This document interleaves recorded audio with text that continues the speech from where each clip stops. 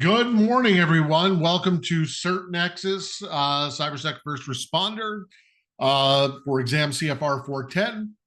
My name is Joe Childrose. I'll be your instructor for the next, 5 days. Okay. So let's jump in. A little bit about me. My name is Joseph Childrose. Number of certifications, Cert Nexus, of course, CyberSec First Responder. With ISC2, I am an ISSAP, Information System Security Architect Professional, Management Professional, CISSP, etc. ISACA, Certified Information Systems Auditor, Manager, Risk and Compliance. I've got a number of certifications. I also have a master's degree in information assurance and cybersecurity, over 30 years of experience in IT and cybersecurity, and 20 years of technical training experience. Hopefully you're going to be in good hands for the next couple of days. At least that's my goal. All right. I'm going to give you guys my contact information and a link out here to a shared folder. So I'm going to paste that into the chat window for you. If you need to get in touch with me after hours, please feel free to do so. Even if it's a week from now or 6 months from now or whatever, if you got a question, pop me an email. I'm happy to answer them. And I will get back to you. Doesn't mean I'll get back to you immediately, but I will get back to you. All right. Shared folder, I'll show you in a moment. Tell me a little bit about you. Put something into the chat window. Obviously, I have your names. What's your job responsibilities? What's your background in IT and cybersecurity? And, well, why are you here? What are you looking to get out of the course? Are you looking to get certified? Are you just looking for more knowledge? Your boss made you do it, so you're going to pretend to be here and just sign in the morning and then go take a nap. Whatever. Just put something into the chat window. Let me know. Now, while you guys are doing that, you don't have to write a novel. You could just write something quick. All right. I'm going to bring you out to a shared folder where I have a number of different cybersecurity resources for you.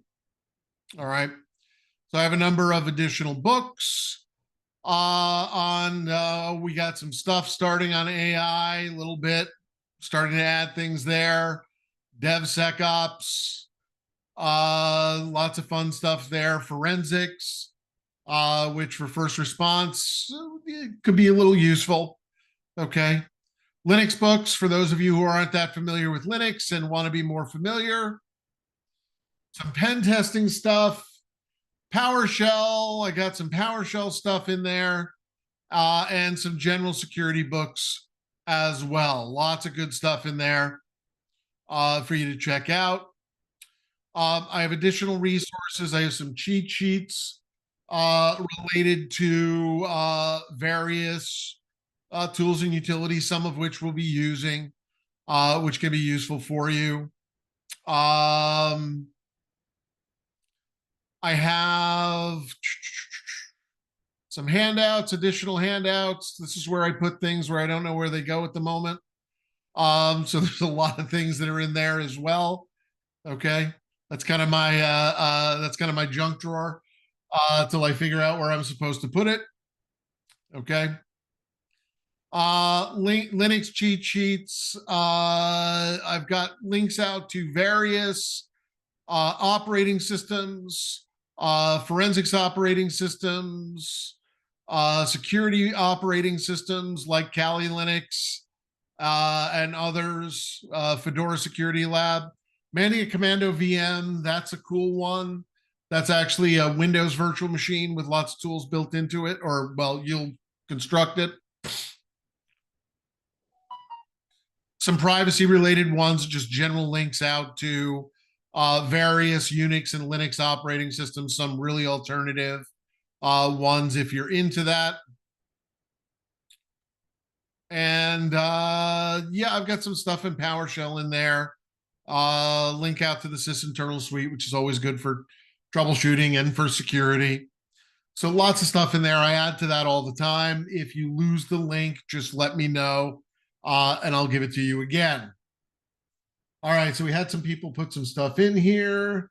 As you work as server admin at the Board of Education Retirement System in New York City. Awesome. Looking to transfer or transition rather your job responsibilities. Not much experience. You've got more experience than you think if you've been in IT. You've been a server administrator. Harmon, 25-ish years in tech and cyber. Consultant helping to start an incident response. Okay, awesome. Yash, 4 years, love cybersecurity. Awesome. Here to upskill. John, 16 years in cybersecurity, wearing almost every hat. You sound like me. I like to wear all the hats, except for the black hat. I don't wear that one. Not anymore. Anyway, might take the cert. Here for the knowledge. God, that's great. Keeping the saw sharp. Got it. Jarnell, 4 years in cybersecurity. Here for the knowledge. Okay, awesome. Okay. All right. So class logistics. Class time is 8:30 a.m. to 4:30 p.m. Eastern Daylight Time. Breaks we're going to take as needed, which means probably about 10 minutes once an hour while I'm talking. And of course, we're going to have lab time. The first lab is kind of short today. It's only 30 minutes or so, 40 minutes. The other labs will be a little bit longer, a little more detailed, so I'll give you more time for those. But there is a lot of talking, so yeah. And we'll probably, the class rhythm is about 2 chapters a day. We'll probably get through 3 today, just because the first couple are shorter, and the ones that come after it, they're a little bit, they can be a little bit longer. Some of them can take 2 or 3 hours. One of them, like analyzing attacks, chapter 4, that's like 5 hours. That's going to be like most of tomorrow. All right, so just to let you know. I'm on the East Coast of the United States. I am in South Florida. So yeah, I'm on Eastern Daylight Time. What time zone is everybody in? Am I getting anybody up at 4 in the morning? Mountain time. So John, yeah, I'm getting you up early. Not too bad.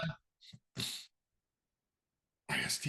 Okay, so India Standard Time. Okay, so you're up in the middle of the night. A couple of you got you up real late. Okay. All right.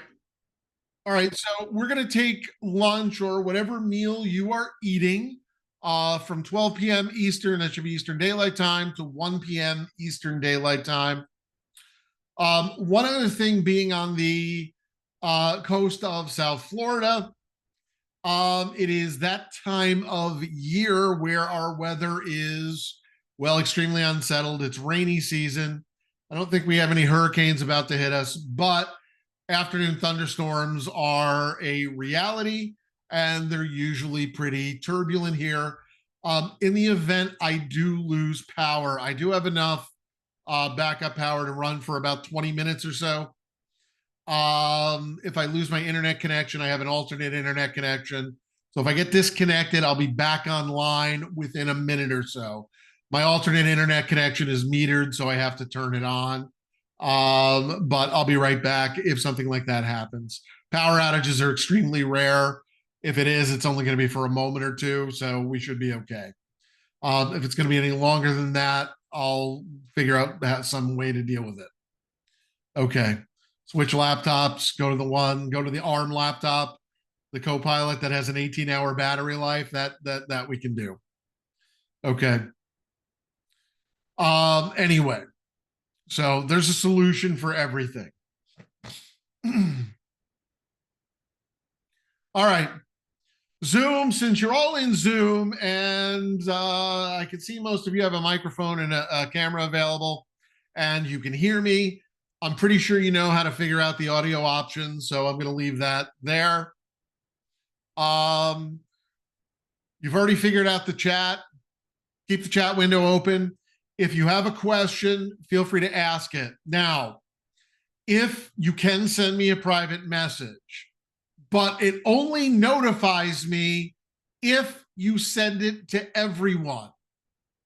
All right, so I'll only have the audible sound if you send it to everyone. So if you send me a private message, send me a message to everyone that says, hey, Joe, I sent you a DM. That way I can go look at it. That's especially going to be helpful for labs. You may not want to put into the everyone that you're having trouble, or if you have something personal to say, like, hey, Joe, I've got to run to the doctor, or Joe, I accidentally dropped my kids off at the veterinarian and they told me to come and pick them up. I got to bring them to the pediatrician. It was the wrong doctor. Yeah, if you don't want to put that into the everyone chat, that I understand. Okay. So but let me know that there's a chat there. Otherwise, I may not see it for 10 minutes because it doesn't immediately notify me, and it's just a little indicator that there's a chat. So I may not see it. Just letting you know. All right. You can do nonverbal gestures if you want to. You really don't have to from participants, I think. Raise your hand, yes, no, go slower, go faster. Yeah, there's only one or two nonverbal gestures I don't want you to give me, but whatever. Just put it into whatever you got, put it into the chat window. All right. Class recordings. Recording starts as soon as I log in the morning, which is usually about 30 minutes before the start of class. So there'll be about 30 minutes of dead space, but your labs, your recordings will be in your MyGK 48 hours after each class. Okay. So we should be good with that. All right. And if you have any problems with that, you'll need to contact GK.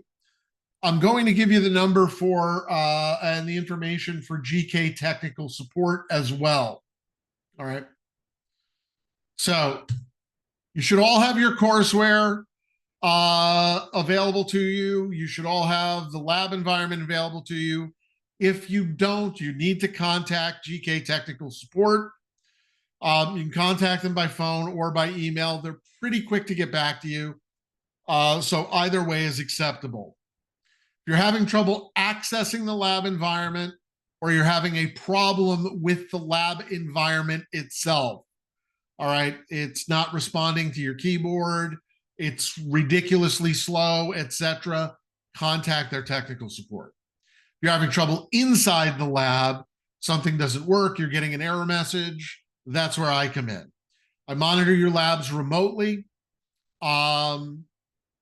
If you have a problem, I can jump in.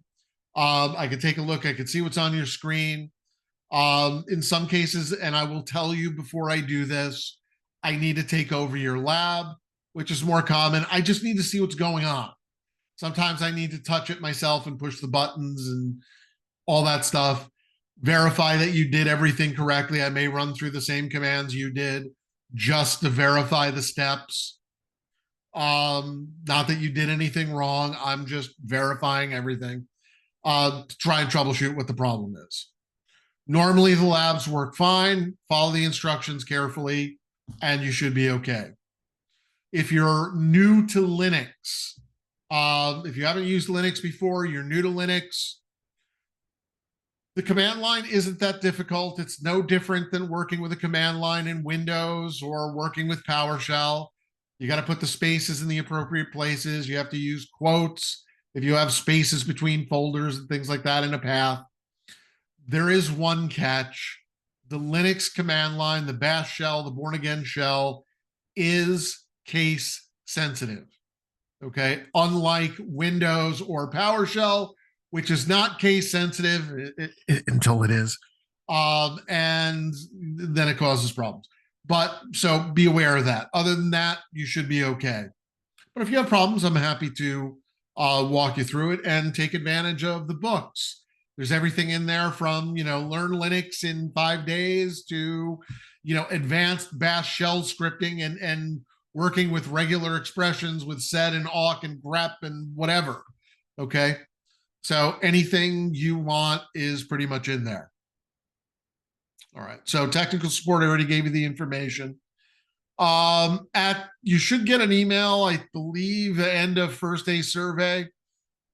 For the end of course evaluation, I'll give you more information about that on Friday. I'll give you a link and you can fill that information out then.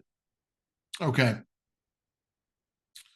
All right. So we are going to get started in a moment. Now, I do have to get attendance in, so we're going to take a short, like 5-minute break. I'm going to get the attendance in. You can refill your drinks.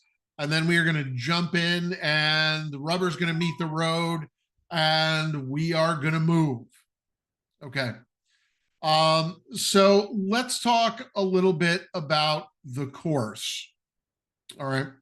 So let me pull up the next slideshow here. Go. So these are the topics. This is the course outline. These are the topics we're going to be covering over the next week. And we're going to start with assessing cybersecurity risk. Okay. So we're going to go through the basics of risk management, assessing risk, mitigating risk, and integrating documentation. Documentation is always important. Yes, sorry. We all hate creating documentation, but we all like documentation when we need it. All right. Then we're going to talk about analyzing the threat landscape. Okay. We're going to talk about the different threats that are out there. We're going to classify threats. We'll talk about threat actors. We're going to analyze trends that affect security. All right. And there's a lot of them. Chapter 3 or module 3, lesson 3, whatever they're calling it. Lesson 3, I think. We're going to talk about analyzing reconnaissance threats to computing and network environments. So we're going to talk about the cyber kill chain and threat modeling. And oh, there's so much with threat modeling. We actually have General Knowledge has a 2-day course on it that I just finished with its brand new course a couple of weeks ago, which very interesting, lots of information there.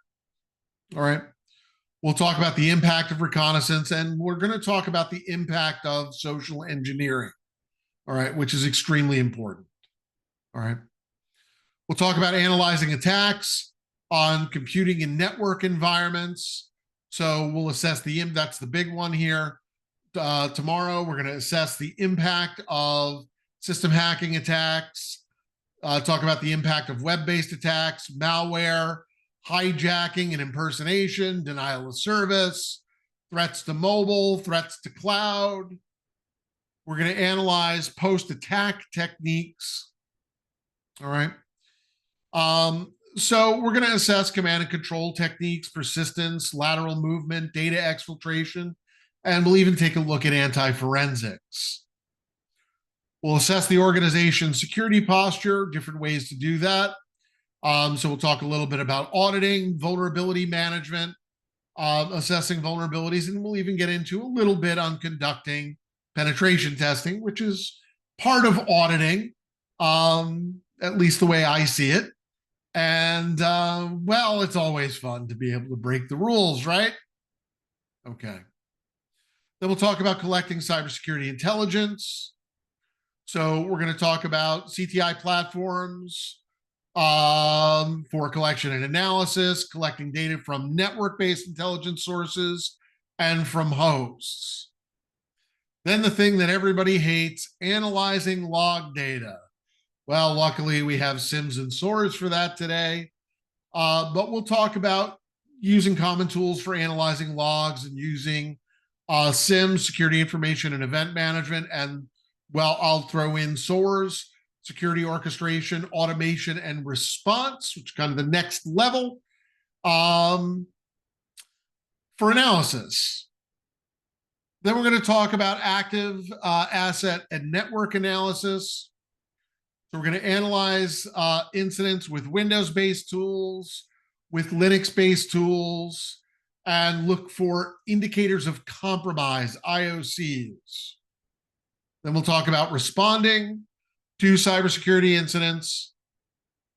All right. So we'll deploy an incident handling and response architecture. We'll talk about mitigating incidents and handing over incident information to a forensic investigation, which is always fun. We'll talk a little bit about forensics as well. And then we'll get into investigating cybersecurity incidents. So applying a forensic investigation plan, securely collecting and analyzing electronic evidence, and following up on the results of an investigation. Okay. All right. So we got a lot to do over the next 5 days.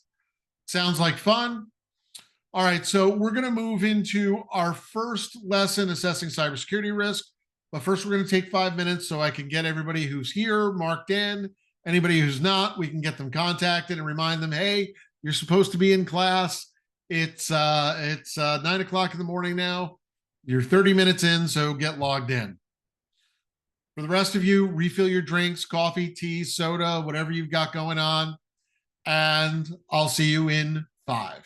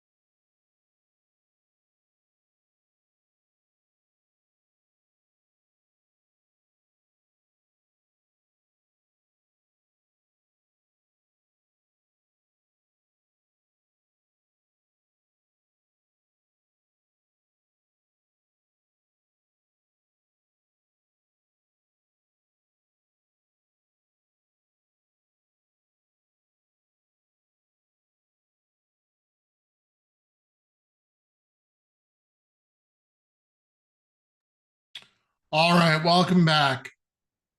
So we are going to jump into assessing cybersecurity risk. We have 4 topics here in this lesson.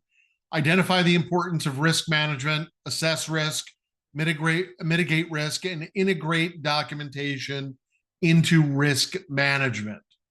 All right. So we're going to identify the importance of risk management here first. And this just shows the elements of cybersecurity here. So we'll talk about this first. First thing, before I do anything, though, I want to mention this because I think this should be the start of every cybersecurity course, always. We're going to talk about the CIA triad and the 5 pillars of information security. They describe the core objectives of information security. The 5 pillars expands the CIA model, including 2 additional security goals. Now, the CIA triad, the 3 foundational principles of cybersecurity: confidentiality, integrity, and availability. Confidentiality ensures that information is not disclosed to unauthorized individuals, entities, or processes. And we use techniques like encryption, access controls, and classification schemes to enforce confidentiality. Integrity protects information from unauthorized modification or destruction, from unauthorized users accessing data in an unauthorized manner, or authorized users accessing data in an unauthorized manner. All right. We want to ensure that data is accurate, consistent, and trustworthy at all times. So we're going to use various methods like hashing algorithms, using checksums and digital signatures to verify the integrity of the data, of the code, of whatever. And then availability, which is the leg of the CIA triad that cybersecurity professionals often overlook, whereas IT professionals are heavily focused on availability, but overlook confidentiality and integrity for expediency. Availability ensures that authorized users have timely and reliable access to information and systems when needed. All right. So this can include things like redundancy, fault tolerance, backups, disaster recovery, business continuity, etc. We want to make sure that things are available to those who need them when they need them. All right. So why do I mention this? Because any controls we put in place, we map back to the CIA triad. Any attacks that occur, we map it back to the CIA triad. It's foundational. It underlies everything we do. Now, the 5 pillars of information security, and this is ISC2 is pushing this with their updated courseware, their updated certifications. They're adding authenticity and non-repudiation to the mix, which they've always mentioned, but yeah, they're a little bit more important today than they have been maybe necessarily in the past. All right. Especially as we move into zero trust paradigms. Okay. Authenticity confirms the identity of users, systems, or data sources, ensuring that the entity is genuine and that the data has an assured origin. So we can use things like digital certificates, authentication protocols, and biometrics to prove or verify authenticity. Non-repudiation goes along with that. It provides proof of the origin and integrity of the data, so an entity cannot deny having performed an action. All right. And this can be achieved through different cryptographic techniques like digital signatures, secure logging, etc. All right. So I just wanted to mention those so that we're all on the same page. We're all at the same starting point. All right. All right, so let's talk about identifying the importance of risk management. All right. So in today's environment, technology is honestly, it continues to advance at an accelerating pace. It allows faster and more efficient ways to process and share information. And as the capabilities expand, the threats to that information, well, they evolve in parallel. Okay. How many of you are using AI, artificial intelligence, for anything? ChatGPT, Claude, Gemini, Copilot, etc. Anybody? Yes, no, maybe? Yeah, I use it all the time. It's fantastic. Okay, data parsing, exactly. Yep. I have it. I basically, what would take me, it's not something that I can't do myself, but it would take me too much time to figure it out for something so simple. Because I have to look through like a database myself to figure out which columns I need from which tables, and then output that into a comma separated value spreadsheet. And I have to write the query, and now I can ask ChatGPT to do it, and then bloop, there you go. There's the SQL query you need. Okay. I gave it the database schema. I told it what I needed, and it popped something out. I use it in coding. All right. It get I am a horrible programmer. All right. In about 7 or 8 different programming languages, maybe even more than that over the years. I don't know. Some of you might be in IT. Some of you may have done this yourself. I've been doing it probably since the 1980s, even before I started working in the field. I would download, or buy the book on the programming language I wanted to learn, get the integrated development environment or coding tools or whatever, and I'd start working through the book and programming and hacking, and I do that for several days or a couple of weeks or whatever, and then at the end I would close the book and then throw it in the garbage and swear I was never going to do that again. I could do that in about 8 or 10 languages. But today I still do, and I have done web development, PHP and JavaScript over the years, but I can paint myself into a corner very quickly and I can't get out of it. Artificial intelligence helps with that. From the other side of things, AI can be used to write malicious code, okay? To write fileless malware that's undetectable. All right, so we have to look at the good and the bad of anything. All right. So as threats are expanding along with our technology, risk management and implementing proper security measures is essential for any modern information system. Cybersecurity, of course, is the practice of protecting personal and organizational information and resources from unauthorized access, attacks, theft, damage. Okay.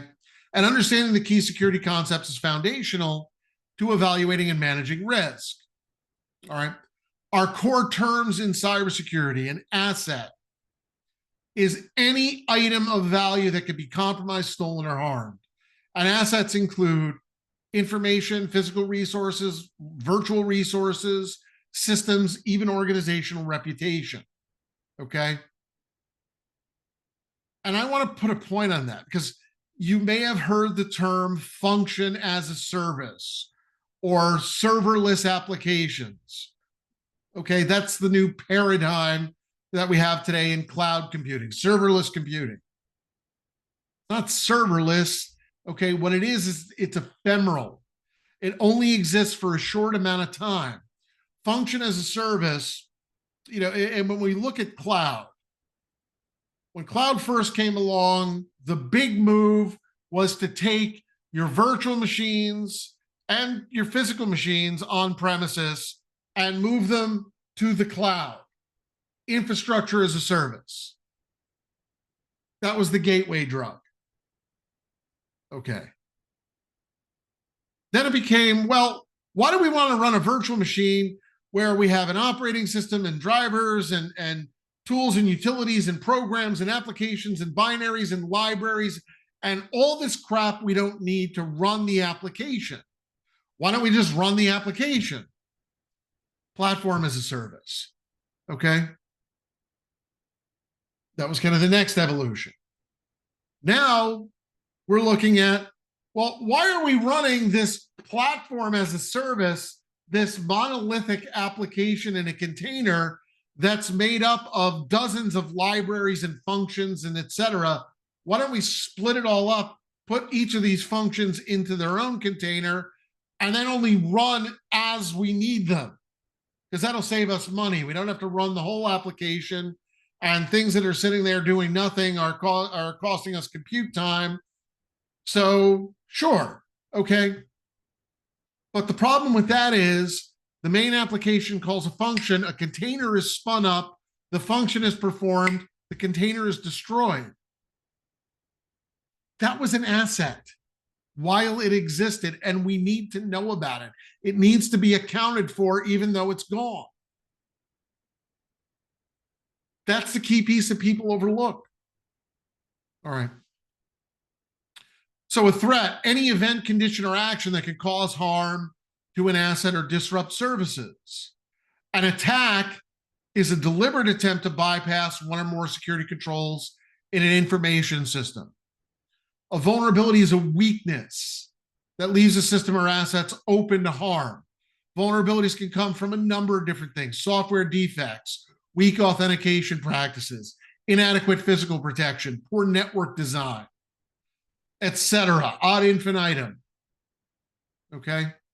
An exploit is a method or tool that leverages a vulnerability to carry out the attack. Exploits can be manual techniques, they can be automated tools that would allow even an unskilled hacker to compromise a system. And a control is a safeguard or countermeasure that's implemented to detect, mitigate, or recover from a security incident caused by a threat or attack.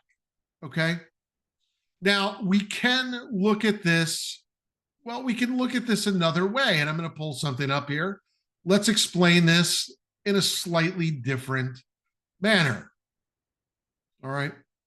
So let's talk about assets. So I'm going to use an analogy. Now, I'm sure most of you being in IT and cybersecurity are probably familiar with Star Wars. All right. So we're going to take a look here at the Galactic Empire, and their greatest asset, their most expensive asset, of course, is the Death Star, DS-0, the original Death Star, of course. All right. And they understand the value of that asset. All right.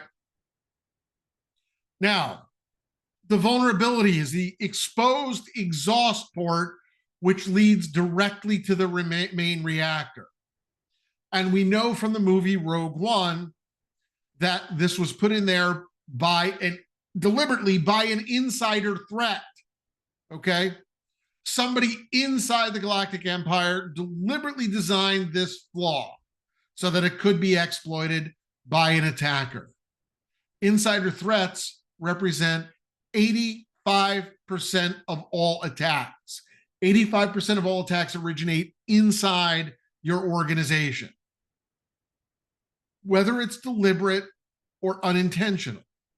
85%. That's from Carnegie Mellon Software Engineering Institute and the CIA, Central Intelligence Agency, in a joint study.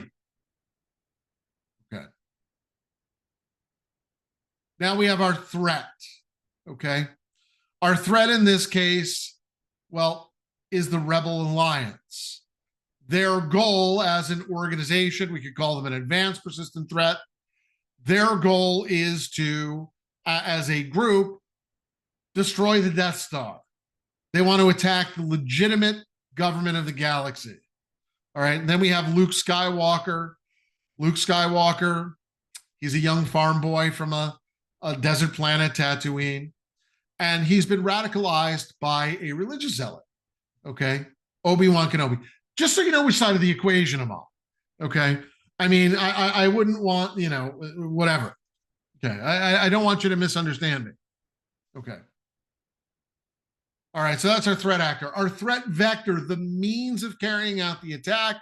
In this case, it's going to be carried out by an X-Wing fighter. Okay. The actual exploit, proton torpedoes. Proton torpedoes, if they are put into the vulnerability, if they exploit the vulnerability in this case, okay, leads directly to the main reactor where the payload is delivered, causing a chain reaction in the reactor, leading to a 100% loss, which is uncommon. We normally don't lose 100% of the asset, but in this case we did, killing millions, hundreds of thousands at least, of loyal government employees. All right. So again, just so you know which side of the equation I'm on. Well, all right. So what does this lead to? Well, it leads to incident response. We know the empire is going to strike back. Sorry, I had to do that. Anyway. Okay. It won't be the last one. All right. It's also possible that there may be a Star Trek reference or two. I'm just saying. Okay. Possibly Flash Gordon, but that's less likely. All right. All right. So exploits, method, or tool used to carry out an attack controls the safeguard or countermeasure we put in place after, well, we can prevent an incident, detect an incident, mitigate an incident, or recover from an incident. All right. Now, two common approaches to securing systems are the perimeter model, which is outdated. Okay. Similar to a castle's defenses, that model assumes that anything outside the perimeter is untrusted. Anything inside is implicitly trusted. It's a traditional approach. It doesn't work anymore because it focuses on securing the network boundary, the moat around the castle. Okay. The problem with that is, well, how many of you access things from work, even if it's just email on one of these devices? Is that outside the perimeter? If you have employees working at home, is that outside the perimeter? Yash, you have a question? Nope. Okay. All right. So yeah, we all oh, you were raising your hand. I get it. Okay, gotcha. I confuse myself sometimes. All right. Yeah, we all have these devices. We have people working at home, we have people working on the road. Okay. The endpoint model, all right, would be comparable to securing like individual shops in a mall like they show here. Okay. This model treats each device or endpoint as requiring its own protection. It reflects the realities of remote access, telecommuting, cloud computing, where traditional network boundaries, while they still exist, they're less relevant. They're not as relevant as they were in the past. All right. So that's the perimeter model. There we go. The old school. There we go. All right. Let's talk about the risk equation. So your role is going to include identifying risks and implementing measures to protect systems, data, and operations from potential harm. Risk can be defined as the measure of exposure to potential damage or loss. And that's a good definition. Okay. It reflects the probability that a hazardous event or threat is going to occur. And it applies not just to technical systems like networks or power infrastructure, but also to people, operational practices, organizational processes. All right. And while the range of potential attack scenarios is unlimited, all right, the resources available to secure assets are always limited.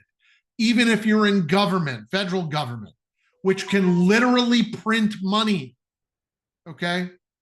They don't have enough resources, people, time, or money to secure everything, all right? So we need to prioritize. We need a structured risk management process. An effective risk management begins with understanding the elements that combine to create risk. And we have the formula, the equation. Risk is equal to threats times vulnerabilities times consequences. All right. The threat is the entity, event, or condition capable of exploiting a vulnerability.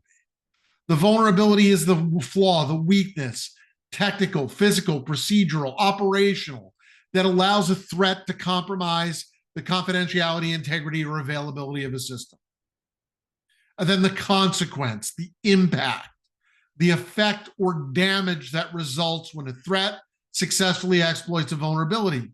Consequences can be technical, data corruption, or business related, financial loss or reputational damage. Okay.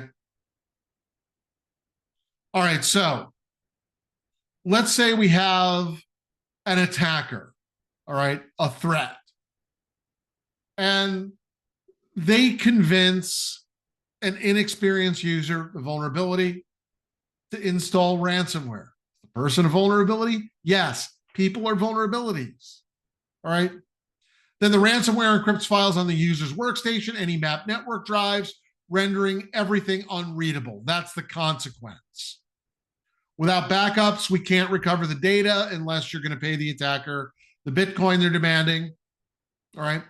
And if that encrypted data ended up being mission critical, then the organization can lose operational capacity and competitive advantage, leading to diminished stakeholder confidence and potential withdrawal of support, a business consequence.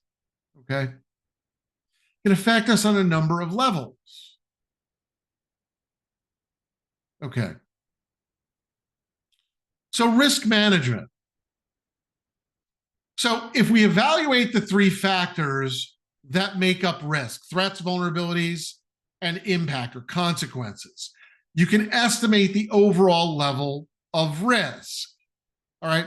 If a vulnerability is easy to exploit and the likelihood of exploitation is high, but the resulting consequences are minimal, the risk might actually be acceptable, and additional prevention measures may not be necessary. Okay. On the flip side of that, if the likelihood of exploitation is low, but the potential consequences are severe, the risk may be unacceptable and implementing safeguards has to be justified. Now, in a lot of organizations, risk management decisions are going to be made by business stakeholders, senior executives, or project management teams. Okay. Cybersecurity professionals, we have unique insight into specific technical risks. Identifying and communicating those risks to decision makers is a critical part of our role. All right. And we manage risk. We can't eliminate risk. You reduce it to an acceptable level. All right. I mean, yeah, I can eliminate all risk. You can't do anything and the business can't operate, but we don't have any risk. That's probably not acceptable. All right. If you wanted to completely eliminate risk today, you can disconnect from the network, just use standalone workstations, stop using any electronic devices, stop performing any business processes or operations. Yeah, that doesn't work. Okay. Organizations, and this is going to be the stakeholders, the senior executives, the management team, the C-suite. Okay. And I know sometimes you probably feel like if you have to deal with senior management, that you need to explain things to them with hand puppets. And, you know, sometimes even coloring books, and end users, oh, they definitely need coloring books sometimes. Okay. And yeah, I happen to have one here. You can use this, you know, don't plug in strange things. Okay.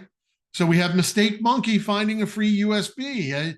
You can explain things to senior management this way. Give them some crayons. They're going to clap. They'll be very happy about it. All right. I'm only partially kidding. All right. Anyway.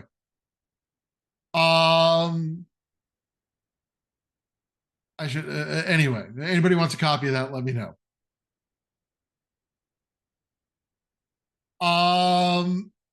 So organizations, the senior executives are going to set a risk appetite level. They also have a risk tolerance level. The risk appetite is what they say, all right, the maximum level of risk they're willing to accept is. Whether it's unmitigated risk or whether it's residual risk after implementing controls. Okay. That's what they say it is. Now, they have a tolerance level that's a little bit higher in some cases. All right. How many of you work in an organization that uses software, hardware, etc., that is past end of life? Anybody running Windows Server 2012 R2 right now? Yes, no, maybe? Oh, I know some of you are. You don't have to admit it. I mean, it's a safe space. You can. All right. We run outdated equipment all the time. You've got, and I know the reason why you're running that server, because there's an application on there that's mission critical that won't run on a more modern version of Windows. And upgrading that custom software, it's either a project that's occurring now, or it's custom software that you had built for you, and it's expensive. And it ain't broke, so you're not going to fix it. I understand that. Risk appetite is saying that all servers in our organization will be at least server 2019 or 2022 or higher. Okay.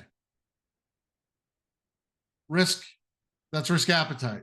Risk tolerance, we have that one system, and as long as we properly isolate it, running a mission critical application can run server 2012 R2. We're willing to go a little bit higher. The analogy is you go to a restaurant, you order your favorite meal, you're stuffed. That's your risk appetite. Then they come around with your favorite dessert, cheesecake, chocolate lava cake, whatever. Okay.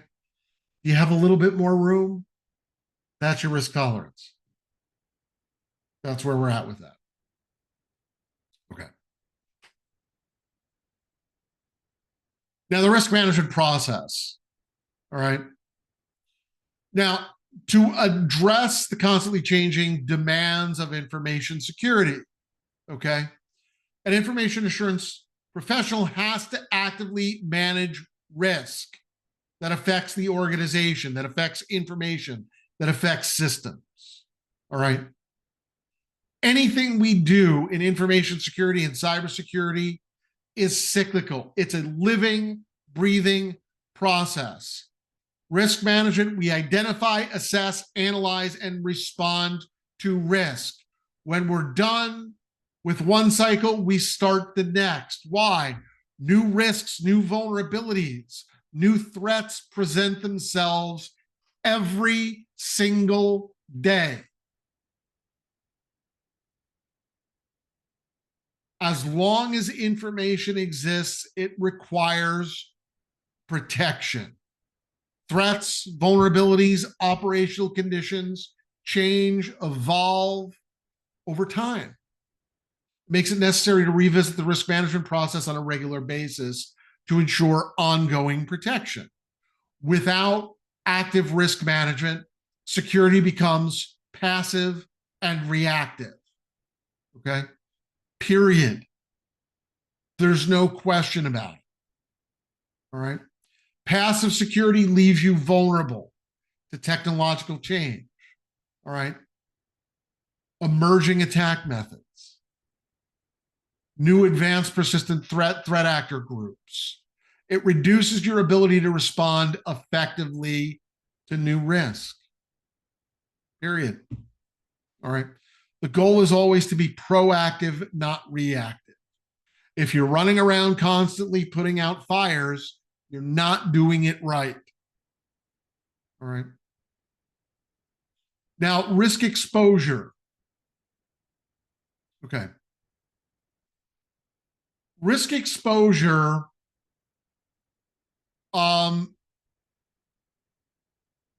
describes the degree to which an organization is susceptible to loss. All right. When we quantify it, it's typically going to be calculated as the the probability of the incident by the expected loss. Okay. That's our risk exposure. All right. If the likelihood of ransomware destroying your critical data is estimated at 10%, and the financial loss from the event is projected at 100,000, then the calculated risk exposure is, well, 10%, 0.10, all right, or $10,000, all right. The 0.10 we would refer to as our exposure factor. $10,000 would be our single loss expectancy, all right. But this assumes the probability and impact can be reliably measured, which is not always the case. We may not have the information, especially with new technologies. All right. And organizations incur risk through nearly every operational activity they perform. That's a natural course of doing business. It's a primary reason the security industry exists. Without risk, there would be no consequences for poor processes or insecure practices, and no need for security measures. Now, because modern businesses and modern business operations rely heavily on technology, a growing percentage of risks are going to be technology driven. So we're going to be at the forefront of identifying, assessing, and managing those risks. And while performing effective risk management can reduce our risk exposure, we can never eliminate it entirely. Anybody who claims they can is lying, okay? We need to continuously monitor for threats, for vulnerabilities, for potential attacks. That's essential for safeguarding our assets. If we don't address and manage risk exposure, we can undermine the organization's ability to remain operational, to remain competitive. Okay. Now, our risk analysis methods. Okay. And we'll go into more detail on these. All right. But risk analysis helps us determine how to protect systems, networks, information, and other assets in a way that minimizes potential damage to the organization. The approach and the format of risk analysis has to align with contractual obligations, regulatory requirements, legislative requirements, laws, certification frameworks or regulatory frameworks that you adhere to, best practices, all right?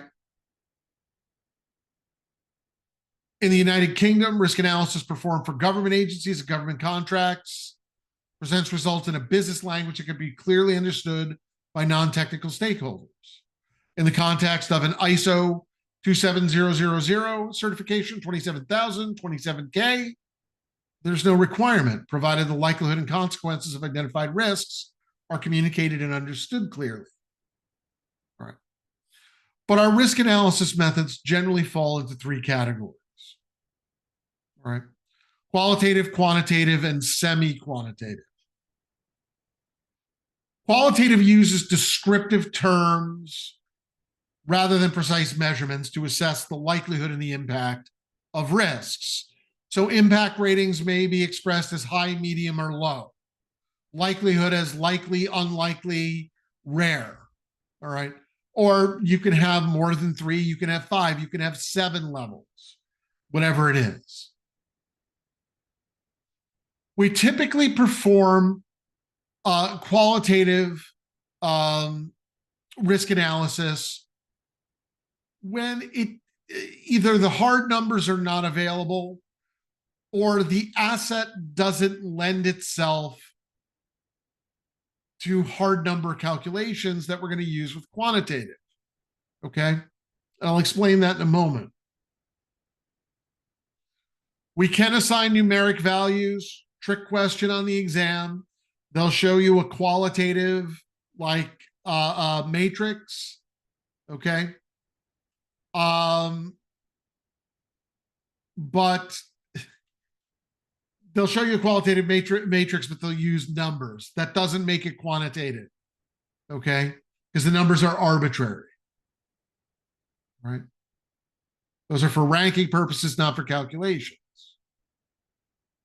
The goal of quantitative analysis is to prioritize response. Okay. But it's subjective, it's less verifiable. Quantitative, on the other hand, relies on numeric values derived from historical data, testing, statistical modeling, prior incidents, industry standards, and benchmarks. We try to calculate the probable loss for every identified risk. We have measurable, repeated results. But it's not suitable for a risk that can't be easily quantified. All right. We can assign a value to any asset. Okay. Now, table. I can easily assign a value to a table.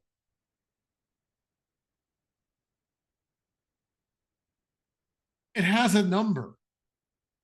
Okay. If one of the legs falls off, am I going to get a little damage? Yeah. I mean, sure.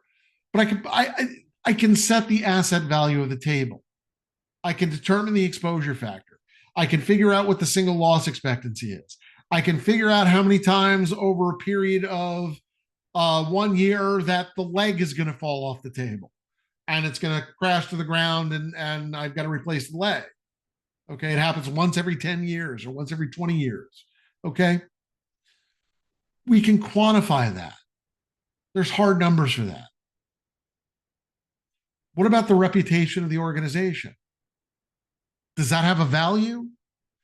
The answer to that is yes. But putting a number on that, well, I'm not going to do it. I'm not an accountant. It does have a number. It does have a value, but it's hard to quantify. You know, for those of you in the United States, Target, okay? Target is probably about 10 years ago now. Their point of sale systems were compromised by an outside attacker. They were able to exfiltrate cardholder data. Now, I shop at Target. Before the incident, the Super Target near my home, they probably had 25 checkout lanes, and on a Saturday, there was probably 18 of them open. They were 2 or 3 people deep trying to check out. Week or two after the incident, still the same number of checkout lanes, but only 11 of them are open and nobody's in line.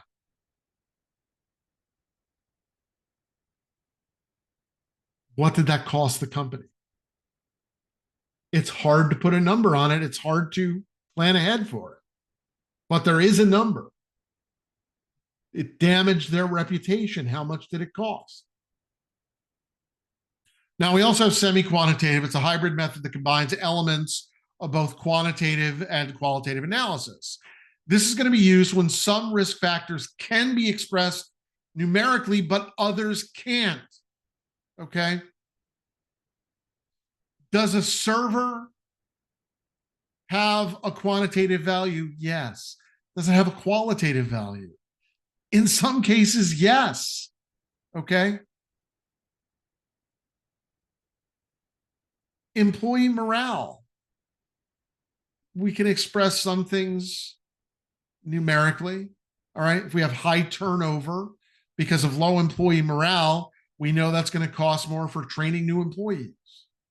We can put a number on it, at least on pieces of it. All right. But semi-quantitative is a structured approach that incorporates subjective and objective data for a balanced assessment. And most assessments, honestly, are going to fall into semi-quantitative. Okay. All right. Now, the impact of risks on the organization. All right. And we're going to encounter risk in a number of different forms. And before mitigation occurs, We have to be able to identify and understand the risks in the terms of where they exist in the organization and how they can cause harm to the organization. And while some risks are technical in nature, well, some are going to be better expressed in business terms or legal terms, ensuring they're understood by the appropriate stakeholders. All right. So, what are some common risk types and their impact? All right, legal. Every organization has to comply with laws. In the United States, we've got federal laws, we've got state laws, you've got county or parish laws, you've got municipal laws and regulations.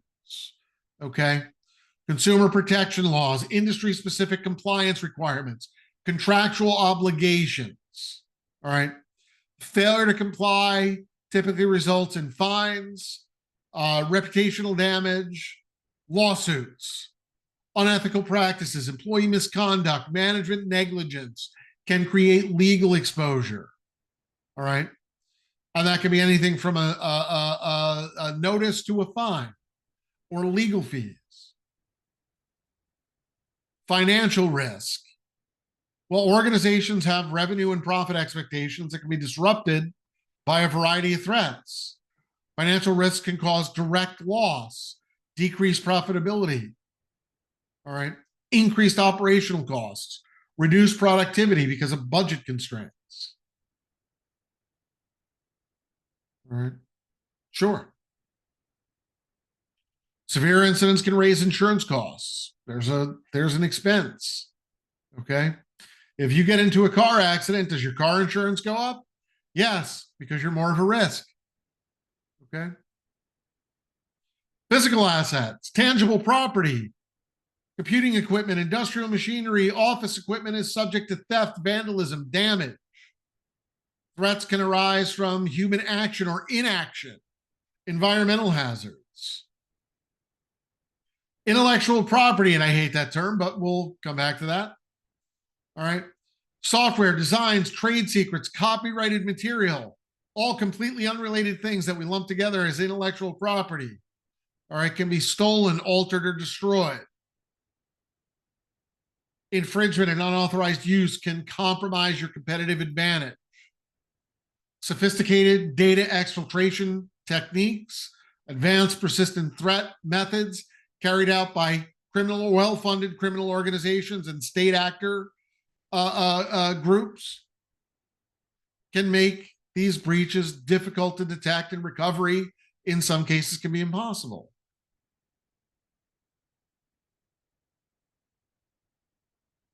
Infrastructure, physical and logical frameworks that support your operations.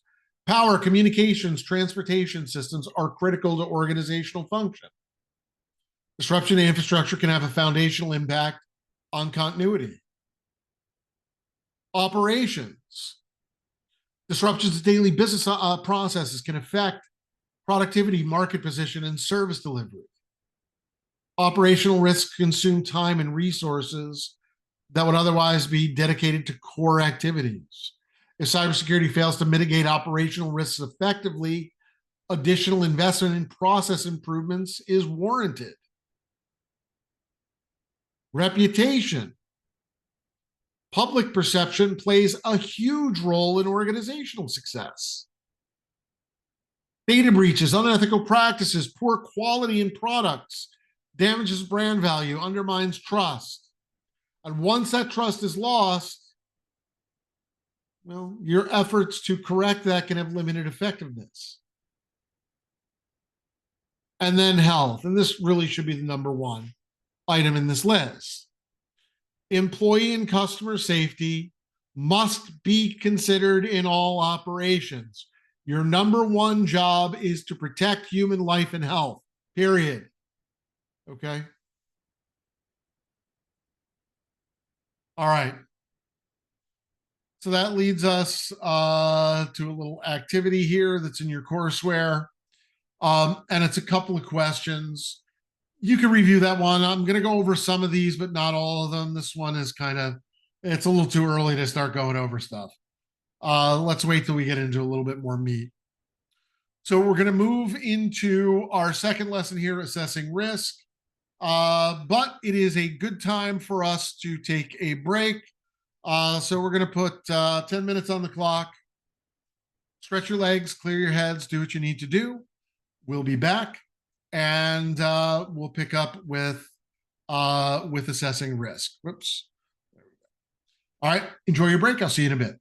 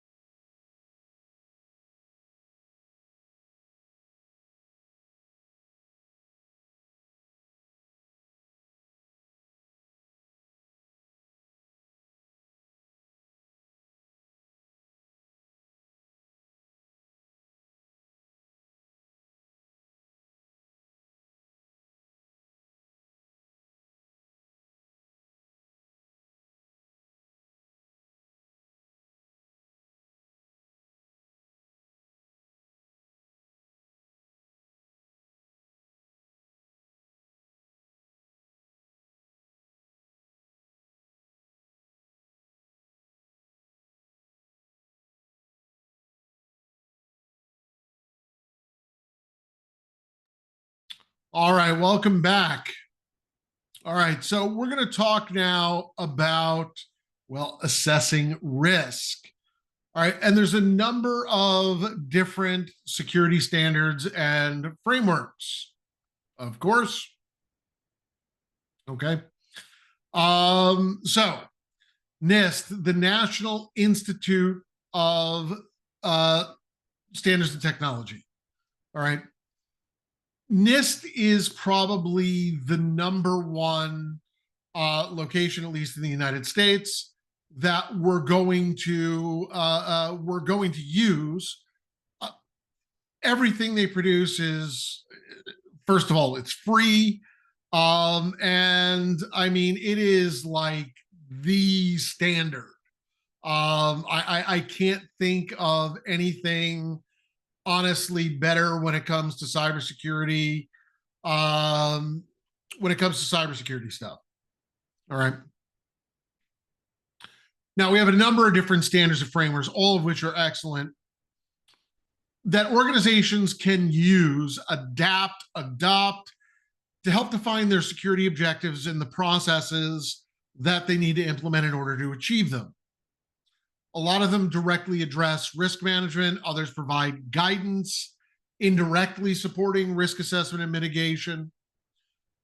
But selecting the appropriate standard or framework depends on your operational environment, your regulatory requirements and needs, your organizational and security needs, requirements, and goals.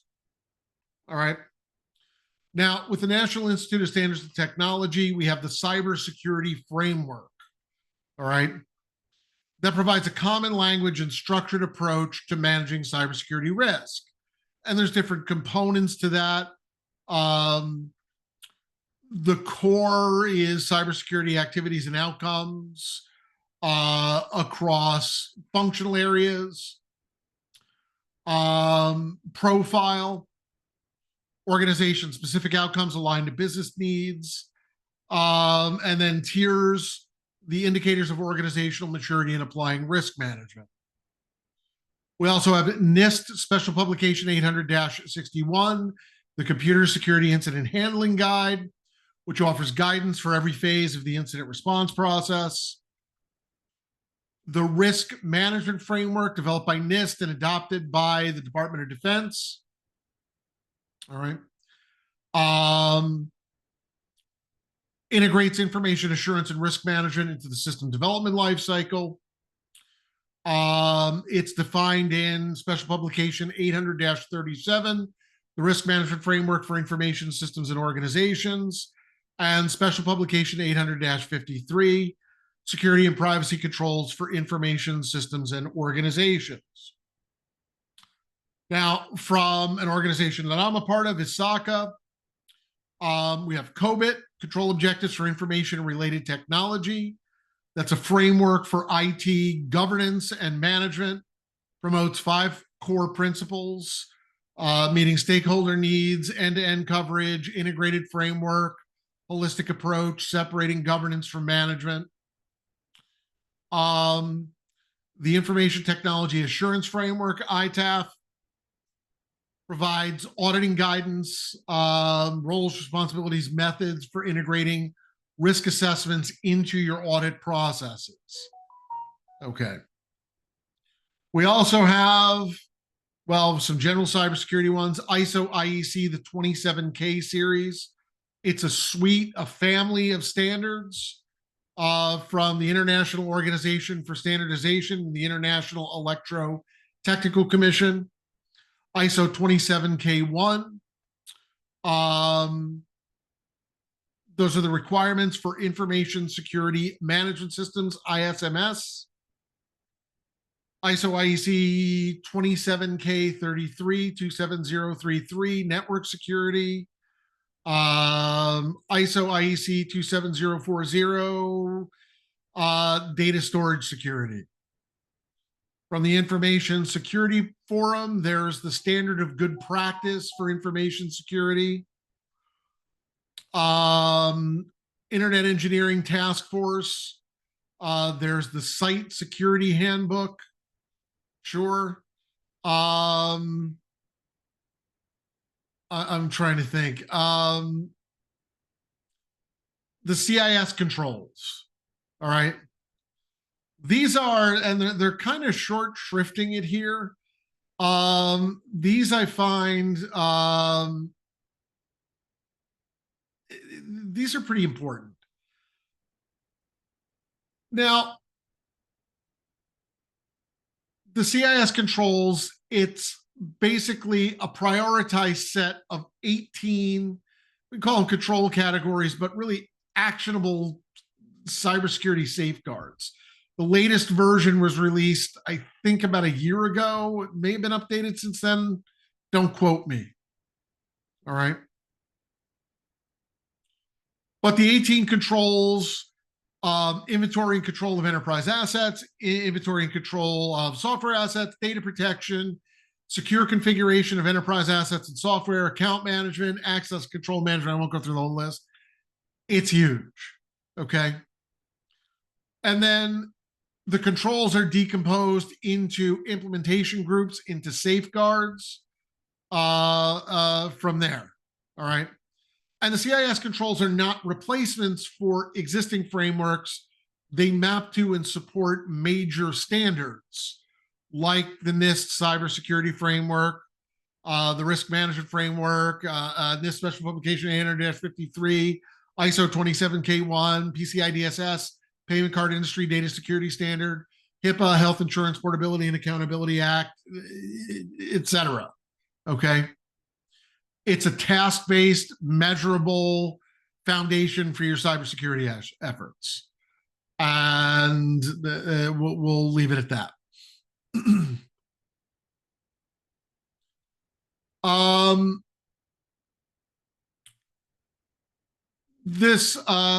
The SSAE 18. All right. The Statement on Standards for Attestation Engagements. Okay, number 18 from the American Institute of Certified Public Accountants. This is SOC reports, Service Organizational Control reports. SOC 1, SOC 2, SOC 3, and Type 1 and Type 2. Type 1, point-in-time snapshot. Type 2 is an evaluation over time, 6 to 12 months. Okay. NERC, the North American Energy Reliability Corporation. All right. They have standards there for securing bulk electrical systems, covering hardware and software support, or interfacing with electrical infrastructure. All right. ISA, the International ISA IEC 62443. All right. This is from the International Society of Automation and the International Electrotechnical Commission, addressing cybersecurity across industrial control systems, ICSs, supervisory control and data acquisition, distributed control systems, etc. It spans operations, development of products, system integration, governance, and so on. All right. It's a risk-based defense in-depth cybersecurity framework tailored to ICS environments. All right.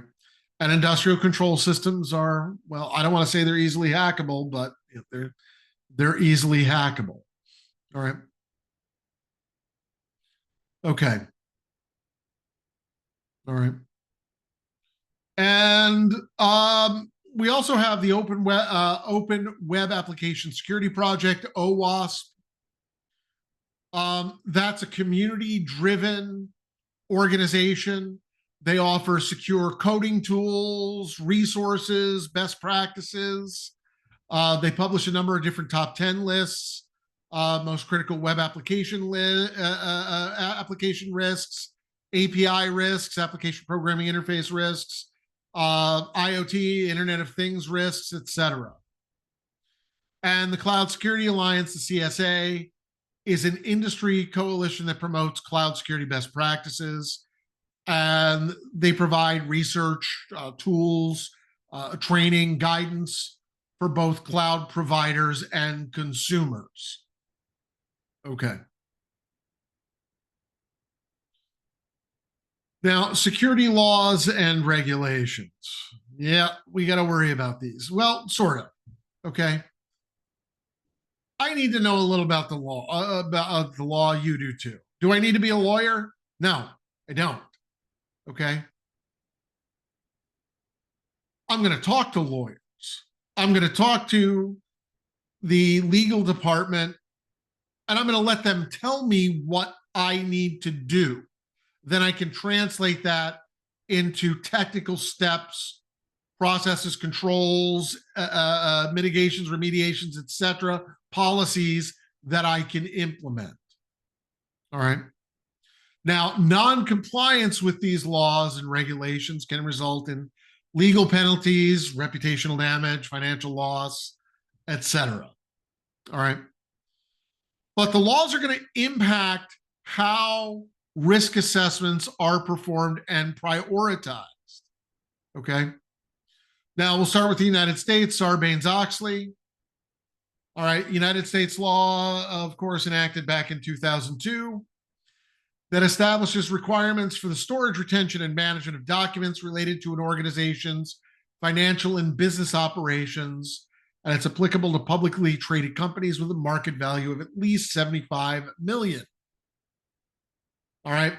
Sarbanes-Oxley came into play because of Enron and MCI WorldCom, who were making millions of dollars per quarter, hundreds of millions of dollars per quarter on paper, according to the accounting firm, while realistically losing millions of dollars, hundreds of millions of dollars, tens of millions of dollars per quarter in reality.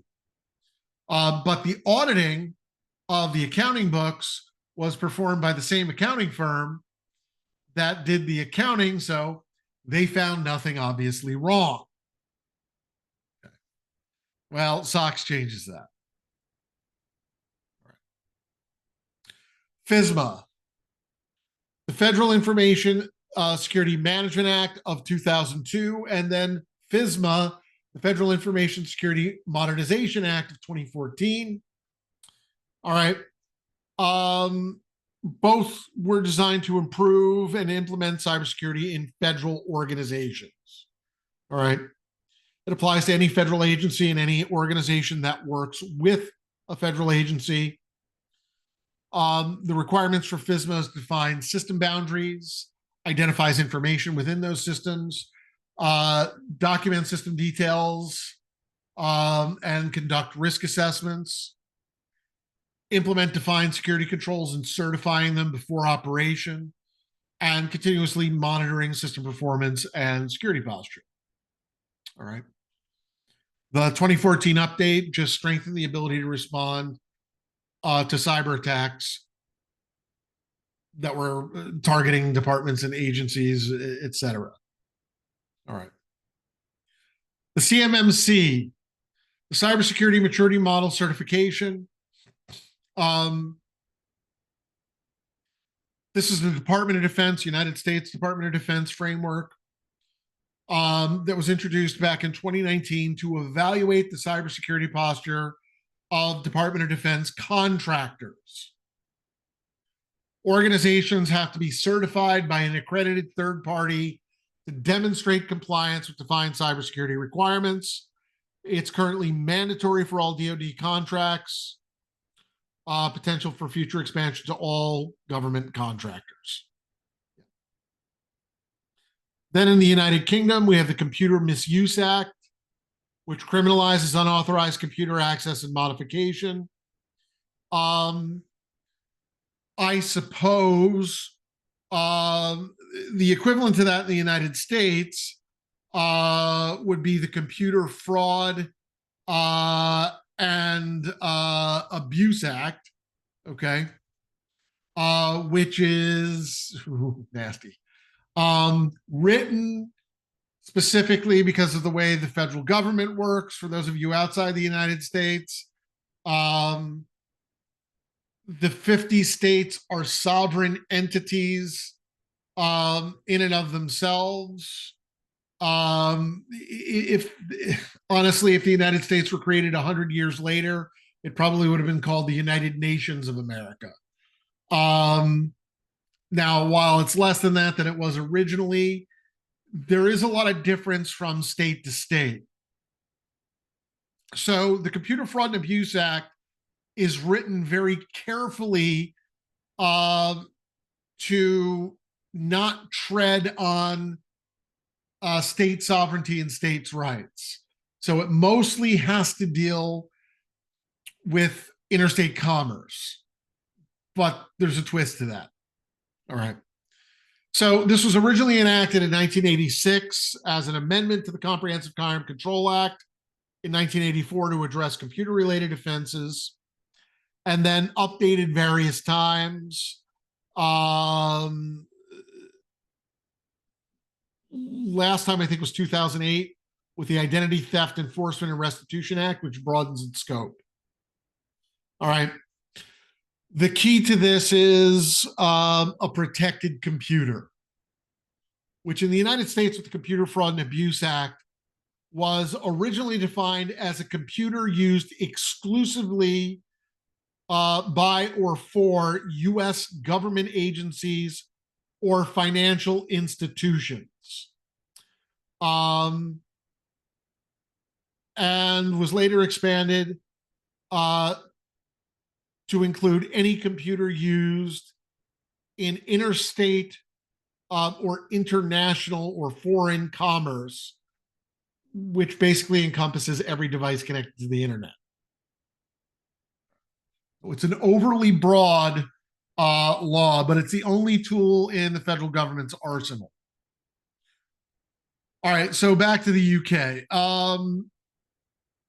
So the UK Act criminalizes unauthorized computer access, establishes three main offenses: unauthorized access to computer material, unauthorized access with intent to commit or facilitate further offenses, and unauthorized modification of computer material.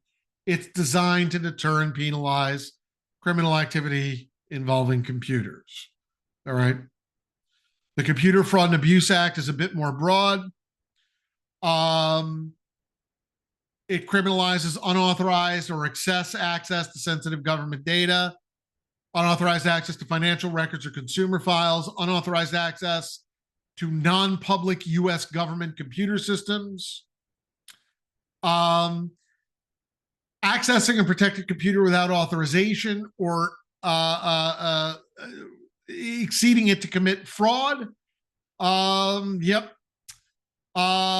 Damaging a protected computer by transmitting malicious code, knowingly or unknowingly, trafficking in passwords, illicitly selling credentials that can grant unauthorized access, or using interstate communications to threaten, damage, disclose information, or demand ransom.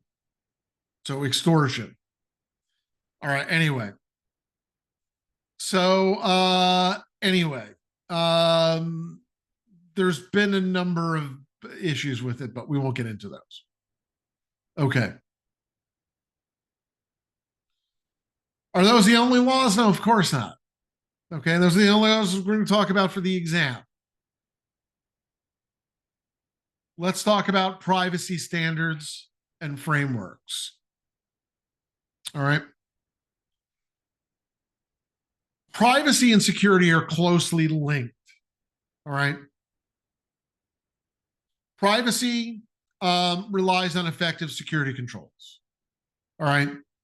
But privacy is typically addressed as a separate focus area, emphasizing the protection of personal data. I look at privacy as kind of bubbling out of cybersecurity, information security into its own thing. Okay. And I look at cybersecurity as having done the same thing, kind of bubbling out of information technology and becoming its own thing because it needed to. All right.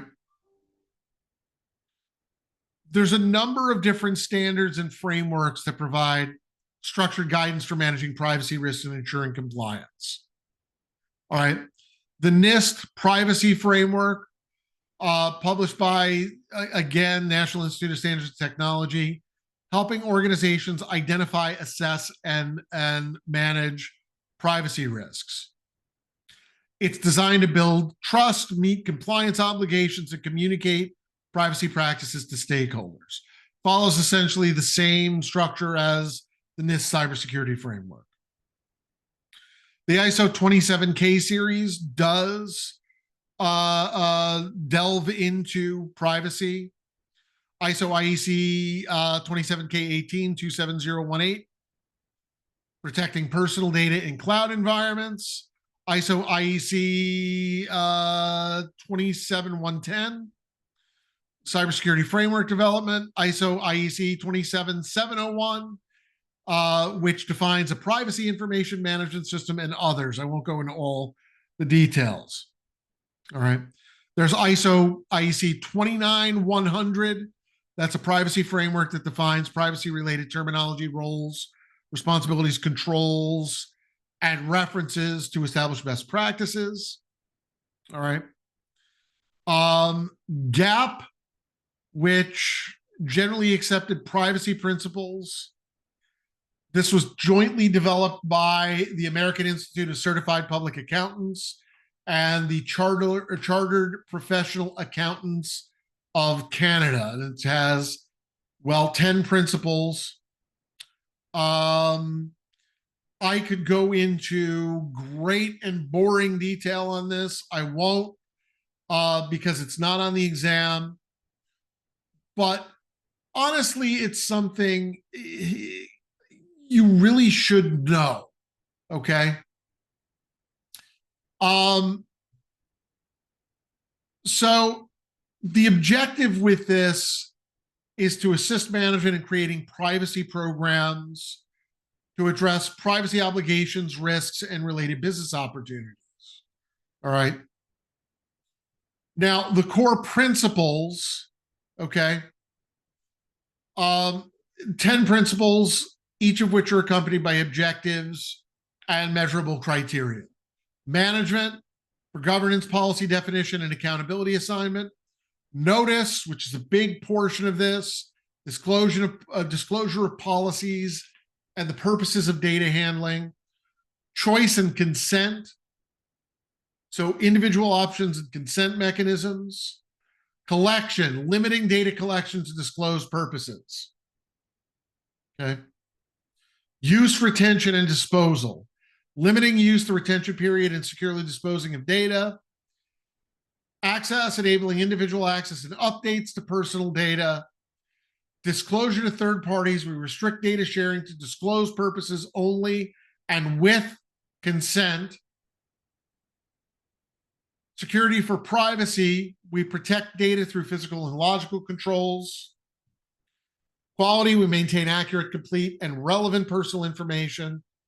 And monitoring enforcement, we ensure compliance and address privacy-related complaints. Okay. All right, so I won't go, like I said, I won't go into all the huge details on this, but this is something that you should probably be a little bit more aware of. Okay.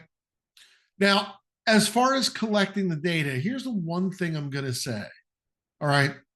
And we'll talk about the GDPR, because that honestly, even though it's a law, it's a privacy standard. All right. Only collect the data that you need for the purposes that you specify. Don't collect any unnecessary data. If you don't collect it, I don't have to protect it. Makes sense, right? Okay. If you don't need the data anymore, get rid of it. Securely dispose of it. Again, if you don't have the data, I don't have to protect it. If I don't have to protect it, that reduces risk. That's what we're talking about. Okay. All right. And I want to mention the Federal Trade Commission, the United States Federal Trade Commission. They do publish guidelines for protecting consumer data. All right. And they have best practices recommendations for different areas as well. Okay. Now, privacy laws and regulations. All right. And I really want to start with, I'm going to jump down to the European Union, the GDPR. And the reason I say this is because a lot of principles in the GDPR apply to the CCPA and the CPRA, the California Consumer Privacy Act, and the California Consumer Privacy Rights Act, the California Privacy Rights Act. No, okay. This really provides a lot of protection for the data subject, the user. All right. It applies basically across all European Union and European Economic Area member states. It replaces the Data Privacy Directive from earlier, I think, in the 90s. All right.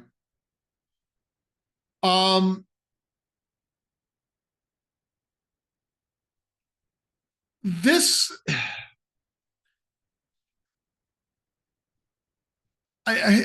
this is like the cornerstone. It applies to any resident. It's extraterritorial. It applies to any resident of the European Union or European Economic Area.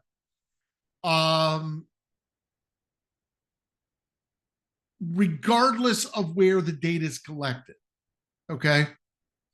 So if your business is wholly located in Alabama or Tennessee or Ohio, okay, and you never step foot outside the United States, but you do business, people order your products or services from the European Union or the UK where it still applies, okay?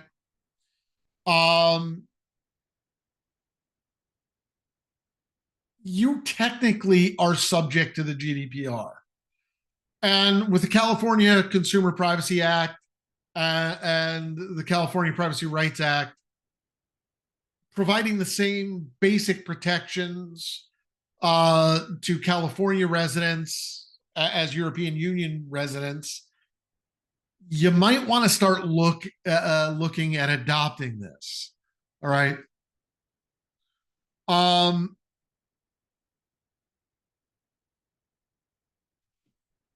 Anyway, I'm not going to go into into huge details on it.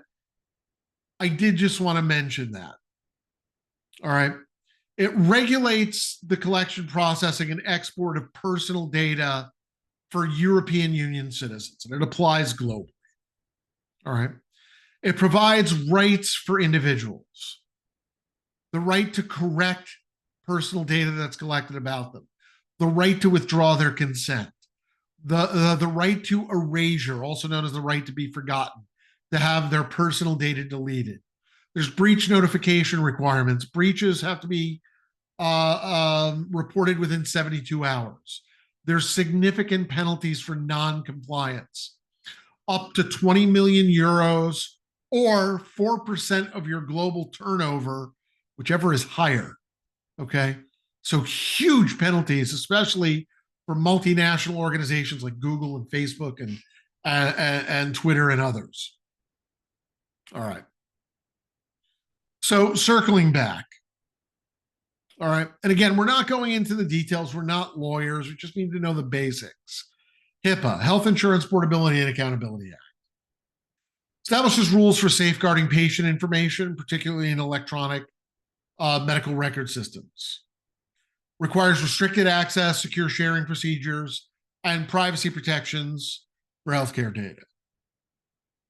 The Gramm-Leach-Bliley Act, GLBA, was initially a banking deregulation law, but does include provisions for protecting an individual's financial information.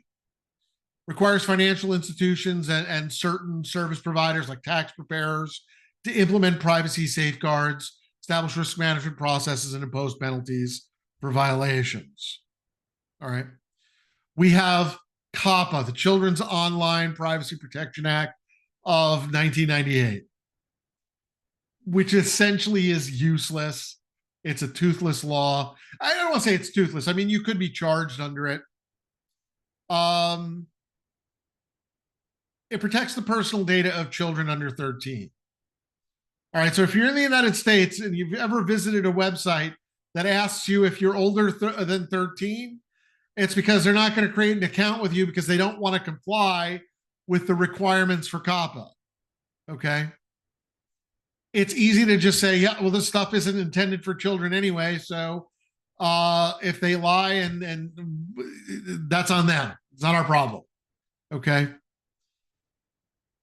It requires website operators to post a privacy policy, obtain verifiable parental consent, and secure stored and transmitted data. All right. But you can put in your policy that this site is not designed for children under the age of 13, and that completely exonerates you from having to follow. That's all I'm saying. Okay. It's useless. It's another one of those. Won't somebody think of the children? The CAN-SPAM Act of 2003. Yeah, that's another one. I mean, there have been people prosecuted under it. I'm not saying there haven't. This is the Controlling the Assault of Non-Solicited Pornography and Marketing Act of 2003. Okay, I don't know about you, but nobody was ever sending me any free pornography. Spam mail, yes, definitely. Okay. Um, Basically, just establishes national standards for sending commercial email, prohibits deceptive and misleading headers and subject lines, and provides recipients with the right to opt out of future messages. All right. And that is enforced by the Federal Trade Commission, the individual states, attorney general, and certain federal agencies. All right.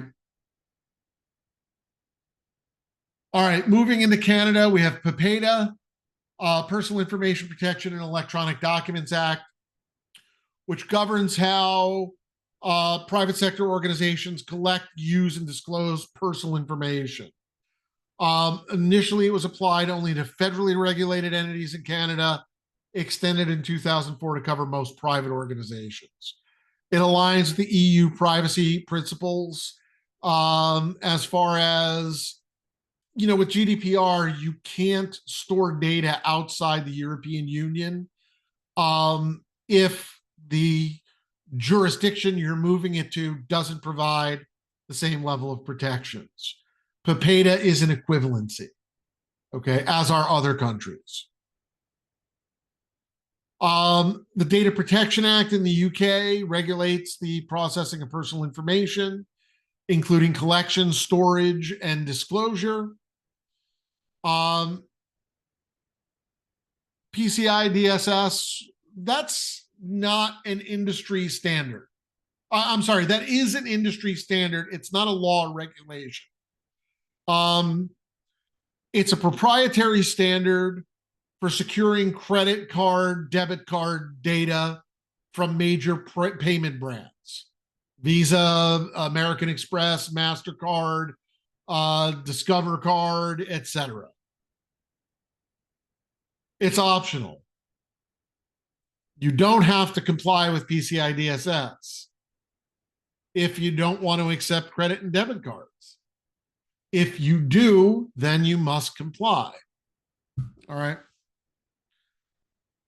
And there's other laws in other countries. I think your courseware mentions the People Law, Personal Information Protection Law of the People's Republic of China, which establishes rules for collecting, processing, and storing the personal information of Chinese citizens, applying to both domestic and foreign organizations. It's a data sovereignty law. They want to ensure that the data stays in China, where they have access to it, where the government, the Communist Party, has access to that data.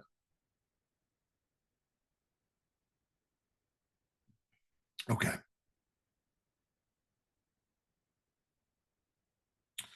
All right. So new and changing factors that impact risk.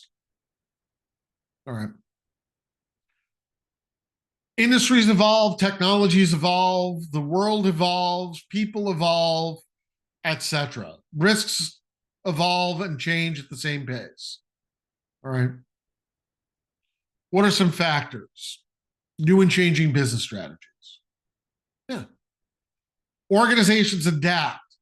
They outsource operations. They use cloud services. They engage in mergers and acquisitions. They form partnerships. That expands the operational environment, introduces dependencies, particularly increasing exposure to third-party and supply chain risks. Deperimeterization. We mentioned that earlier. Where are your users? Are they home? Are they on your network? Are they in a hotel? Are they in an airport? All right. What device are they using? A personal phone, a laptop, a tablet, a watch? We still have a traditional network boundary, but we can't use traditional protections for it. Okay.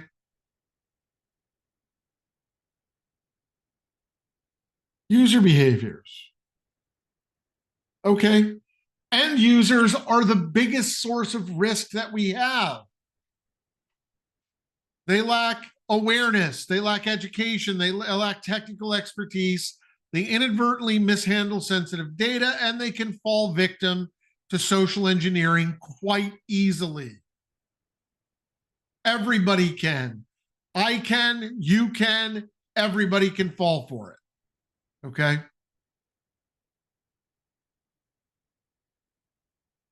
New products and technologies.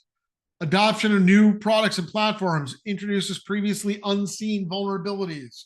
All right. And threats. Mobile devices. I don't care what you want to say about it. It has the same risks as a desktop or a laptop, essentially. There can be buffer overflow vulnerabilities because of the programming language the low-level operating system is written in. C or C++, well, C for Android devices, okay? Objective-C for iOS and iPadOS and macOS, okay? There's also new unique risks, all right? Physical loss or damage because of that portability. And then new threats. Attackers are continuously developing novel attack methods, new attack methods. The latest is, well, it's been for a while now, fileless malware. Can't be detected by signature-based malware because there's no signature, because there's no file. It only exists in memory. It's a memory footprint, and that may be encrypted. All right. As business processes change, as technologies change, we're always going to have new vulnerabilities. All right. Discovering a weakness in an encryption protocol like transport layer security or IPsec, Internet Protocol Security, may require urgent patching or the deployment of compensating controls. Okay. Oh, excuse me. Okay. So internal and external influences on risk. Okay. Well, different types of events and conditions can influence certainly the organization's risk posture. All right. Some risk originates inside the organization, others are external to the organization. Okay. So internal compliance. All right. All employees are stakeholders in organizational safety and security, period. All right. Once senior management approves a risk management plan, every employee should be contributing to its implementation, okay, at some level. Having full compliance can require, well, training and awareness, establishing new policies, new procedures, new guidelines, okay? But an internal compliance assessment can help us identify ineffective controls that that are not reducing risk down to acceptable levels. And because employees are the daily users of systems and data, they're going to provide valuable insight that we wouldn't get any other way. They're where the rubber meets the road. Okay. They're working with this stuff. They can tell us areas that need improvement, even potential risks. External compliance. Yeah. Most organizations have to comply with external regulatory requirements, laws, regulations, industry standards, some of them conflicting. Okay. But the compliance requirements set our minimum baselines for risk management. They may or may not measure control effectiveness. All right. Internal client requirements. Departments or business units. These use corporate resources directly in their stakeholders in risk planning and implementation. Their participation in risk assessment ensures that risks affecting their operations are understood and addressed. Excluding them leads to insecure environments, lost productivity, dissatisfaction. External client requirements. Business partners and customers, they have a vested interest in the ongoing operations of the organization. They may require business continuity provisions, confidentiality protections, other safeguards. Okay. Audit findings. All right. Well, audits are always going to find a problem. Okay. They're going to provide evidence, usually, about whether controls are effective in reducing or eliminating risk.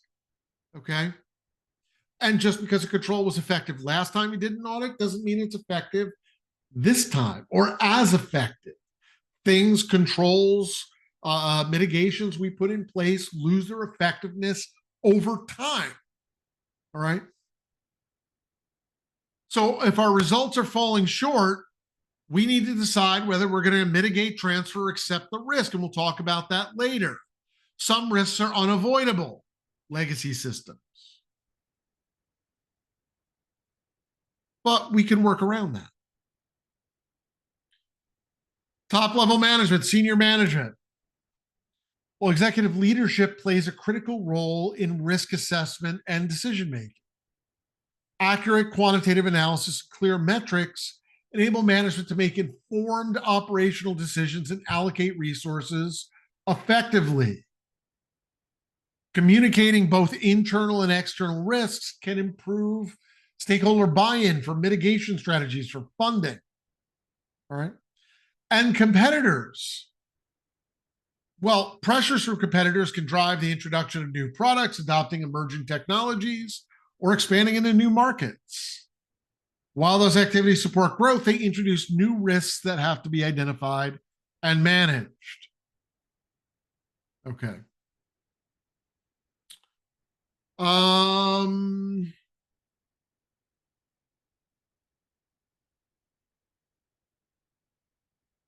right, let's we got a little bit more to do here, but let's take a break. Let's take our break. All right, so we'll put 10 minutes up on the clock. I'll actually run it this time. I think you got an extra 2 minutes this last time. Won't happen all the time. Stretch your legs, clear your heads, refill your drinks, smoke them if you got them, do what you need to do. We'll be back in 10.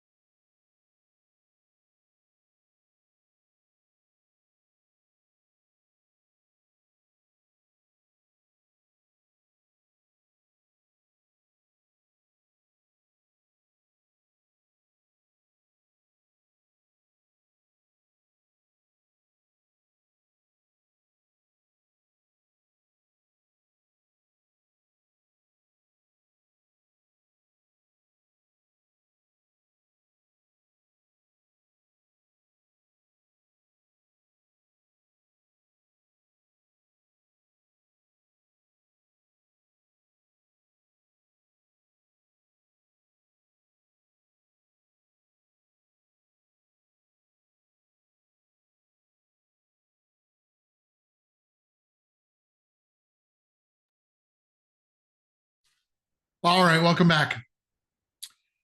All right, so let's continue on. We're going to talk about system-specific risk analysis. Now, if you want to assess risks effectively, you have to analyze the organization's systems, understanding their usage patterns, their purpose, their process, determine how confidentiality, integrity, and availability can be compromised. Okay. And there's different frameworks, different processes, different guidelines to help with this analysis. While the specific approach is going to vary depending on which system is under review or which process, there's common questions to ask. How can an attack be executed?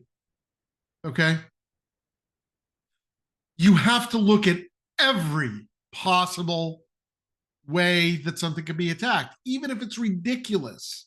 Okay. It's still a possibility. All right. Is the attack feasible in the current network environment? Are the assets accessible? Would authentication requirements reduce the likelihood of a successful attack? Multi-factor authentication, most likely. What's the potential impact on confidentiality, integrity, and availability of data? How exploitable is the vulnerability? Does a working exploit exist, or is it only theoretical? Okay. Are workarounds or patches available? How reliable is the vulnerability report? Is it confirmed? Have you tested it? What level of damage could the organization sustain from the attack? How many potential targets exist within the organization? What are the CIA requirements, confidentiality, integrity, and availability requirements for the assets involved? How likely is the risk to materialize? What mitigating controls are already in place? How quickly can we add additional controls? Are they cost effective? Are they effective? How can the technical risk be expressed in business terms? What's business terms? Money. Okay. Potential revenue loss, legal consequences, fines, penalties, reputational damage. Okay. And they do provide a couple of examples in your courseware with a large cloud service provider with multiple sites, data centers located worldwide.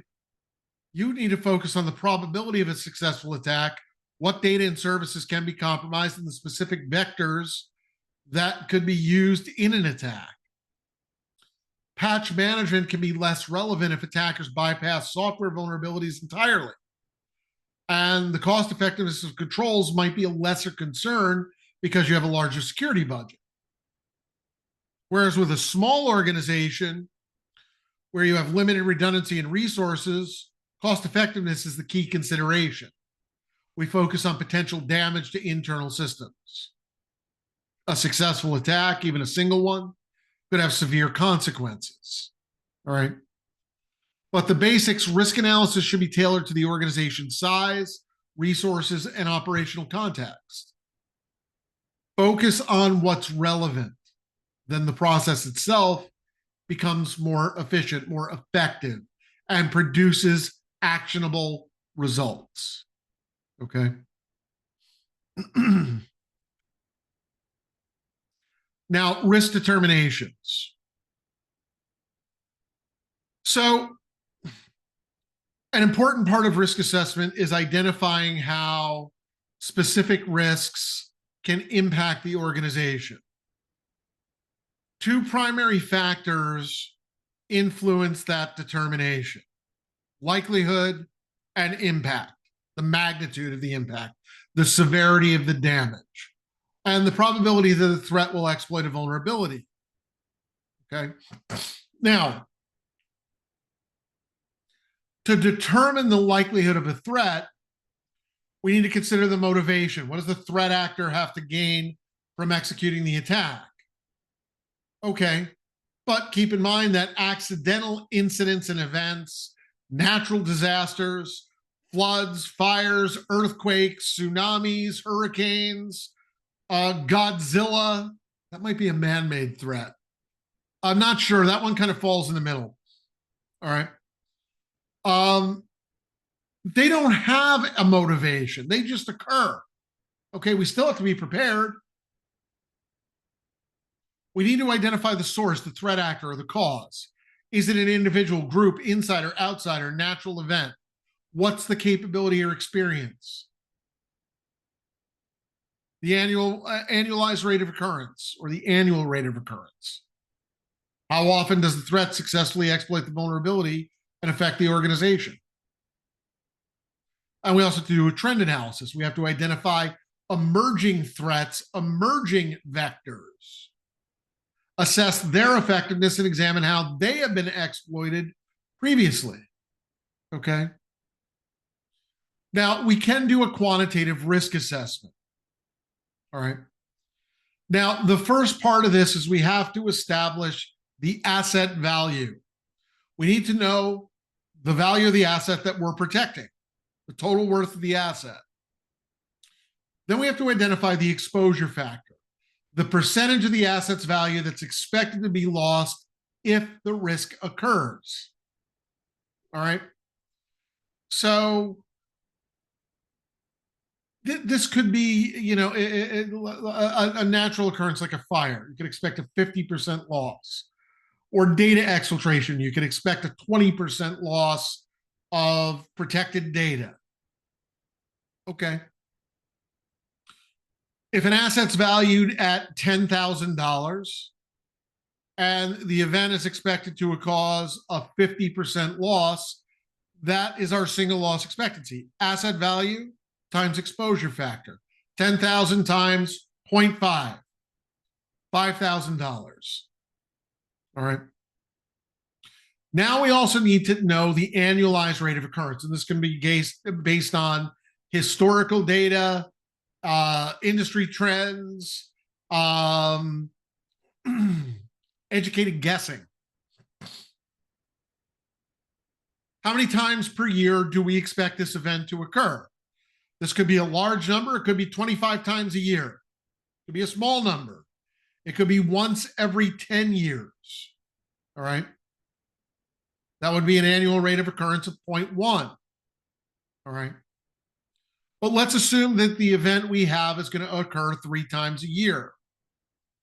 So our single loss expectancy is $5,000 times the annual rate of occurrence 3 times. So 5,000 times 3 is 15,000. Okay.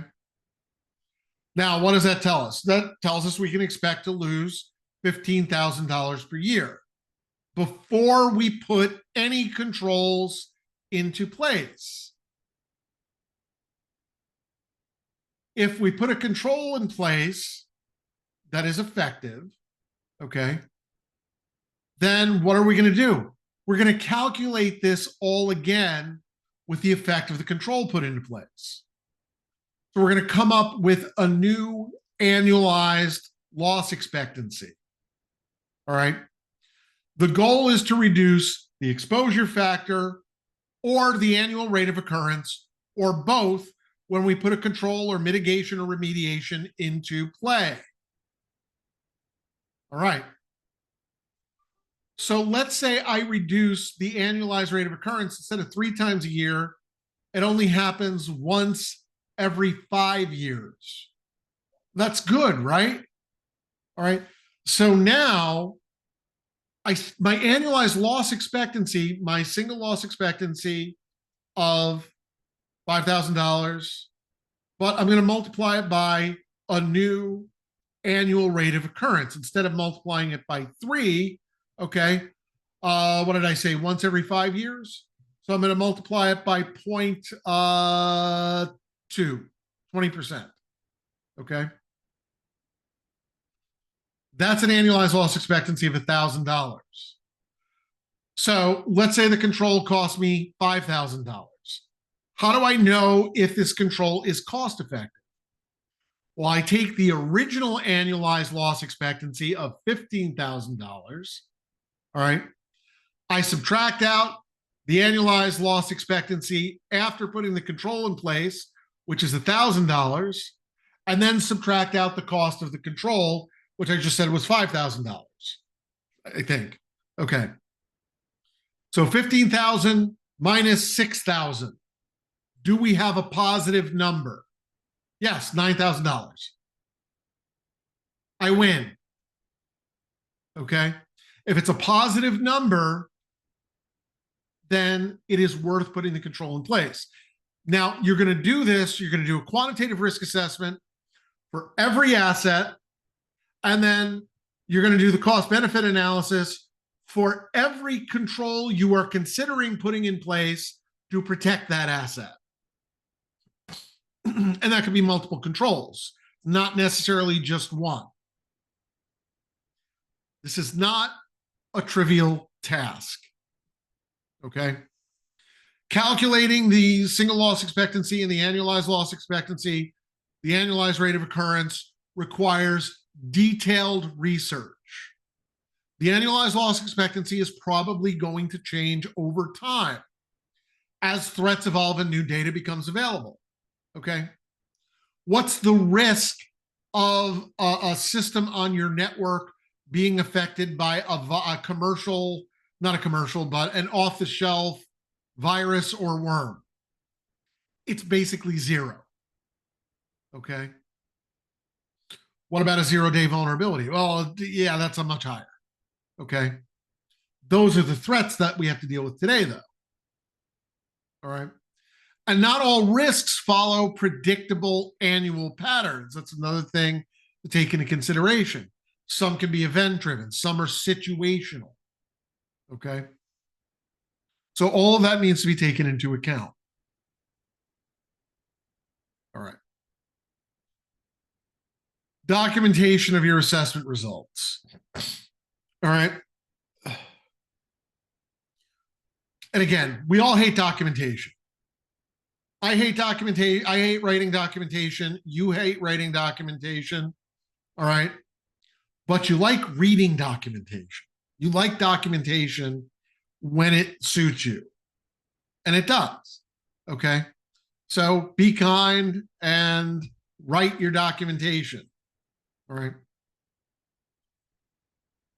After a risk assessment, you're probably going to be required to document your findings in a formal report. All right. For an effective report, and there's templates out there that you can find, the report should be comprehensive, clear, and aligned to the intended audience or audiences.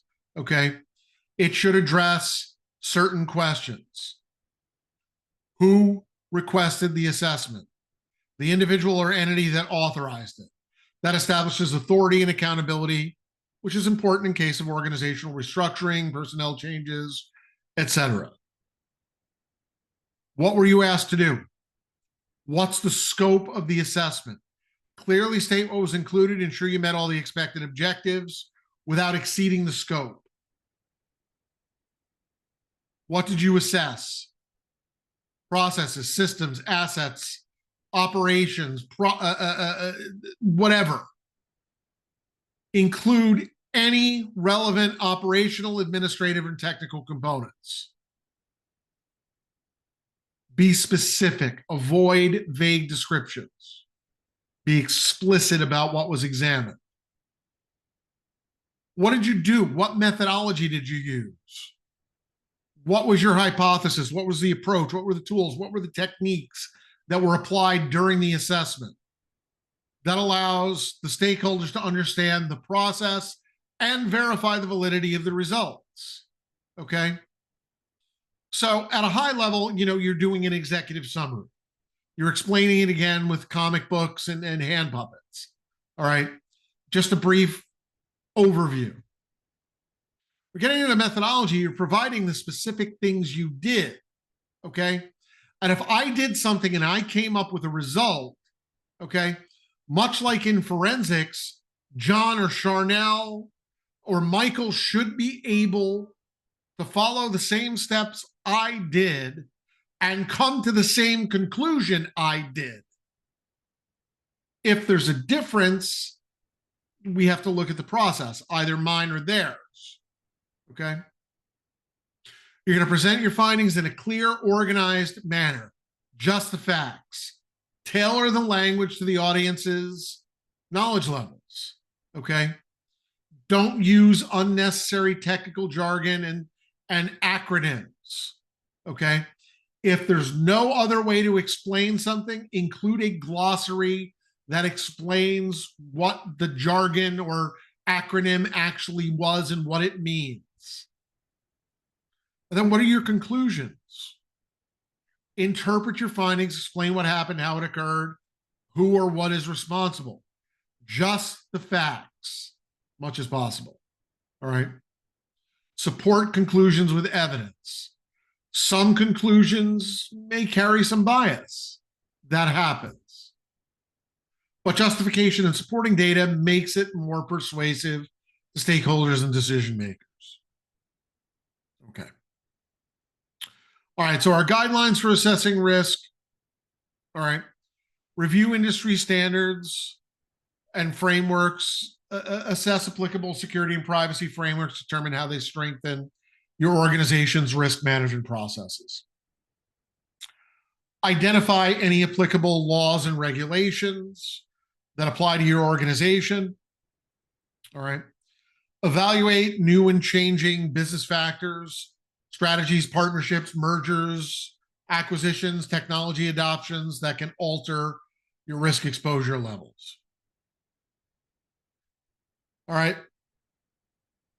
Assess your perimeter and perimeter changes.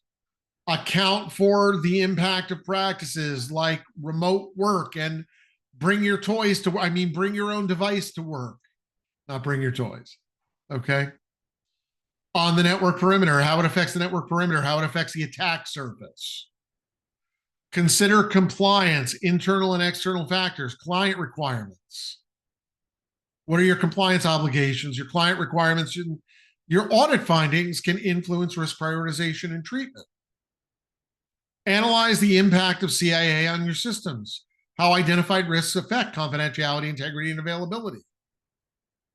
All right. Identify threats, what each threat is, its source, the specific risks it poses to the organization. All right. Perform risk calculations.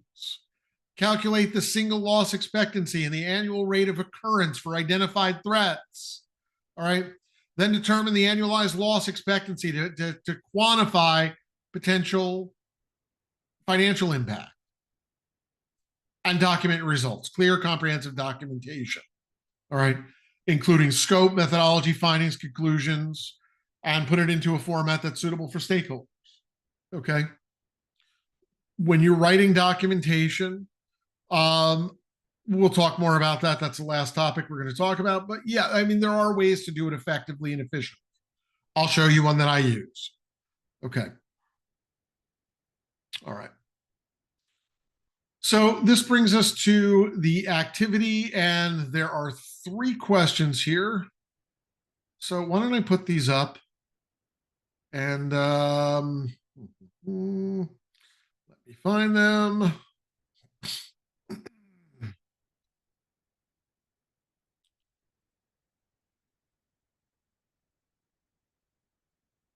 get to the right page.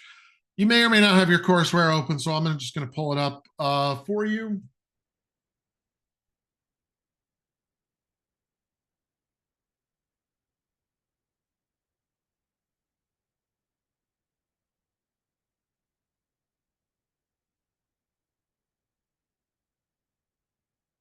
Okay. So assessing risk, there are 3 questions here, and I'm going to give you guys a couple of minutes to review those. Let me hide that over here. We don't need that. Make that a little bigger so you guys can see it. All right, and there's 3 questions. Come up with your answers. I'm gonna put 3 minutes on the clock. Give you a quick opportunity to review those. We'll go over them. We'll move into our next topic, mitigating risk. All right. Good luck and answers when we come back.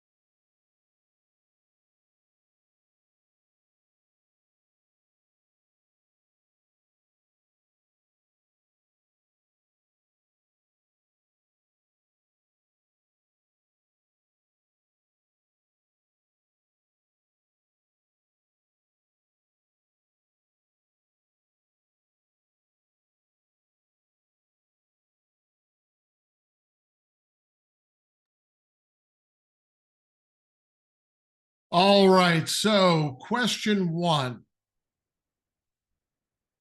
Develotech is a US based company, but it does business all around the world. So, what laws and regulations might they be subject to? Um, you can come up with different answers here. Probably subject to Sarbanes-Oxley, CAN-SPAM, GDPR if they do business outside the United States, right? They do business all around the world. PAPEDA, absolutely. Yep. Okay. Um, yeah. We can come up with different answers for that. It depends. Okay. Question two, you've identified compliance to be one of the biggest concerns for the expansion. So, how will both internal and external compliance factors influence your risk assessment? All right. Well, your employees, your internal staff have to comply with your risk management plans. That probably means that we need to train them. There need to be awareness programs. Externally, we have to comply with applicable laws and regulations. All right. Failure to comply can result in fines, penalties, etc. Okay. And Develotech's main warehouse, question three, is worth $10 million when including its physical assets and the day-to-day operations it provides. There's a risk of the warehouse being partially destroyed in a flood. About 20% of the warehouse and its operations will be lost in that event. Based on where Develotech is located, you expect a catastrophic flood to occur once every 10 years. All right. So let's pull up the calculator. All right. So it's $10 million. That's the asset value. Okay. The exposure factor, we said it's about 20%, right? So we're going to multiply that times 0.2. Our single loss expectancy is $2 million. Okay. So, all right. Now, the flood is expected to occur about once every 10 years. So we're going to multiply that, our single loss expectancy times the annualized rate of occurrence of 0.1. And then we come up with $200,000. And if the insurance is less than $200,000 per year, we insure the organization. All right, we insure the warehouse. That's it.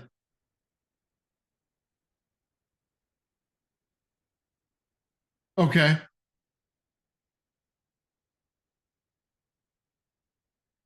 All right. Okay. So let's talk now about mitigating risk. Okay. All right. So classes of information. All right. So yeah, classifying information is something that every organization should be doing. Okay. We need to classify information into different levels. All right. And what you use in your organization, it doesn't really matter. All right. We have different levels, and we'll just break it down: public, private, restricted, and confidential. Okay. We have to classify the information that requires protection. What information requires protection in your organization? The answer to that question is yes. It's all of it. Okay. If you haven't implemented classifying information already, you need to start now. And it is a process, it is not an event. It will take you years to complete, depending on the size of your organization. But we need to ensure that our security controls align with the sensitivity of the information. All right. And any applicable regulatory requirements, laws, legislation, etc. All right. Classification schemes are going to vary between jurisdictions, between organizations. All right. Now, public means that there's no risk posed to the organization if it's disclosed. All right. There might be a risk if it were modified or unavailable. Okay. Public information, marketing materials, press releases, brochures, stuff like that. Okay. Private. Your website would be public. Okay. Or what you put on your website. Private. This is information that could cause some harm if it's accessed by competitors, if it's altered or made unavailable. All right. Internal policy documents, non-public operational reports. Okay. If it's private. If it's restricted, it's highly sensitive or protected information, protected information. Okay. Limited to a group like senior executives. Unauthorized access could cause significant business disruption. Right. Merger plans, acquisition plans, accounting records, etc. Confidential information is anything that would cause serious harm to the organization or its clients, customers, etc., if it were disclosed. Account credentials, personally identifiable information, PII, protected health information, PHI, payment card information or cardholder data. Data covered under the UK Data Protection Act or the GDPR or any other law, regulation, etc. Okay. When you're implementing a classification system, keep it simple like this. You may want a sub-level for internal and external use, but that's it. Okay. I've gone into organizations and I've seen organizations, I've done audits. They've got 12 different levels of classifications. Nobody actually knows what to do. All right. So everything gets classified as, we'll just call it top secret or unclassified, because nobody knows what they're supposed to do. It's somebody else's problem. All right. Well, you can automate a lot of that with data loss prevention and keywords and things like that, but keep it simple so people actually know what to do. All right. Now, the United States government, at basic, there's top secret, secret, confidential, for official use only, which is sometimes known as sensitive but unclassified. All right. UK government classification system is similar, top secret, secret, and official. All right. However you want to break it down, it doesn't matter. All right. Now, information can be classified not only by access levels, but also by the potential impact of a compromise on the confidentiality, integrity, and availability of the CIA triad. When evaluating information, we need to consider the type of data and how it's used. Public information doesn't have any real confidentiality risk if it's disclosed, but if it becomes unavailable, it can impact operations. So we need to evaluate each information category against all three CIA attributes and determine its security priority. Okay. Now, a couple example scenarios is from your courseware. Large outsourcing payroll provider. They manage sensitive client data, names, addresses, bank accounts, routing numbers, social security numbers, tax return details, HIPAA regulated protected health information. A breach of confidentiality or integrity in that environment could result in severe regulatory penalties, contractual SLA payouts, substantial brand damage. High availability is also critical. Downtime could directly impact client payroll operations. Yeah, absolutely. A small business with limited payroll data, it's the same type of sensitive information. It's just a smaller scale. Okay. Confidentiality and integrity breaches still trigger compliance and issues and penalties. Financial and operational consequences, I don't know if they could be less severe or not. Probably. All right. But it depends on the organization. Availability requirements may be lower. We're not as dependent on system uptime in a small business. It's possible. All right. But the same type of data can have different priorities. The point is, depending on the organization size, its operational scope, and its reliance on continuous availability.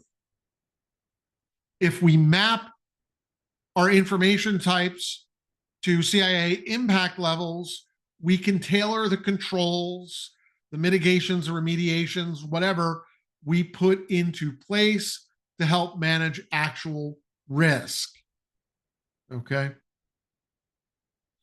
All right. Now, our security control categories. All right. Well, risk mitigation efforts are implemented through controls, which exist in different forms, serve various functions. All right. We have technical controls, also known as logical controls. This is implemented through hardware and software, an intrusion detection system, an intrusion prevention system, antivirus, anti-malware, extended detection response, etc. Encryption, firewalls. Did I say firewalls already? Okay. We protect systems and services from threat and attack. Physical controls. These are designed to restrict, detect, or monitor physical access to facilities, equipment, assets, locks, doors, security guards, security dogs, access card systems, fences, surveillance cameras, machine gun nests, tank traps, moats with alligators in them. That's only applicable in Florida and Louisiana. All right. And parts of Alabama and Mississippi. All right. I mean, sure. Okay. Administrative controls or managerial controls or operational controls. These are the policies and procedures and the guidelines and the practices that we put in place that guide and enforce our security posture. All right. What things are included here? Incident response procedures, proper change management processes, not overly bureaucratic like we find in government, mandatory training, awareness, security audits, penetration tests, phishing campaigns. All right. Those are administrative control categories that we can put in place.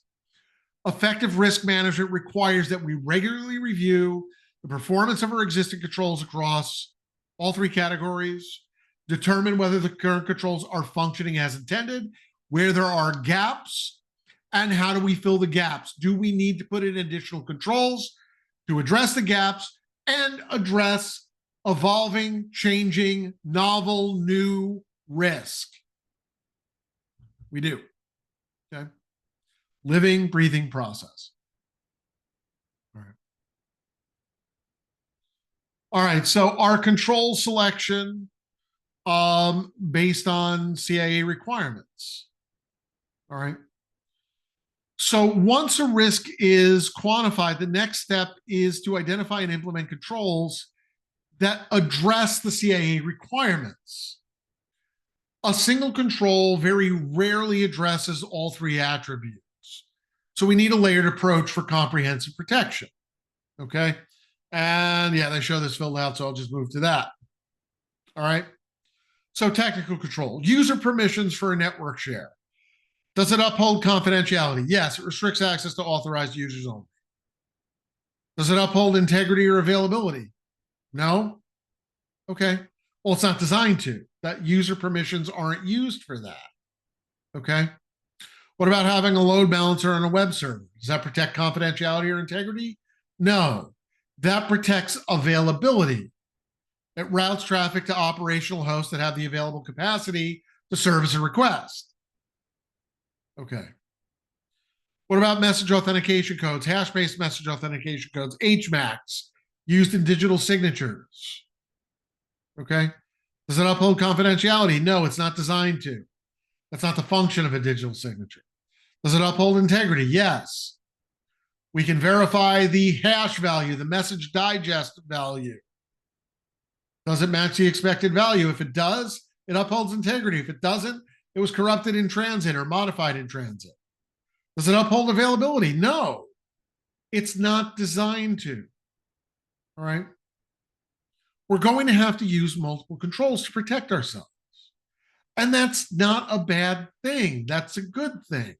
Defense in depth, something we'll be mentioning over and over. The more layers of protection you have, and the more protection you give to every leg of the CIA triad, the more likely you are to prevent a risk from being realized, from a threat exploiting a vulnerability, from Luke Skywalker blowing up the Death Star.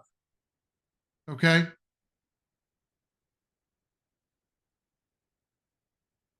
All right.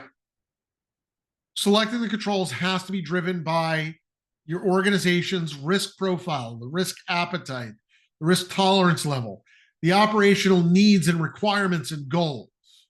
Okay. We also have to look at factors like cost effectiveness, regulatory obligations, and the threat landscape. What's going on out there? That's going to influence your control choices. Okay.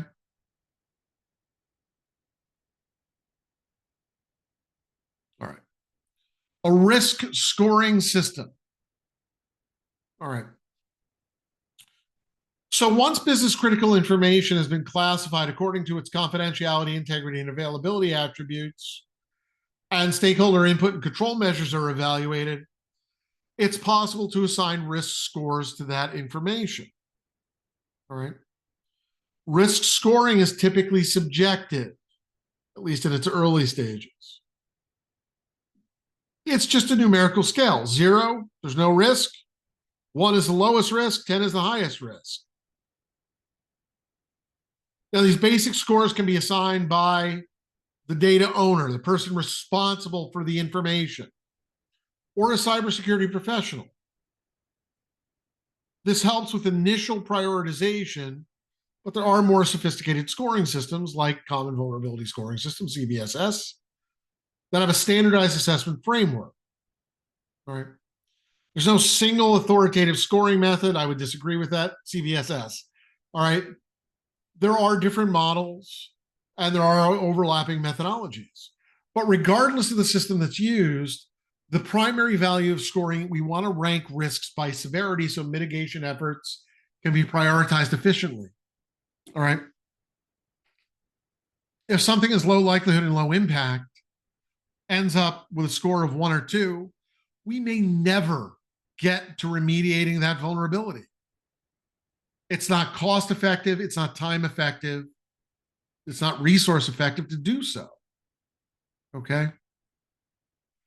If it's an exploitable vulnerability that can only be carried out by an insider threat who has access to the data center and it requires significant technical knowledge, we may never remediate that, or not right away.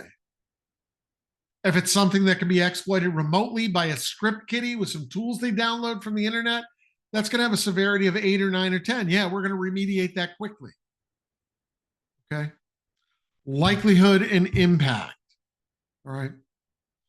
High risks first, then we move to medium risks, then we move to the low risks. Okay. All right.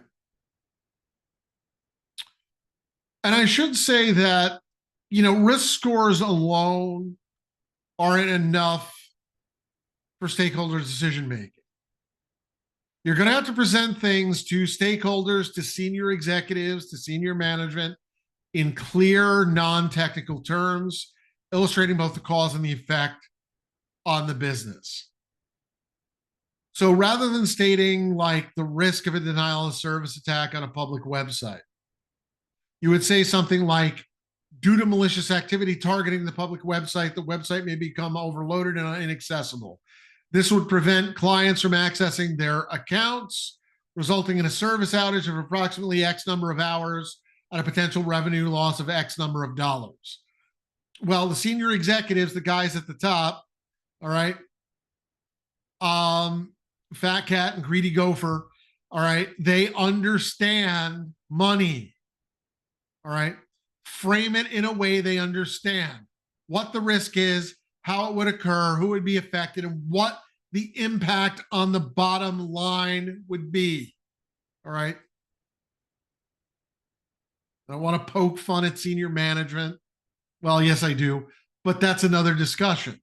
All right. I'm not like, I'm not a communist. All right. I know how these guys think. All right. I own my own business. I want to make money. Okay.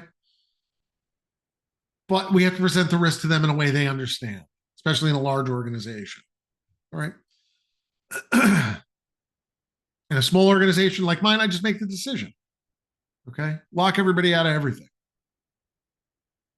Well, I don't lock everybody out of everything. All right. Common vulnerability scoring system, CVSS. All right.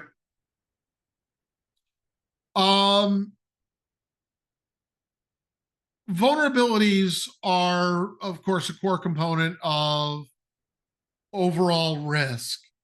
Common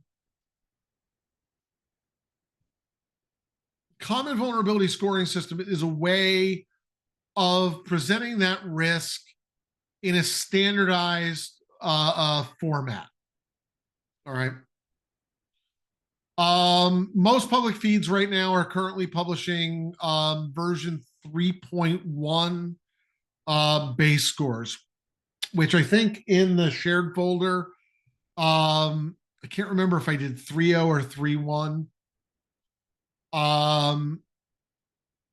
Anyway, I did a presentation for the state of Tennessee a few years ago. I go through the details on the scoring, and I'm going to go into a little bit of detail on that now. Just listen. You don't have to memorize it for the exam, but more knowledge is better than not enough, right? Okay. So CVSS is an open framework for rating the severity of software, firmware, and hardware vulnerabilities. It's a standardized numeric score from 0 to 10 for vulnerability severity. It offers qualitative ratings as well for easier communication: none, low, medium, high, and critical. It essentially provides or enables consistent prioritization across organizations and industries.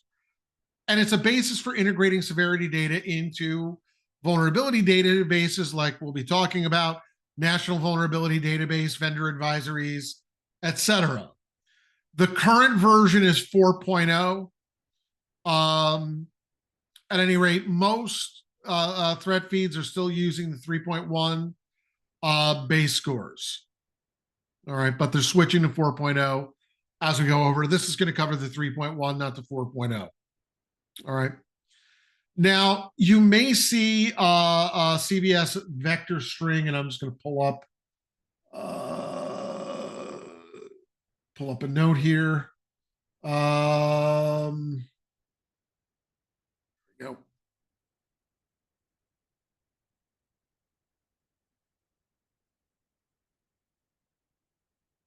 Okay. So that is, I'll increase the,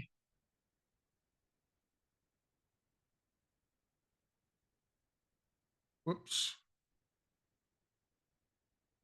There we go. So you can see that common vulnerability scoring system score. All right. So the exploitability metrics, we have AV, that's the attack vector. And that can be network, exploitable over the network layer, and adjacent A requires that you're in the same broadcast domain, subnet, or logical network. L, so network can be remote access. L, local, requires local operating system access. Okay. And I'll just highlight the part we're talking about here. And P, physical, would require physical device access. Next up is attack complexity. Okay. This is either low or high. Low, there's no special conditions beyond attack or control. High requires specific conditions or advanced setup. All right. Privileges required: none, low, high. All right. So PR, none, low, high. Okay. No authentication required. for none. Low, basic privileges are needed. High requires administrative privileges. Okay. And then we have the user interaction, UI. Okay. None. No victim interaction is needed. R is required. User action, like clicking on a link, is required. And then we have the scope metrics. U unchanged. Exploited vulnerability affects only the same security authority. Or C changed, which can impact resources beyond the exploited components security scope, pivoting, lateral movement, etc. Okay. And then the impact metrics here: confidentiality, integrity, and availability. None, low, or high. What's the impact? Okay. So those are the base metrics. Okay. Now, we also have factored in here temporal metrics. Okay. Which is the change over time. Okay. So exploit code maturity. It could be anywhere from high to none. Functional exploits are available to no known exploits. Okay.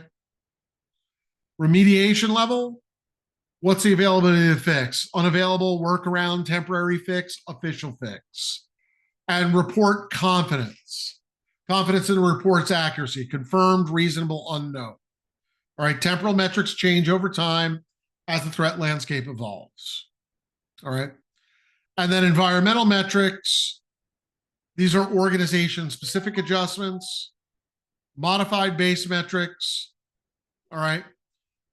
We adjust the base metrics for the local environment, and then our security requirements, which kind of are base metrics, but they're environmental, confidentiality, integrity, and availability. We take those into account. Okay. Now, the scoring scale: 0 is none. All right. There's no threat. 0.1 to 3.9 is low. 4.0 to 6.9 is medium. 7.0 to 8.9 is high. 9.0 to 10.0 is critical. All right. And the base score is calculated from the metrics using a formula, which I'm not going to get into. All right.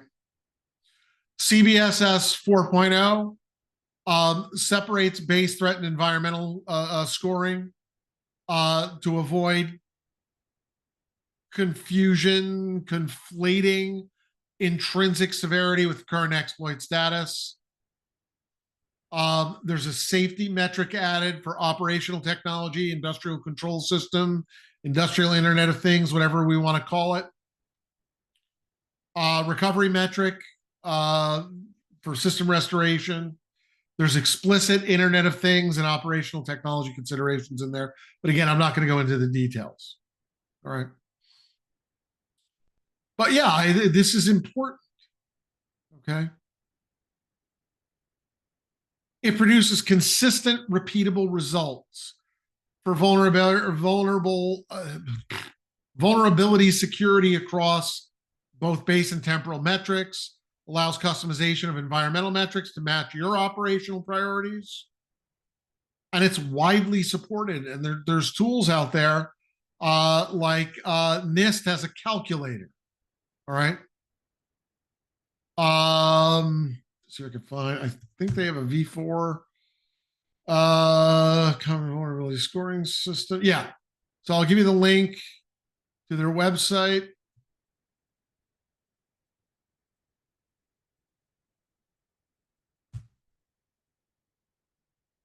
So there we go. Let up over here. They have a link out explaining more information, and they have different calculators. All right. So you could put all that information in.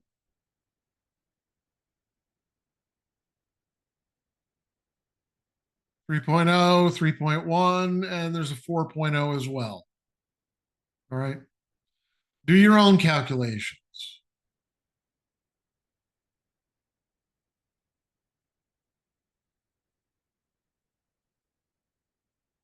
All right.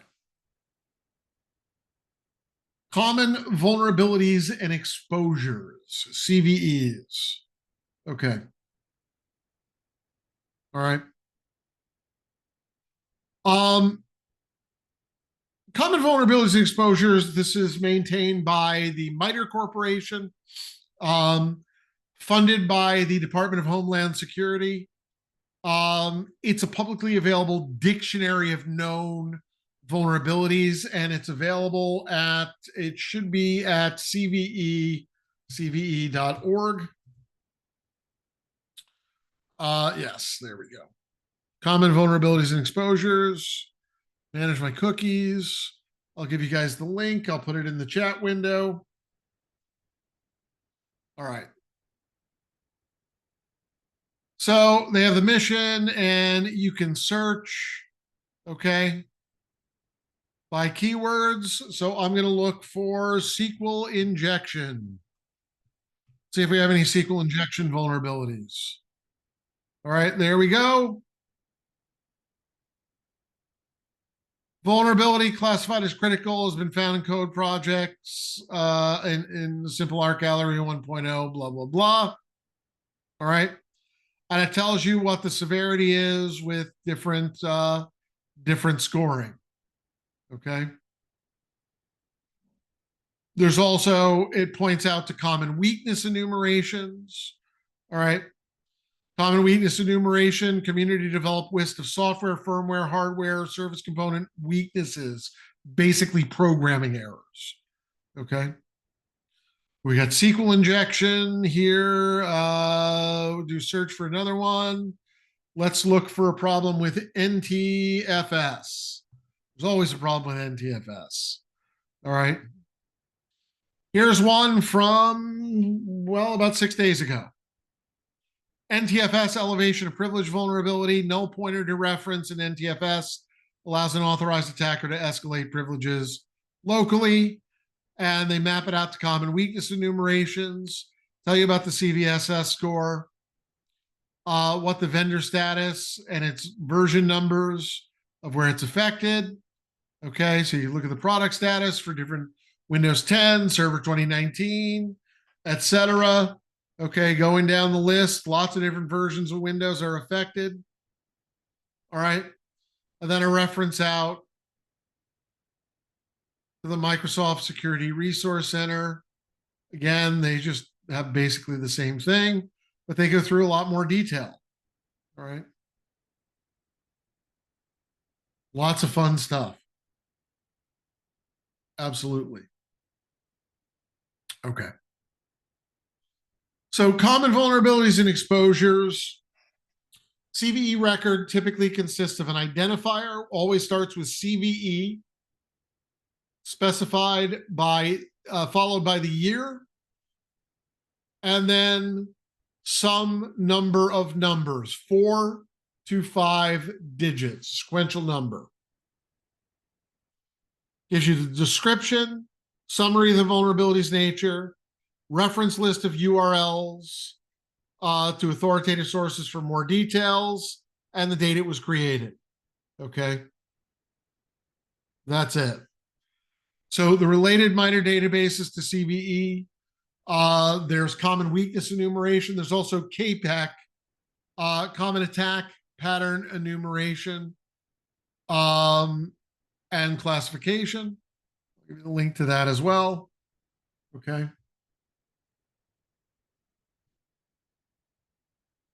All right. So there we go with that. There we go. CAPEC. Okay. So common attack pattern enumeration and classification. All right. So yeah, and you can view it by mechanisms of attack. All right. So engage in deceptive interactions and identity spoofing. All right. And it breaks down how it works, what the relationships are. All right. Mechanisms of the attack. How do we engage in deceptive interactions? Okay, there we go. It's all circular. All right. So lots of good information. All right. There's also the National Vulnerability Database at nvd.gov, And I'll give you the link to that as well. All right. And that's maintained by NIST, National Institute of Standards and Technologies. It's a more comprehensive superset of CVE data, including additional analysis, CVSS scoring, security impact metrics. Okay. So yeah, and you can see the latest ones here. I'll pull this one up. This is a buffer overflow caused by insufficient data verification in the kernel gyroscope module, which applies to Huawei's Harmony OS and MUI. Okay, there we go.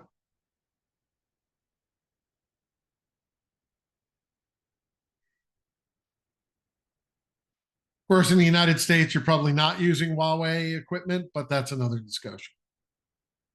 Okay. All right, so our risk response techniques. Excuse me for one moment.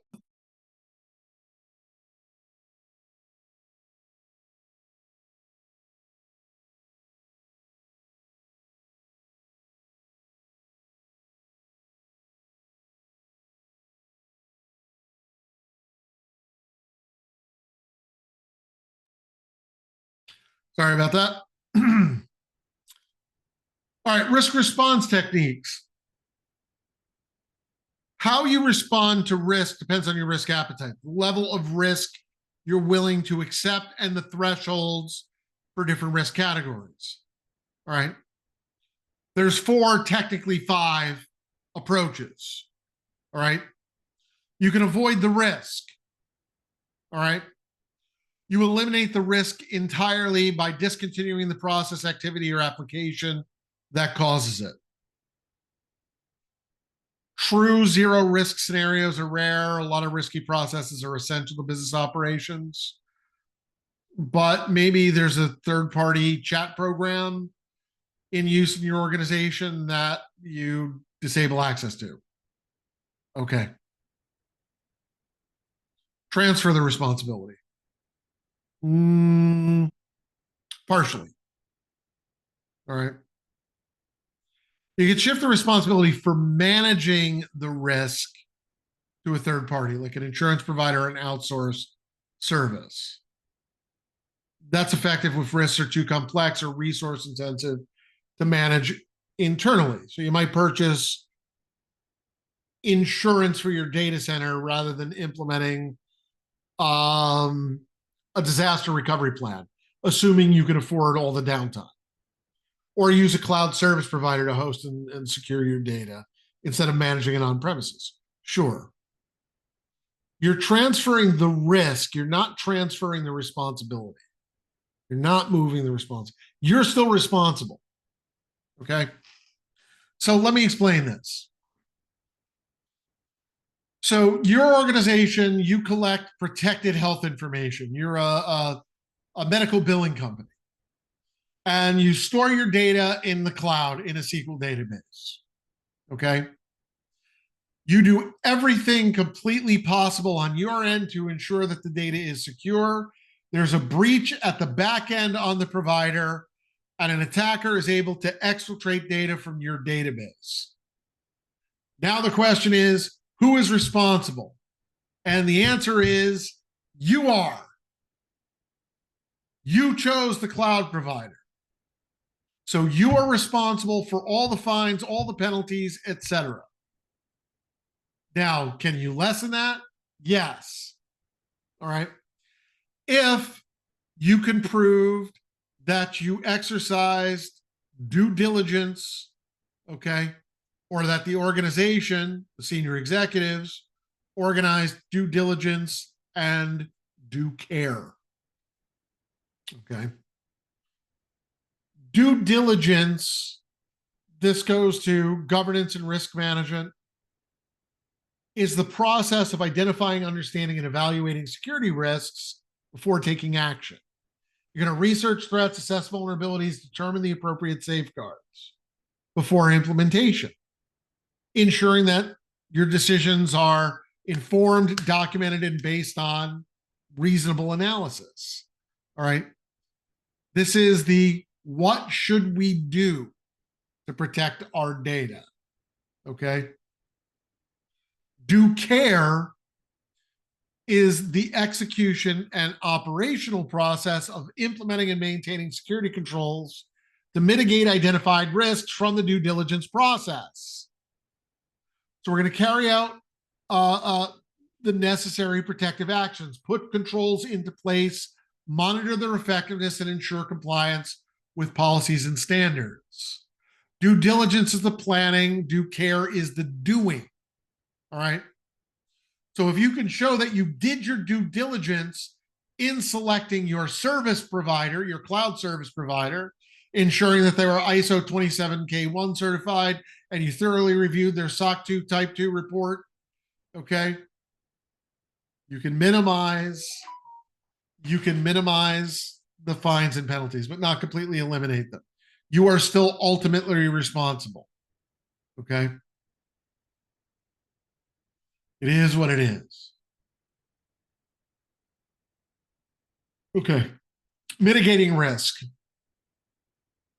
We can apply controls and countermeasures to reduce the likelihood or the impact of the risk to an acceptable level.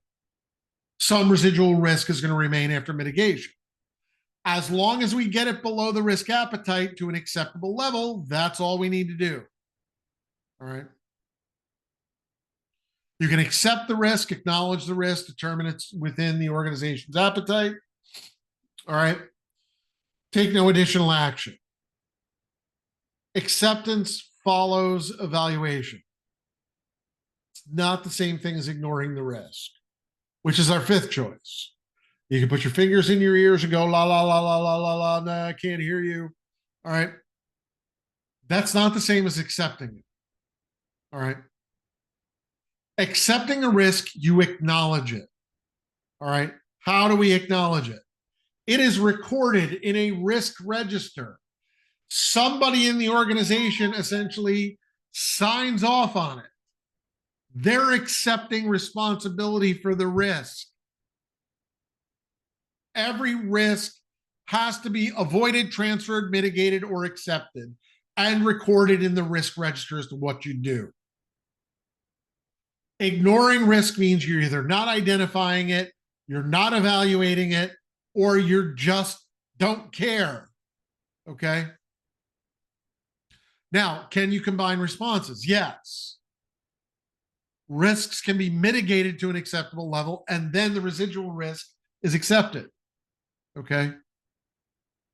You do have to understand the difference between inherent risk and residual risk. Inherent risk is the risk that's present if no controls are in place, no countermeasures are in place. Helps determine the necessity and the scope of the controls.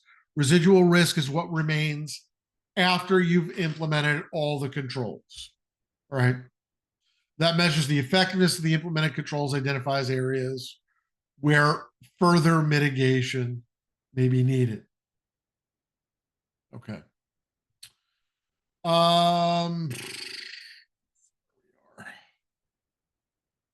Courseware.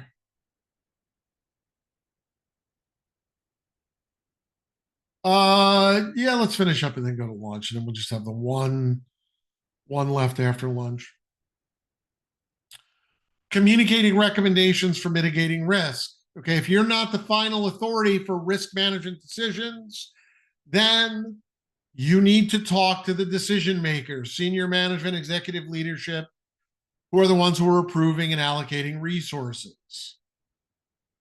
Use business language, frame the risk in terms of operational, financial, and reputational impact, highlight the cost benefit, how it's going to save time, reduce losses, prevent downtime, increase productivity. Contrast the outcomes of implementing your recommendation, going with a lower cost alternative, and taking no action. And demonstrate how the recommendation supports strategic goals, objectives, requirements, needs, regulatory compliance, customer trust. Okay. If it's a high risk, time sensitive event, an urgent situation, normal approval processes, well, can be impractical. So the organization's risk management plan should specify who can authorize emergency actions and under what circumstances. And we need to have rapid response protocols. We need to have escalation paths, communications channels established so protective measures can be implemented without any delay. Okay. Now, the levels of authority specifies the degree of autonomy an individual has to make and execute a decision on their own. All right. This ensures that actions taken, especially in terms of risk mitigation, are appropriate to the person's role, skills, in the organizational context. All right. At the bottom of the pyramid, we have act from instruction. The individual can only act when they're explicitly directed to do so. Act after approval. The individual can evaluate the situation, has to receive authorization before acting. Decide, inform, and act. The individual may take action without prior approval, but has to promptly notify the appropriate decision maker. And then decide and act. The individual has full autonomy to make and execute decisions independently. All right. The authority progresses typically with experience, skill, and proven judgment, and can also be temporarily elevated during emergencies to allow for rapid responses. Continuous monitoring and improvement. This is something every organization should be doing anyway. We identify changes to the organizational environment, detect deviations, anomalies from expected behavior, and then address those changes to maintain our security operations, our posture. All right. Because threats, vulnerabilities, and operational conditions are constantly evolving, static risk assessments are insufficient. We want to ensure controls remain effective over time. One example, patch and vulnerability management. New vulnerabilities are discovered regularly. Vendors release patches. We need to have a program in place to automatically detect missing patches and alerts, notify administrator, missing patches. Sorry, I'm stepping over my words, getting time for lunch. A monitoring program is going to automate detection of missing patches and alert an administrator to apply updates before vulnerabilities are exploited. All right. What are the operational benefits to this? It improves incident detection and response times, cuts our reliance on costly, large-scale periodic risk assessments by integrating risk detection, integrating risk assessments into daily operations, and that supports compliance. All right. Having a and of course, tools can alert on unauthorized resource access, detect invalid or expired software licenses, identify unapproved or unmanaged mobile devices attempting to connect to your network. All right. But a well-implemented program here will strengthen resilience, support proactive security, and ensure the controls remain aligned with your risk appetite. Okay. Now, verification and quality control. These are systematic processes that are used to ensure that a product, service, or process meets defined requirements and expectations, which can come from stakeholders, compliance requirements, or internal standards. Okay? So what are common strategies here for verification and QC? Well, evaluation and assessment. Review the current states of products, services, etc., to identify problem areas. Focus on improvement opportunities, in this case, rather than strict compliance checks. Auditing, well, sure, that compares the current state against a baseline or predefined state, identifies any violations, gaps, deficiencies that require remediation. Maturity model implementation. All right. Measuring organizational performance against defined capability levels and goals. Assess risk exposure based on how closely your objectives are met. This guides prioritization and the improvement of product, services, or processes. And then certification, just formal confirmation that a product or service meets all the applicable requirements after thorough testing. Typically, this is conducted by an independent third party, especially in a regulated industry. All right. Defense in depth. Defense in depth, as I already mentioned, layered defenses assumes that no security system is foolproof. Okay. Rely on multiple layered controls. Each is an obstacle to reduce the layer, detect a threat. And this spans people, processes, technology, and architecture. All right. And defense in depth approach extends beyond technical measures, including into training, policies, and physical safeguards.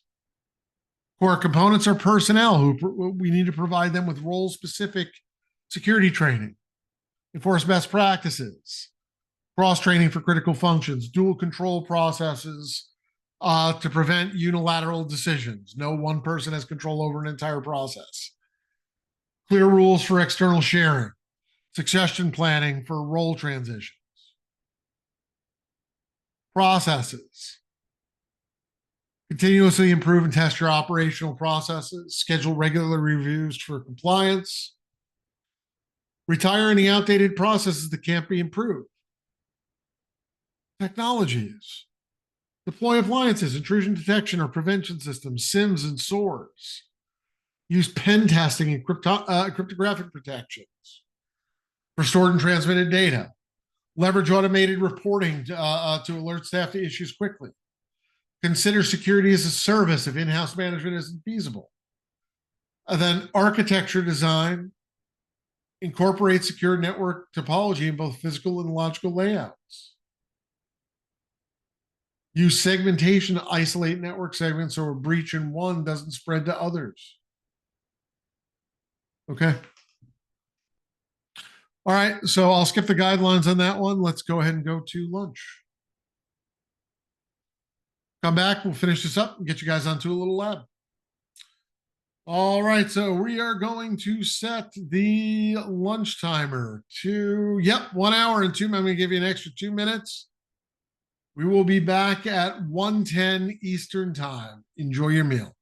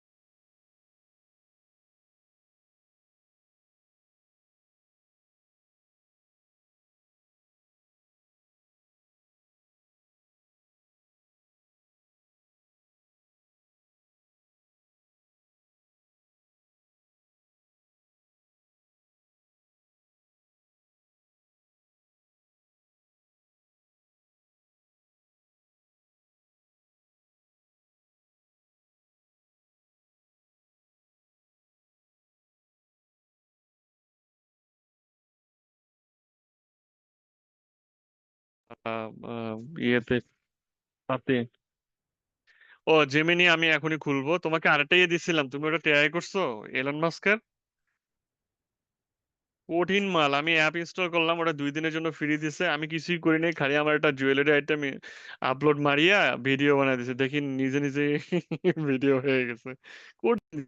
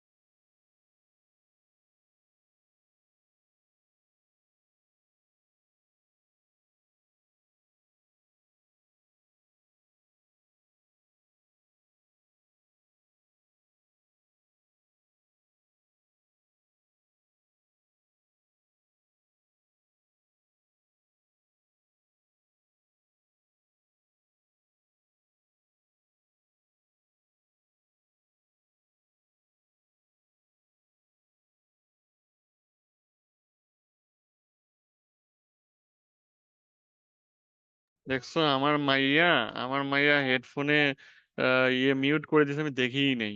সাতান, আমি তো কথা কইতেই আছি কইতেই আছি। আম্মু বাবার ফোনটা দাও তো, ওই যে ফোনটা নিয়ে এসো, বাবার ফোনটা নিয়ে এসো।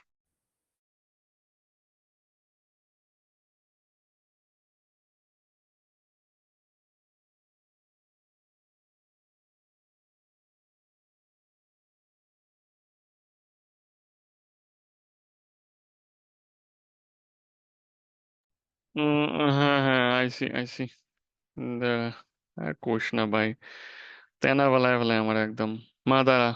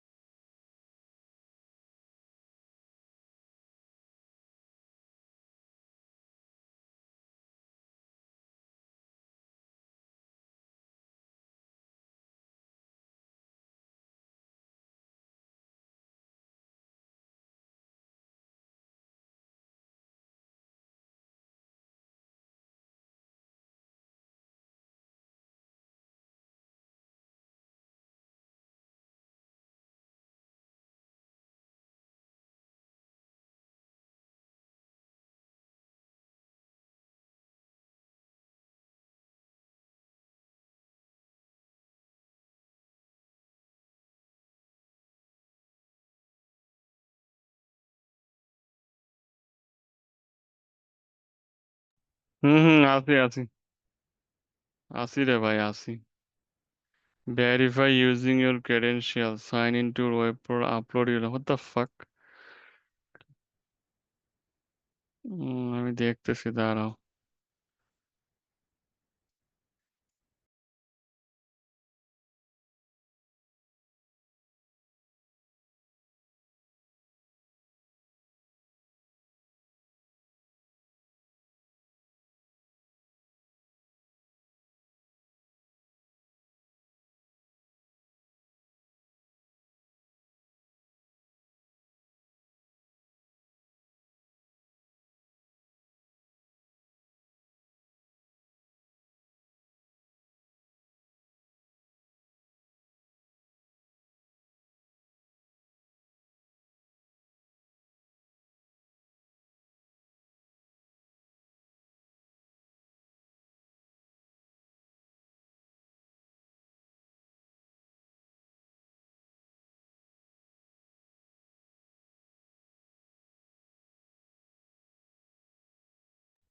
হ্যাঁ হয়ে গেছে। হ্যাঁ হ্যাঁ আমার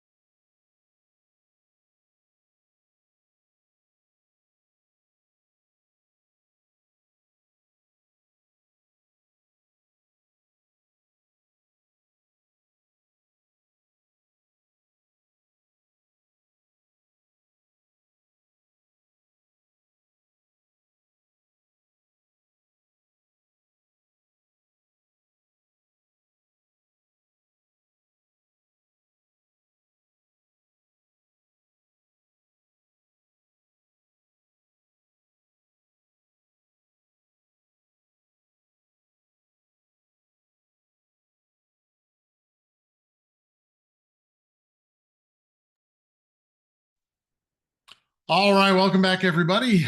Let's jump back in.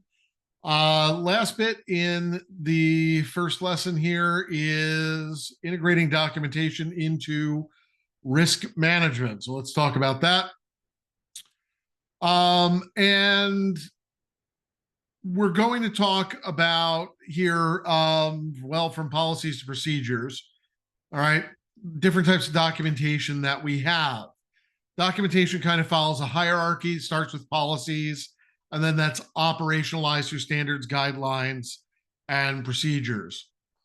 Policies are high level statements that define the organization's intentions and strategic direction. Policies answer, what do we want to achieve? Okay, that's it. Standards are the mandatory low-level controls that enforce and support policies. Basically, what rules have to be followed. All right. Guidelines are recommended non-mandatory controls supporting standards or providing a decision-making reference when no applicable standard exists. So, what is the preferred or suggested approach? Guidelines are often used in situations where we don't have control. So, for example, a policy, I can prevent you from installing a USB storage device on a desktop computer. Okay. If you're traveling with your own personal laptop and you're still doing company business, it's kind of a BYOD situation. I can give you a guideline that says, don't accept USBs from strangers and plug them into your laptop, but I can't control that to an extent. All right. And then procedures are step-by-step instructions for implementing policy standards or guidelines. Exactly how is the task performed? All right. Processes differ from procedures in that they describe the overall flow of activities needed to achieve a goal without focusing on specific step-by-step tasks. They can be referenced at any point in the hierarchy. Policies can define high-level processes. Standards, guidelines, procedures can embed or reference them as part of an execution. Cybersecurity operations typically involve a number of processes: incident response, change management, patch management, vulnerability management, etc. Okay. All right. So the policy life cycle. All right. So a policy starts its life cycle when an organization identifies a need to have a formal documented approach to managing security. This often starts with an overarching organizational security policy. We break it down into additional security policies, but the overall security policy generally says nothing but we want security, go security, without any actual practical means of implementing it. That's for the lower level policies, and then the procedures and the guidelines and the etc. All right. What are drivers for creating a policy? Compliance requirements, organizational growth, which requires formal policies to replace informal practices, contractual obligations with partners or clients, responses to security breaches or incidents. All right. Policies have to be approved. All right. Policies have to start from the top, from senior management. All right.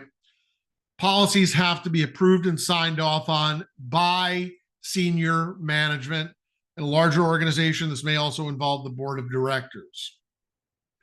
Without that authority stemming from the top, policies are unenforceable. And I've been around long enough where, in the 90s, I was the idiot running around like a chicken with my head cut off, wearing a tinfoil hat, screaming that the sky was falling, and creating policies and things that nobody paid any attention to because nobody thought security was that important back then until it was a problem. But if you don't have that top level authority, policies are ignored. It's just another misguided whatever from the IT department. Who cares? They're just getting in my way. All right. Start crafting your policies by looking at templates. Start with a free template from a reputable security organization, customize it for your needs. Or talk to a consultant, have them create and refine the policy. Or do a comparative analysis. Review policies from other organizations to identify any potential gaps or overlooked risks. Today, I would even say you could probably go to AI with a description of the type of policy you want and have it write it for you, and then you can refine it. Okay. It's another tool in your tool belt. All right. Be clear, be concise. The language needs to be accessible. No legal jargon. You're not a lawyer. Okay. But you have to recognize that the policy is a legal document that may be shared with employees, customers, auditors, or courts. So have a lawyer review it. Okay. Include business stakeholders, senior executives to ensure the policy balances security needs with your operational needs, requirements, and goals. All right. And treat the policy as a living document that evolves with changes in business operations, technology, environments, threat landscapes. Okay. If you have social media policies and you haven't updated them in years, you might not be referring to MySpace anymore, but you're probably limited to Facebook, Twitter, and maybe Instagram, maybe LinkedIn.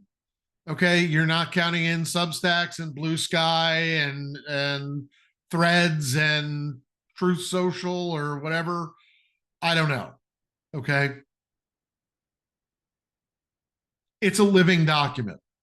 Update the policies when new risks, new technologies, etc., emerge. Clearly define your incident reporting requirements, when and how to report security incidents, whom to report to internally, and criteria for escalating to law enforcement if necessary versus internal escalations. Anyway, for procedures,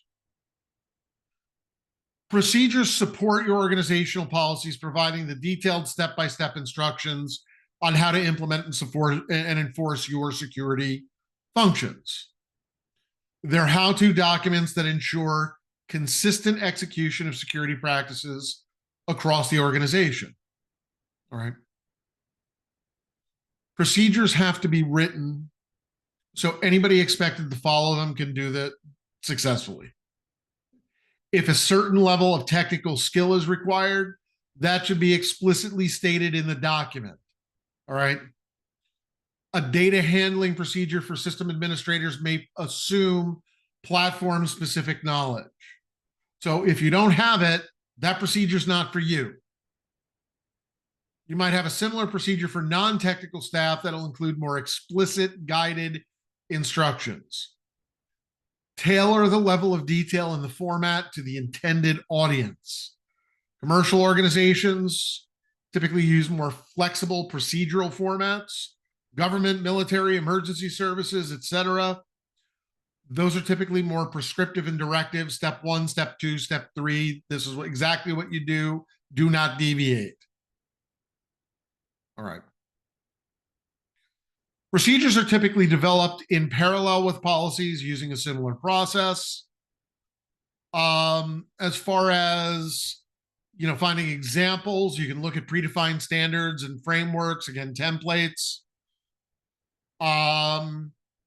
NIST, Center for Information Security, Cloud Security Alliance, etc., vendors. There can be industry-specific standards or regulatory requirements. Hire a consultant who can create or adapt a procedure to align with your policies. And analyze other organizations' procedures. Okay? But always ensure procedures directly support the policies they're based on. All right. Always plan for the worst, that somebody can't follow the instructions. Believe me. All right. Procedures, again, are living documents. Any policy change driven by technology changes, business changes, entering a new market, the environment, the threat landscape, review and update your procedures. All right. Okay. Topics to include in security policies and procedures. All right. So when you're writing the documentation, define the scope, what systems, processes, data, and personnel the policy applies to, how information is classified, what classification levels you have, and the criteria for assigning them. For your security goals, state the objectives for secure information handling, align with your risk management strategy, identify how the security policy interacts with or supports other policies, reference any supporting documentation, related standards, guidelines, procedures, regulatory requirements, provide instructions for responding to security incidents, security issues, breaches, policy violations, specify who's responsible for enforcing and maintaining compliance with policies. And you also need to define disciplinary actions or sanctions for failing to comply with the policy. This should include you have to enforce the discipline. All right. If you don't, your policies are useless. Okay. Back in the day, password policies, companies put out password policies. And oh, well, Mary doesn't really follow the password policy. It's fine. She's the nice old lady who bakes everybody cupcakes and whatever for their birthday. So we just ignore it. She doesn't really know what she's doing. No, you can't do that. All right. And, if you have a policy that says you can't reuse all or part of a password when creating a new password, and she just changes her password from password 1 to password 2 to password 3 to password 4 to password 5 every time it comes up. If you audit that and figure that out, you write her up. She gets disciplined. Okay. You have to do it. Everybody has to get disciplined. Okay. It's just the way it is. Okay. All security policies and procedures have to be reviewed and approved by executive leadership again. Organizational alignment, top level support, authority for enforcement. That's what we get with management approval. All right. Best practices to incorporate in your policies and procedures. Okay. Separation of duties. We divide responsibilities so no one person has excessive control or authority. All right. No one person has control over an entire process or workflow. That reduces the risk of fraud or abuse, requiring multiple people to complete critical tasks, like accounting. The person responsible for accounts payable shouldn't also be responsible for accounts receivable. Okay. They can create a fake account and pay themselves. Yep. That happens all the time. Job rotation. We periodically move personnel between critical roles to reduce dependency on one person, prevent abuse of authority, and distribute institutional knowledge. We eliminate knowledge silos. Okay, where one person is the only person who knows how something works. Okay, that's it. Tied with that, although not forcing you to change your job role every 18 months or 24 months or whatever, is cross training, so that someone else, in the event you got hit by a bus, knows how to fill your position. Yeah, we should do that. All right. And that prevents fraud and abuse as well. Okay. Mandatory vacations. Require employees to take at least 1 week of uninterrupted leave to allow auditing their account and their activities in their absence, reducing the opportunity for concealing fraud or misconduct. All right.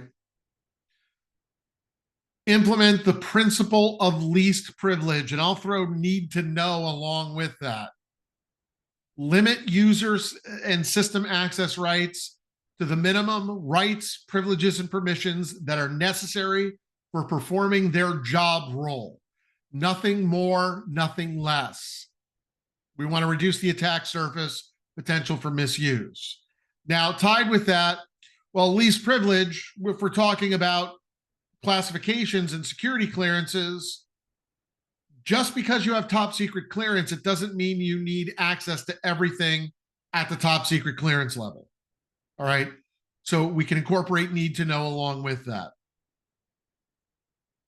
Incident response, have procedures for monitoring, reporting, and escalation procedures for any actual or suspected security incidents, including required response times, reporting hierarchies, and, well, procedures. All right. Forensics. Okay. Establish procedures for investigating breaches, identifying attack sources, and preserving evidence. Okay. We'll talk more about this, but look, I don't care if you have a degree in forensics. I don't care if you have a doctorate in digital forensics and you're the world's leading expert on digital forensics. If it's a criminal investigation, you are not qualified to collect evidence, period. You are not duly authorized by law enforcement.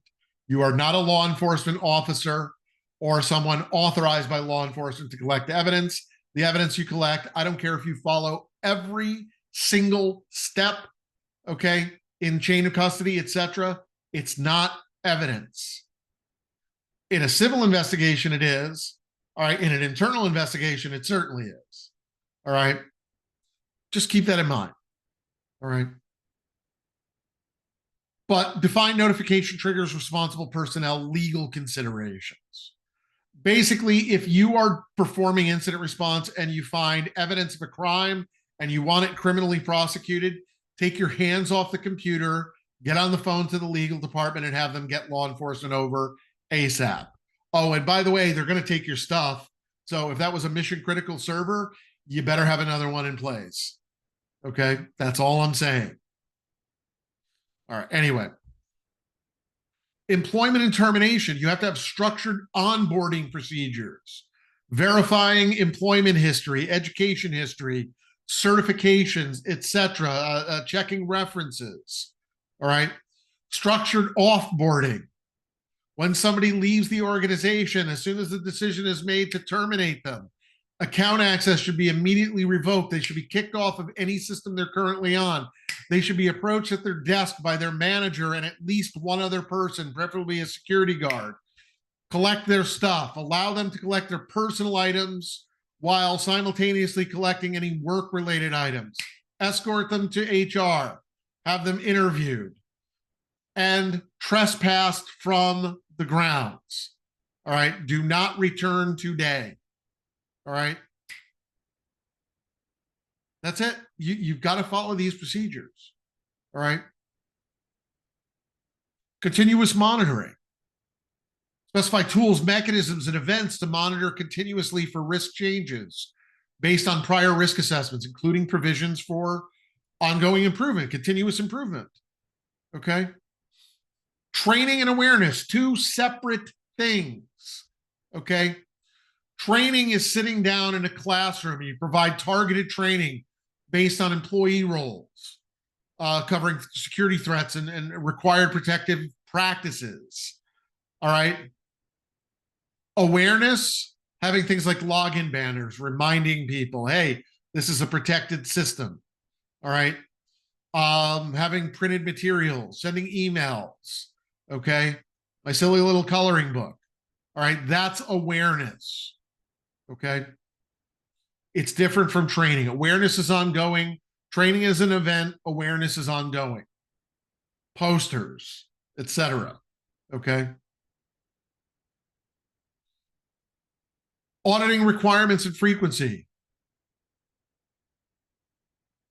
Define audit types, frequency, responsible personnel, remediation authorities, event-based triggers.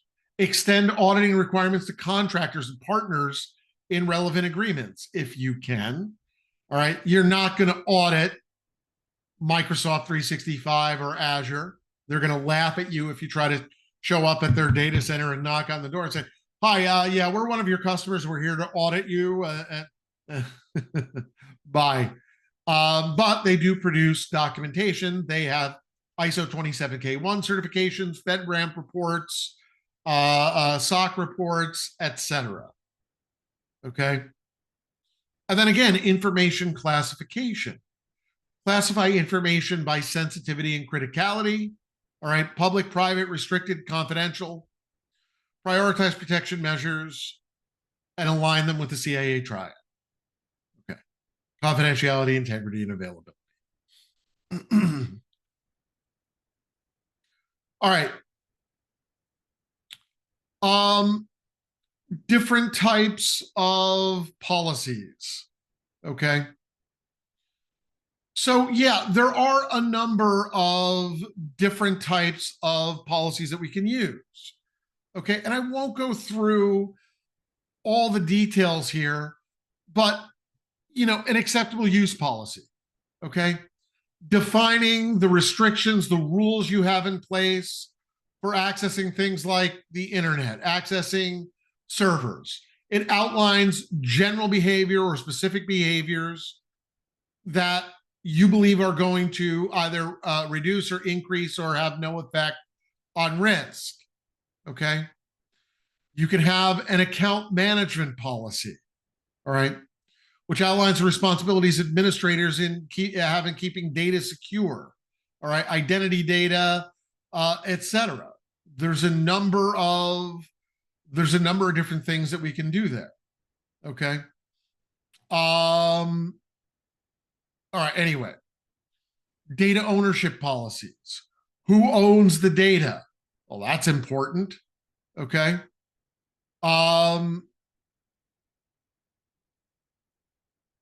That's always important. Okay. Typically, the data owner is the head of a department. They're responsible for identifying data that belongs to them, who has access to it, what level of access they have. Now, they're not the ones that are implementing the controls. Okay. And that's fine. But they're the ones who are ultimately responsible for that data. A data custodian, somebody from the IT or the information security department, is going to be responsible for implementing the technical controls that outline the restrictions, the controls, etc., that the data owner wants in place. Okay. Data classification policy is going to outline how you want to categorize different levels of sensitive, protected, etc. information, critical information. All right. Your data retention policy. Your data retention policy is going to state how and when you should store data within the systems, and ultimately how you should securely delete that data when it's no longer needed. You may be required to keep data for a certain amount of time, all right, even beyond its useful life through regulation, compliance standard, etc. All right. But you have to securely delete that data at the end of its life cycle, especially if it's protected health information or personally identifiable information. All right. Your communication policy. This is going to outline how members of a team or an organization communicate with each other or communicate with external parties. All right. It sets the parameters for what and what is not acceptable to discuss. All right. We can apply that also to a social media policy, what you can and cannot post. All right. to a social media account if you're allowed to at all. Okay. Now, different types of procedures. All right. Patching. All right. Patching procedures ensure that vulnerabilities are addressed before they can be exploited. Okay. As soon as you're aware of an update, you should have a process in place through proper change management functions. All right. To update your systems. And this includes testing. All right. It's not like Microsoft has ever released a patch that broke something on, in general. Okay. One of my favorite ones was one probably coming up on about 30 years ago now. There used to be a third chip manufacturer. They still are, but they're not really commercially available. But it was Cyrix, now VIA, produced x86 32-bit Pentium class chips. They were really, really cheap. And they were about, just like AMD, they're about 99.99% compatible with Intel. Sure enough, Microsoft found that 0.01% once with an Office patch and broke Office on those CPUs for about a week and a half until they got an updated patch out. Okay. Oh, yeah, that was fun. Okay. Canonical Ubuntu actually shipped, I think it was in 2008. They shipped an update that broke the graphical user interface. Is anybody a Linux user? Yes, no, maybe?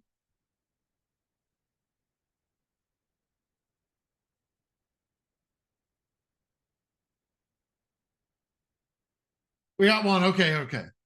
So I don't know, Yash, I don't know about you, but this is at a time when Ubuntu was saying, that our Canonical was saying that Ubuntu was, it could replace Windows and it was easy enough for your grandma to learn how to use. I don't know about you, but I don't want to be on the phone with grandma explaining how to use a VI text editor to repair her x86 or x386 config file, or having her set up an SSH server and a secure password so that I can remote into her system and fix it for her. Kind of a little more than I want grandma to be able to do. Just personal opinion. All right. Test your patches before you deploy them widely. All right. I have a process that I've used in the past. All right. There's a vulnerability. I download the patches. I test them. All right. If I'm convinced that they're okay, I pilot them, because test environments and production environments don't always match. All right. Despite our best efforts. So we pilot it and make sure it's okay on those pilot systems. Then we can widely deploy it. All right. Have a procedure in place, and it should go through change management. But you shouldn't have to go through change management for literally every patch. Okay. Not the full process. Certain things like critical security updates, those should be pre-approved. I'm not saying you skip the testing or anything, or skip the reporting back. Okay. Or not have a backout plan in case something goes wrong. You still have to have all that, but you don't have to submit it for approval and have the change control committee meet and decide whether you're allowed to install the patch or not. Install it, okay, and then report back so that it's properly logged and entered also into configuration management. If you're using configuration management, which you should be, okay? Compensating control development, okay?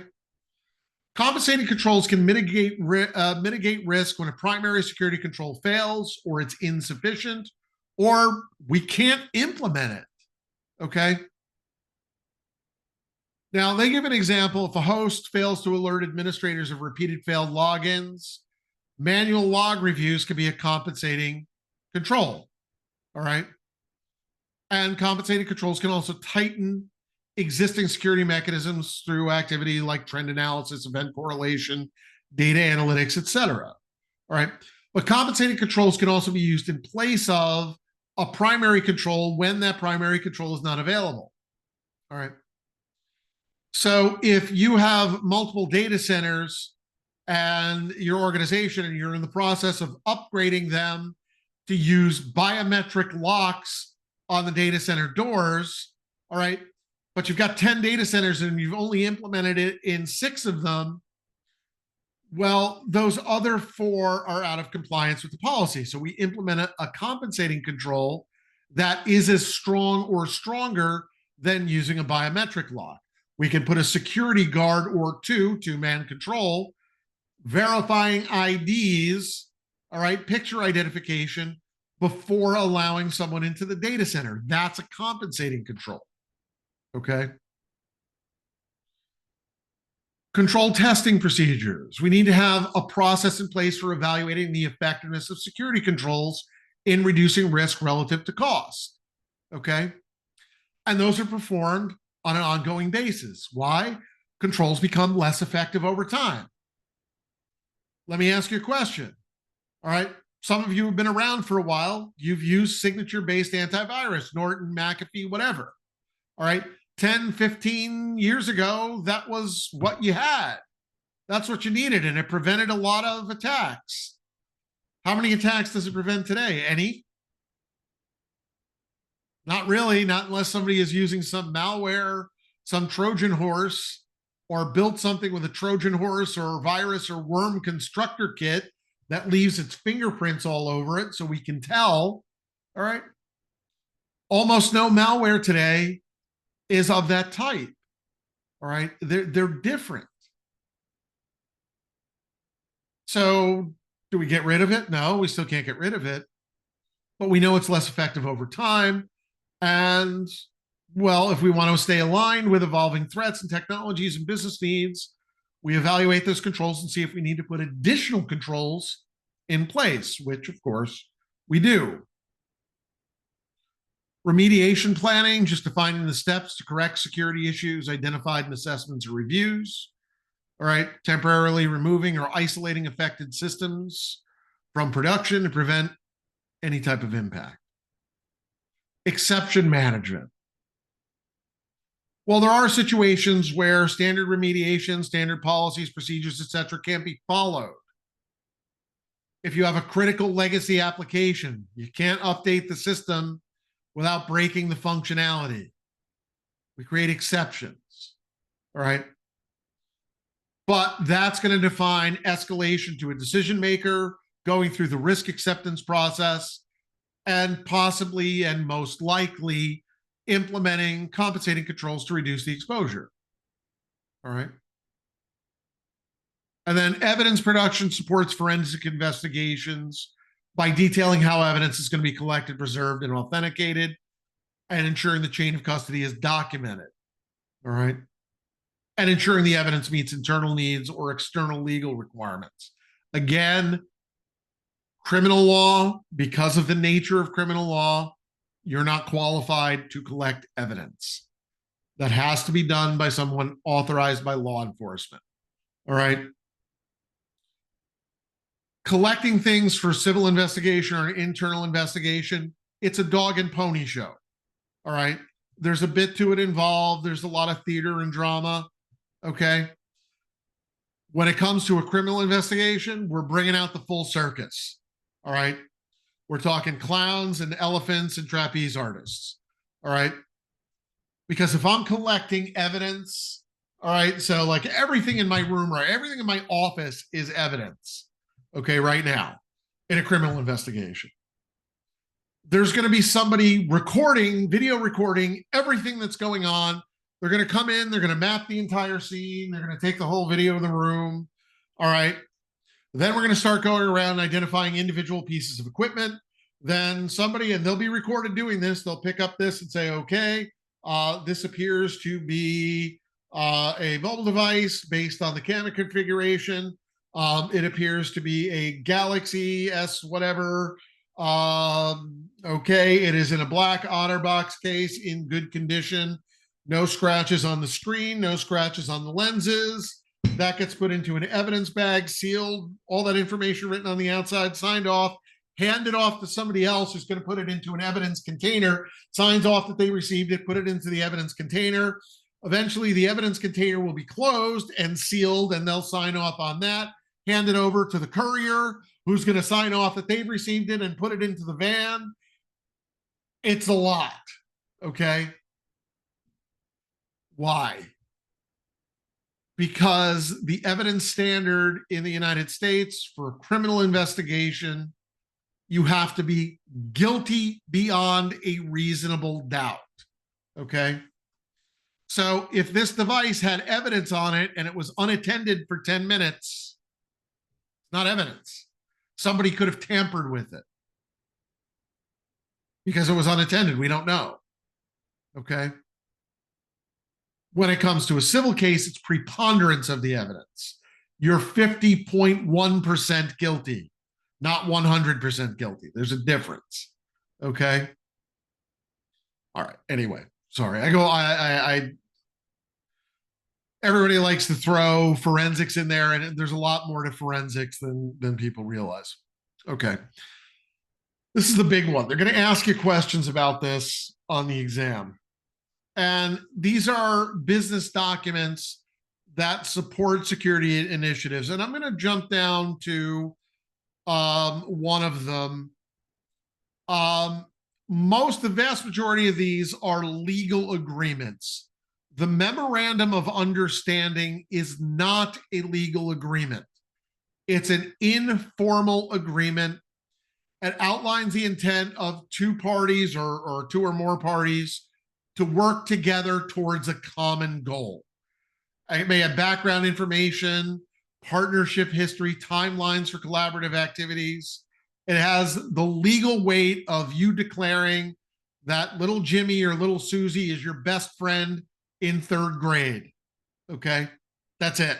It means absolutely nothing. All right. It's two companies expressing their willingness publicly to work together. Okay. Now, master service agreement. Master service agreement establishes the overarching terms and conditions that govern current and future agreements between two parties.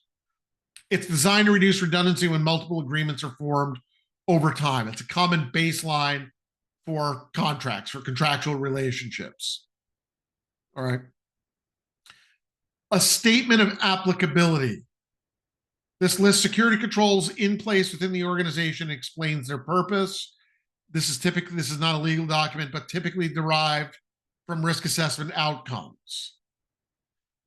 The statement of applicability should reference related policies and procedures. It can also note excluded controls and the reasons for their exclusion. That's an internal document. So is a business impact analysis. This identifies organizational risks and the effect of those risks on critical business operations. A business impact analysis is the first step in developing a business continuity plan, a disaster recovery plan, and an incident response plan.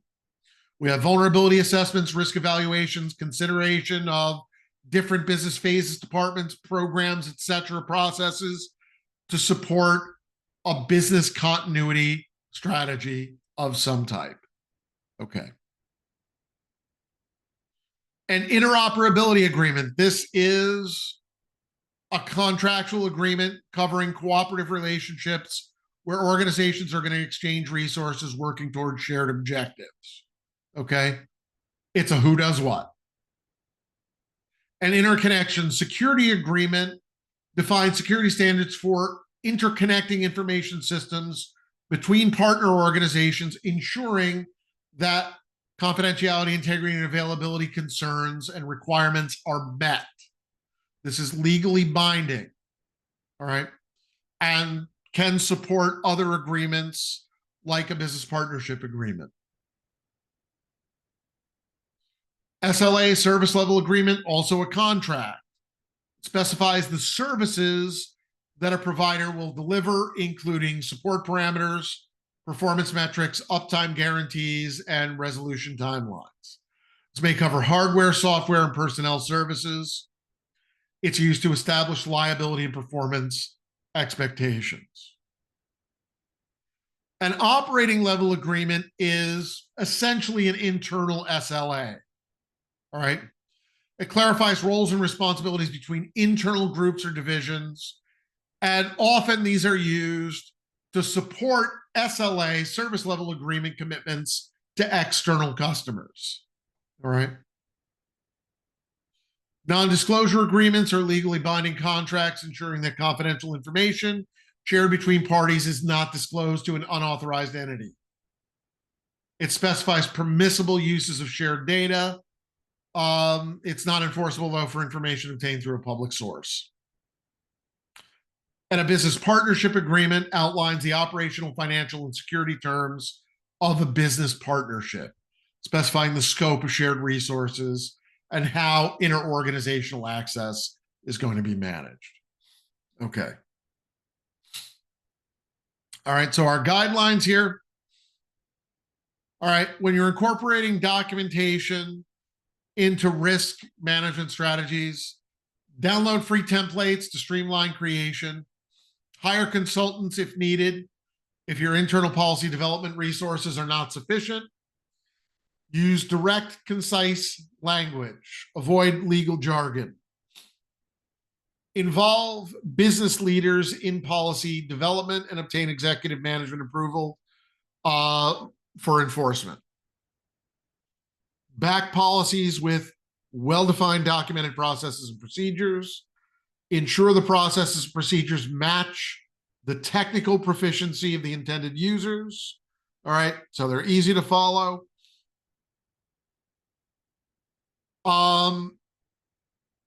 Benchmark externally. All right, compare policies, processes, and procedures against those of other organizations. We treat it as a living document. We apply best practices selectively, incorporate measures like job rotation, mandatory vacation, and user security training as appropriate. Involve key stakeholders like HR, legal counsel, management, other relevant entities for comprehensive input. All right. Address compliance. Include provisions to meet all applicable legal and regulatory requirements. Identify any sensitive PII that the organization processes. Be transparent with your clients as to how their personally identifiable information will be used and its intended purposes.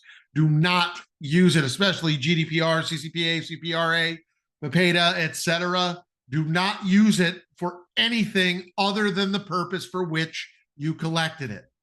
Okay? That's a violation of those laws. Advise your clients on privacy. All right. Provide guidance on best practices for protecting their personal information.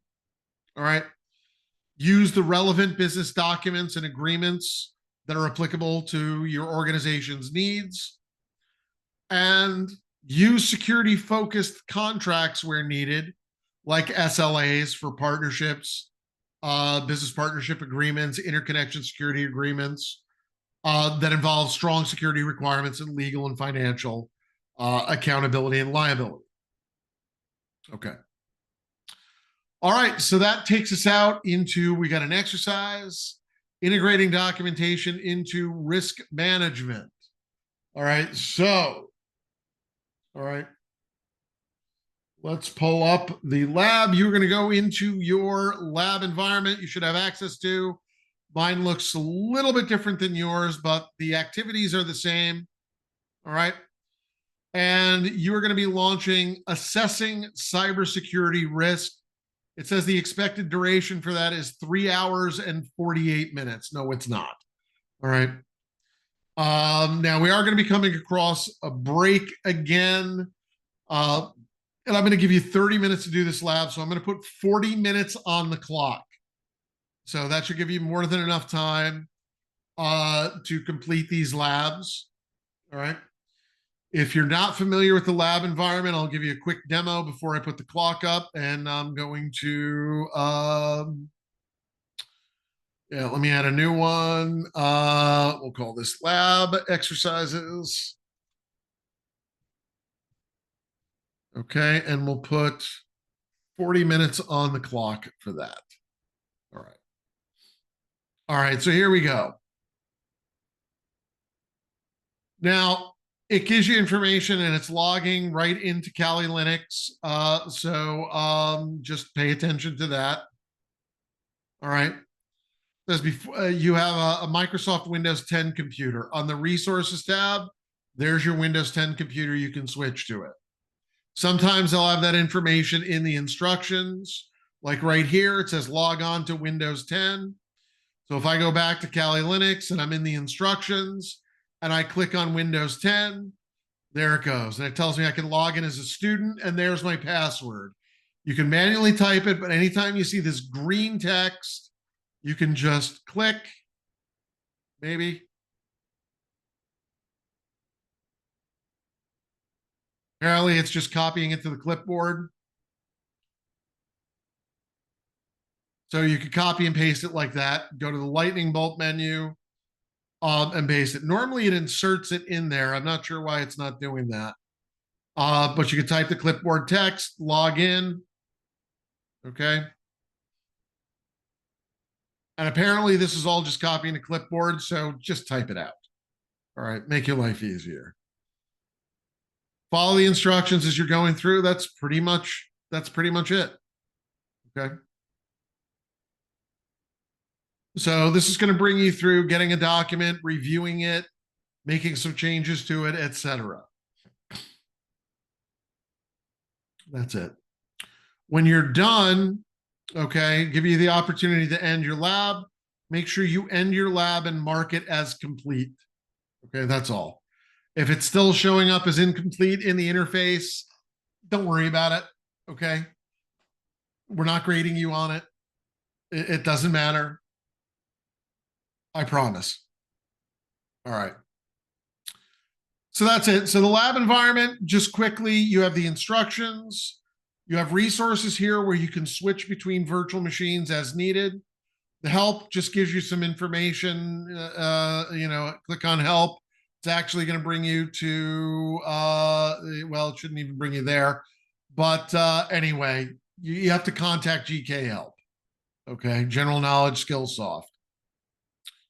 All right.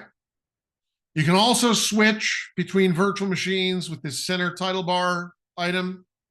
Okay. On the display item, you can go full screen, fit the window to the machine. All right. But even if I go full screen, it doesn't. Well, in that case, it does. Sometimes it will change the size of the display. Other times it will not. Okay. You can get in and you can manually set your display settings if you need to. All right. You can choose to open it in a new window, reconnect if you're having any difficulty with it accepting mouse or keyboard input. Then on the commands lightning bolt, you can hit Control Alt Delete, Alt Tab, Windows key plus predefined keys if you like. You can type text, username, password, or clipboard text. All right. Power the machine, pull up a virtual keyboard if you're on an iPad and you prefer to work that way. And if you're having trouble connecting to the internet, you can try resetting the internet gateway, and that'll take a moment. All right. But other than that, I am monitoring your labs remotely. So go ahead and get these fired up.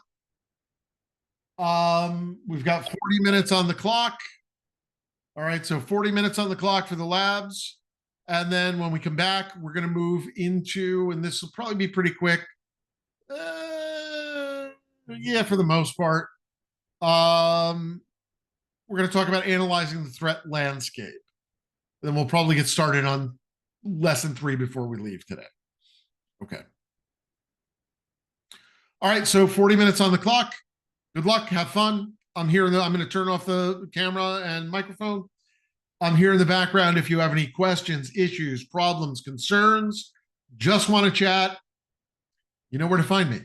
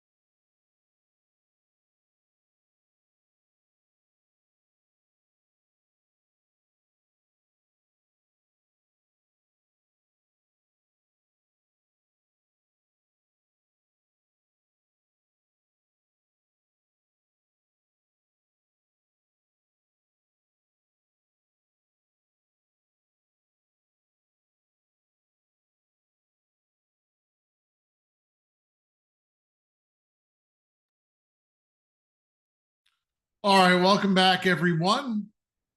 All right, so we're going to move into analyzing the threat landscape. Now that we understand the basics of risk management, well, we're going to talk about who's actually going to attack us. So we're going to classify threats, and then we're going to look at analyzing trends affecting security posture. All right, so let's move into classify threats. And first up, we have different threat actor types. Okay. So let's start with insiders. Well, let's start with the definition of threat actor. A threat actor can be any individual or group that conducts malicious activity against an organization's assets. And those threat actors differ widely in motivation, skill, and operational methods. Understanding who is attacking, why they're attacking, and how they operate allows us to implement more precise defensive measures. All right. And today, high impact attacks are typically conducted by groups, nation state actors, state sponsored hackers, whatever we want to call them, rather than single individuals. Okay. All right. So an insider, somebody inside your organization, any individual with a current or former trusted relationship with the organization. It could be current employees abusing privileges, former employees exploiting residual knowledge. And they can cause significant damage because of their understanding of internal systems and processes. And they're often more successful than external actors because of their position of trust. Script kiddies are unskilled attackers using pre-built tools and scripts that are created by others. They don't have an understanding of the tools that they're using, the protocols they're violating, etc. Now, it's less strategic risk than a skilled adversary. They're opportunistic. All right. They're going to find a system. They're going to scan thousands, tens of thousands, hundreds of thousands of systems to find one that's vulnerable. Can that still cause disruption? Yeah, absolutely. Okay. But the attack tools are readily available online. And, well, script kiddies are easily caught because those leave evidence. Recreational hackers, they're more experienced than script kiddies. They view hacking as a hobby or a challenge.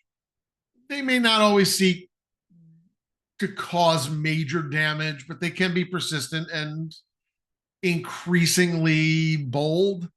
Not all are malicious. Some are it's just non-destructive exploration, potentially. Professional hackers, these are individuals that are hired to perform hacking activities, black hat hackers, okay, or white hat hackers. They may work ethically as a pen tester or maliciously for competitive or personal motives, all right, whatever those may be. They're a significant threat because of their focused skill and well-targeted objectives. Cyber criminals are threat actors motivated primarily by financial gain. Okay. Well, sure. All right.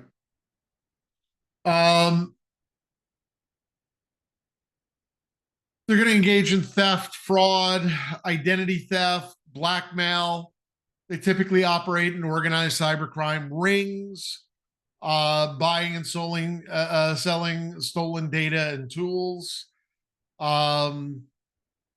I don't want to make any aspersions, Russians, that are probably engaged in this type of activity. It is what it is. Hacktivists, these are actors that are motivated by ideological or political beliefs. They target organizations that they perceive as violating their principles like free expressions or human rights. They can operate alone or in a group or as part of a collective like Anonymous or LulzSec or whatever. Skill levels can vary. Actions tend to be destructive or symbolic, whatever it is. Anonymous attacked Scientology once. Okay. Yeah. Whatever. People went to prison for it. There's another level of hacktivists called a suicide hacker. These are hacktivists who are willing and probably trying to get caught to illuminate their cause, I guess. All right. State-sponsored hackers, nation-state actors conducting cyber operations to support political, economic, or military objectives. They're typically highly skilled and resourced.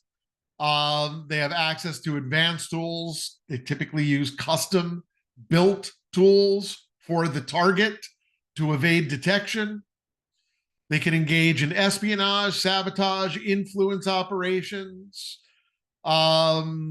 Sure, affecting, things like elections. What do I know? Sure. Okay. North Korea, China, Russia, Ukraine, United States, India, United Kingdom, Ireland, France, Germany. Yeah, we all have state-sponsored hackers. Okay. Anyway, cyber terrorists.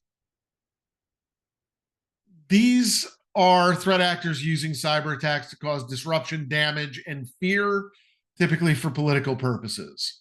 They're going to use techniques similar to hacktivists or state-sponsored hackers, but they're not only are they highly skilled like them, their target is different. They're going to target critical infrastructure, okay, which is going to be exceedingly dangerous in the future.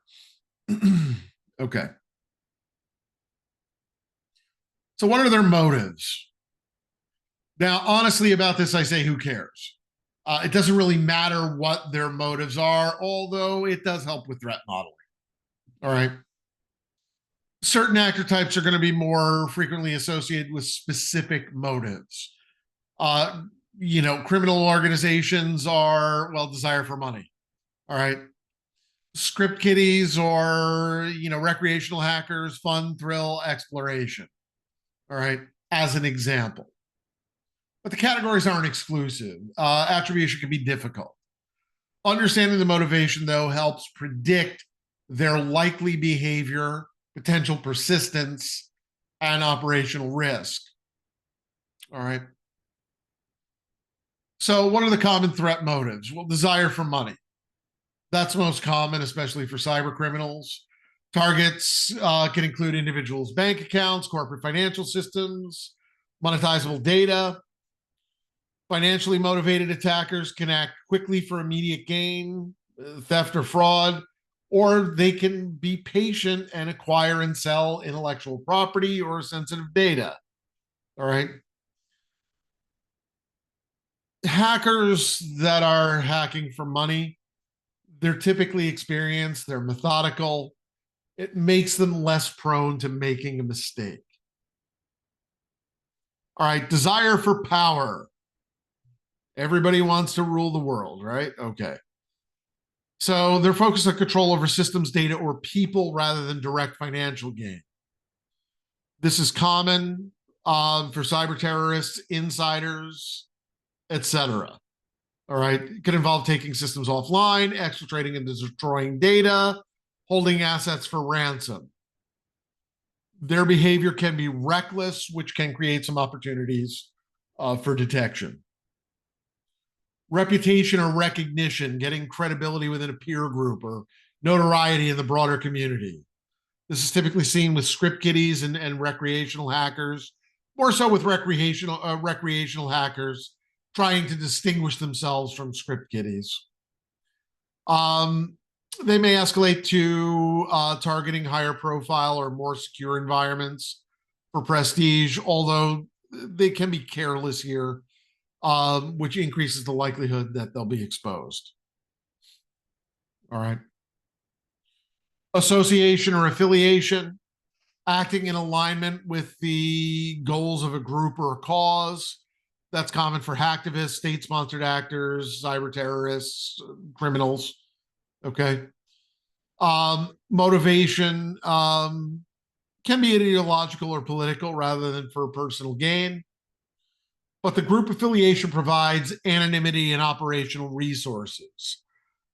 But it can also drive emotionally charged decision making, leading to detection.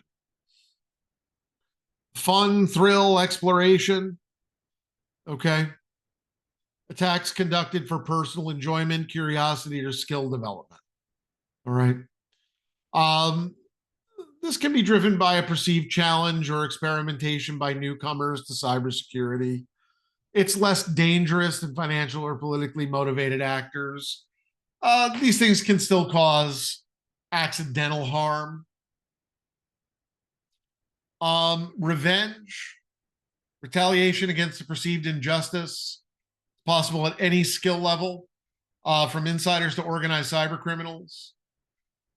Typically, they're going to get caught. They're highly emotional, which results in increased destructiveness and operational mistakes. All right. And human error. It's not a motive, but accidental actions result in security incidents. Misconfigured systems, improper access control changes, inadvertent activation of malicious content can create vulnerabilities that can be later exploited.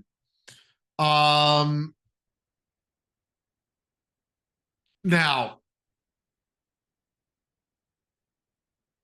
given this, criminal organizations to some extent, but nation state actors, state sponsored actors, typically are using what we term as an advanced persistent threat, an APT. All right. And an advanced persistent threat is a long term targeted campaign where a well resourced adversary gains and maintains unauthorized access to a network for espionage, sabotage, strategic advantage, whatever it is. All right. So they're using a mix. The advanced part, they're using a mix of custom tools, zero-day exploits, lol bins, living off the land binaries, the built-in utilities in Windows, which are extremely freaking dangerous. Okay, because, well, let me ask a question. How many of you are intimately familiar with Windows management instrumentation and how it works? WMI or Common Information Model, CIM. Anybody?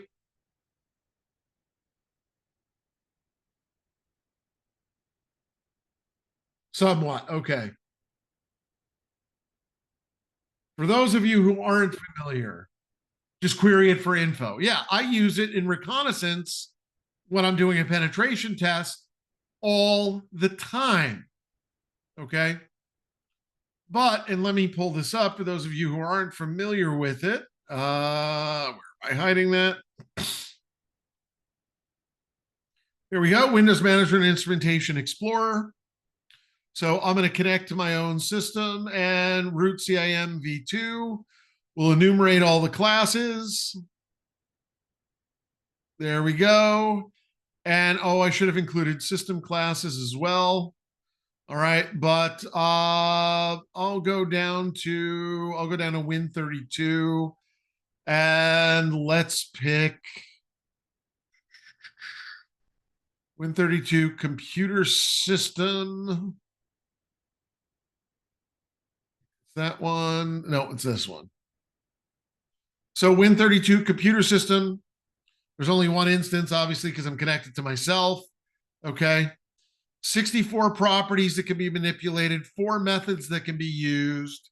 Okay. This is just computer system. All right. There's hundreds of these classes that can connect to various things. Win32 ODBC data source. Well, we only got 2 properties there. Okay. driver attribute class, data source specification check. So I connect to databases.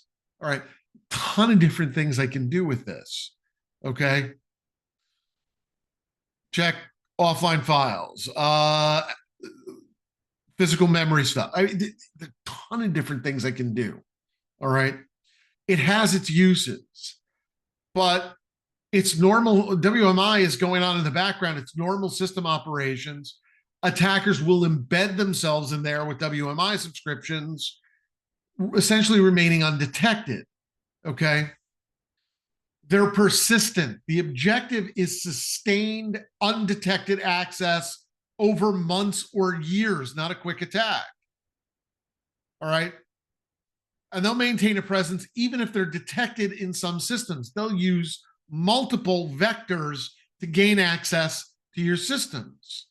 They're organized, they're deliberate, they're capable. They have defined objectives. They're not opportunistic or random. They're patient. It can take months or years to fully develop and realize the full attack. And before you figure it out, it's already too late. Okay. They're going to carefully target organizations or sectors, defense, government, critical infrastructure, high value commercial intellectual property. They're backed by substantial funding, skilled personnel, infrastructure, and time. Okay. They're going to use zero-day exploits, custom malware, legitimate system tools. They're going to use stealth techniques like encrypted command and control traffic, staged data exfiltration. They're not going to dump your database. They're going to perform 5 extra queries an hour over time, collecting and extracting that data slowly. So you'll never notice the uptick in traffic. Okay. Now, yeah, I mean, that's only about 100, 150 queries a day times 365 days, whatever. It's not going to be detected. All right. They'll have multiple footholds, redundant command and control channels, layered privilege escalation. They're going to adapt their tactics, their techniques, their procedures, their TTPs based on your defenses. They're customizing it. Okay. So it's difficult to detect because of their low and slow operations. All right. They spread out their activities over time to avoid triggering an alert. They can use legitimate credentials. The malware they're using is probably live off the land fileless malware, so it avoids detection by signature-based tools, or it's custom polymorphic malware. And they encrypt their traffic to master malicious communications. Okay. It is extremely difficult to find these. All right. Something else, and we haven't mentioned this yet. Okay. You'll love this. The average attacker has access to your network for 206 days before detection. That's over 6 months of access. 206 days.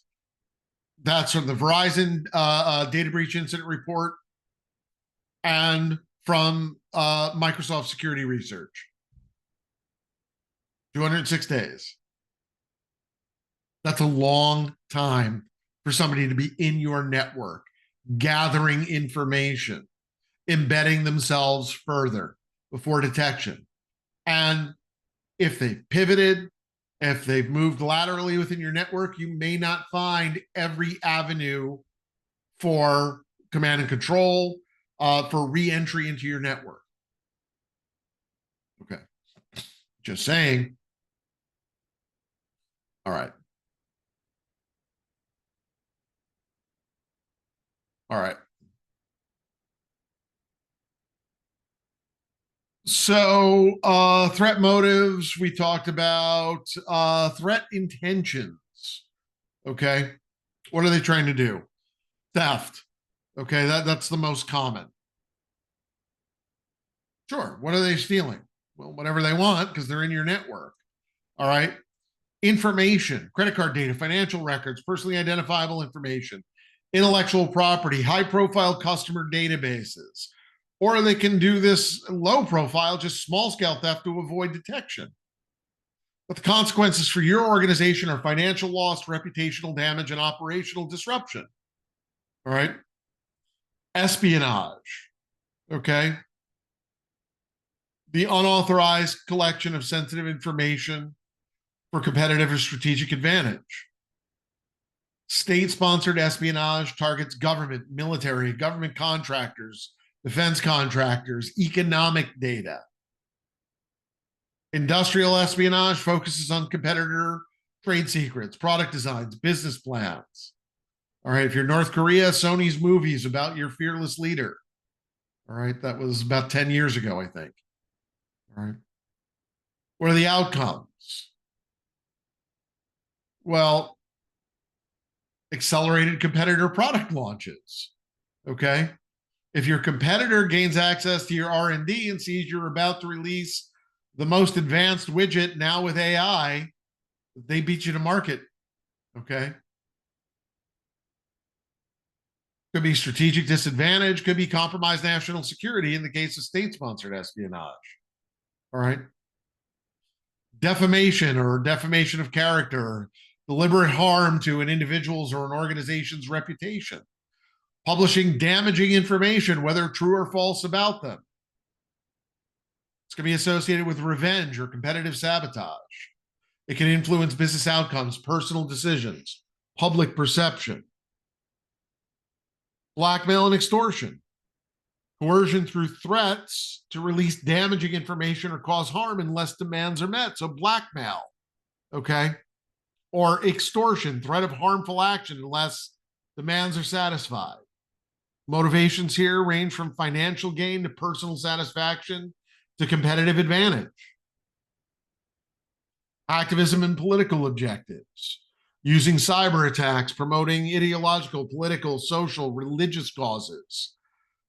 Common activities with this: defacement of a website, denial of service attacks, public shaming, doxing. Okay. Targets can include governments, corporations, individuals perceived to oppose the attacker's beliefs. Okay. It might overlap with cyber terrorism, but generally causes less direct physical harm. All right. And yeah, okay. And cyber terrorism. The use of cyber attacks to instill fear, cause disruption, or achieve political goals. All right. This happens in the Russia-Ukraine war all the time. Okay.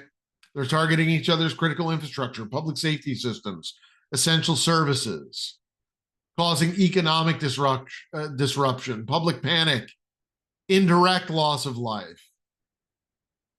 All right. It's potentially lethal. And motives often align with intention, but not always. Threat actor's intention might be theft, but the underlying motive is revenge rather than financial gain. Understanding the different dimensions is essential for accurate threat profiling and prioritization defense measures. Okay. Threat targets. Who are the targets? Everybody's a target. All right. Targets can be technical assets, human resources, organizational entities.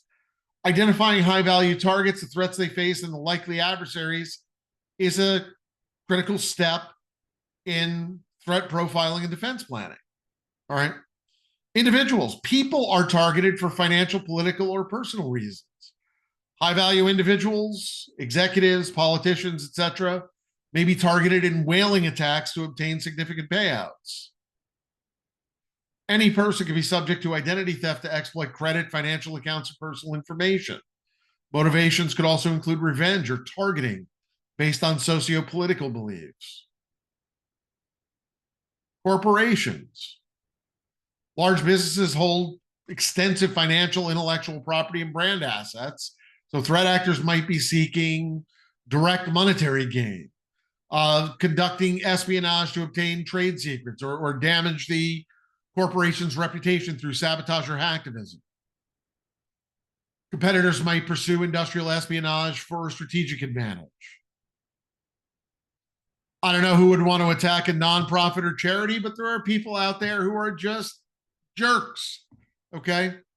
Those entities can still be exploited for their financial resources or targeted for ideological reasons.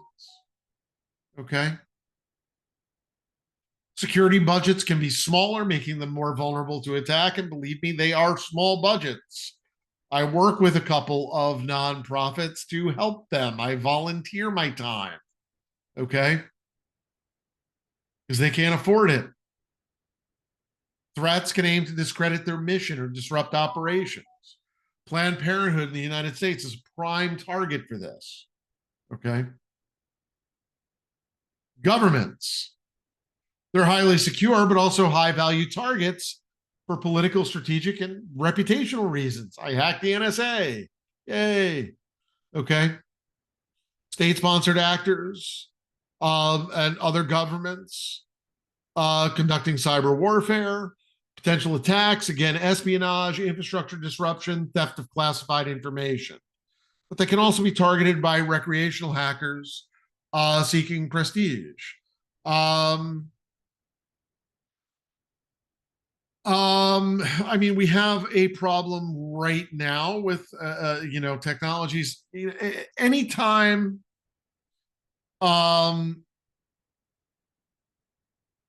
whenever government wants a back door to something, all right. Well, if they have a back door that they can get into, so can somebody else. All right. One of the laws, and in the United States is CALIA, communications assistant for communications assistance for law enforcement access. Okay. It's a US government requirement for having tapping capabilities in phone switches. And well, nobody wants to say I told you so, but we told you so. Okay. Especially when it comes to a national security crisis. Cyber attack tied to the Chinese government penetrated the networks of US broadband providers accessing information from systems federal government uses for court authorized network wiretapping requests. All right. So for months or even longer, all right, the hackers may have had access to network infrastructure used by Verizon, AT&T, et cetera, to cooperate with lawful U.S. requests for communications data. Yeah, okay. All right. So wiretapping provides, the exact information that our adversaries may be looking for. All right. Which of their agents have been exposed by the US government? Which ones remain unknown? All right. The Chinese have been running around in our communications networks probably for years now. They've learned which Russian, Iranian, North Korean, etc. agents have been revealed. All right. So US intelligence has to assume that information is compromised. That's a problem. All right. It's an intelligence failure. Magnitude is horrible. Okay. There you go. And the next time somebody says, well, law enforcement should have a backdoor into encryption. No. If somebody has a backdoor, anybody can find that backdoor. And they will find that backdoor. Okay. All right. So governments, critical infrastructure, common attacks, espionage, infrastructure disruption, theft of classified information. Okay.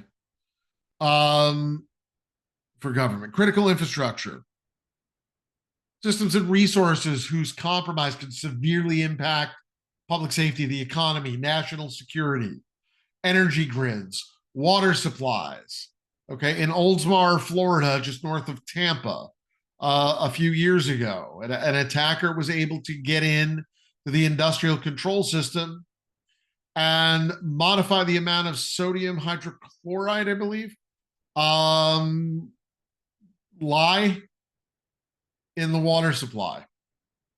Lye, of course, in sufficient quantities, being Drano. Yeah, they were able to raise the level of lye in the water supply from 100 parts per million, which will leach heavy metals from the water. It's harmless at that level, to 11,100 parts per million, which would start destroying people's esophaguses and stomachs. All right, now it was caught quickly.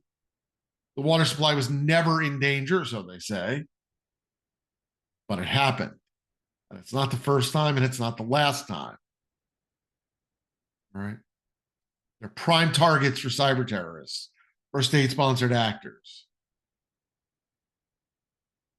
And they're ridiculously easy to break into, not just water systems. I did about 2 years ago for EC Council. They were doing a capture the flag, and it was for industrial. They were doing a couple for industrial control systems, and I tested those out for them. I beta tested them. I was able on the first one. I found all the flags, no problem. Was able to break in, get access, exfiltrate data, make modifications. The second one, I missed one flag, and it was trivial. It was just something I didn't know where to look for it. And they told me after the fact, and I was like, oh, duh, I was already in there. I just missed it. Okay. Ridiculously easy to hack into because they're typically insecure, completely insecure. We'll talk more about that. All right. But any system, workstations, servers, mobile devices, IoT devices, okay? These are all just varying names for computers, okay? Workstations and servers, yeah, primary data and processing resources. Most people today are we really should change the name of a PC because it's gone back to what it was a decade ago or 2 decades ago. It's a workstation because that's where you do work. Most people don't come home unless you're a gamer, okay, and play on a computer like they did 20, 25 years ago. All right. Most of you are walking around with one of these things in your pocket at all times. All right. This is your primary computing device, and it's the primary computing device for a lot of people. Tablets as well. All right. The iPad can do 85% of what a computer, a PC, or a Mac can do. And for the vast majority of the population, that's perfectly fine. That's the new computer. Okay. IoT devices are computers, sometimes with just different interfaces. Okay. And those frequently lack good security controls. And then industrial control systems and supervisory control and data acquisition SCADA systems can be attacked in various ways. All right. Disrupting industrial operations through their programmable logic controllers, PLCs. All right.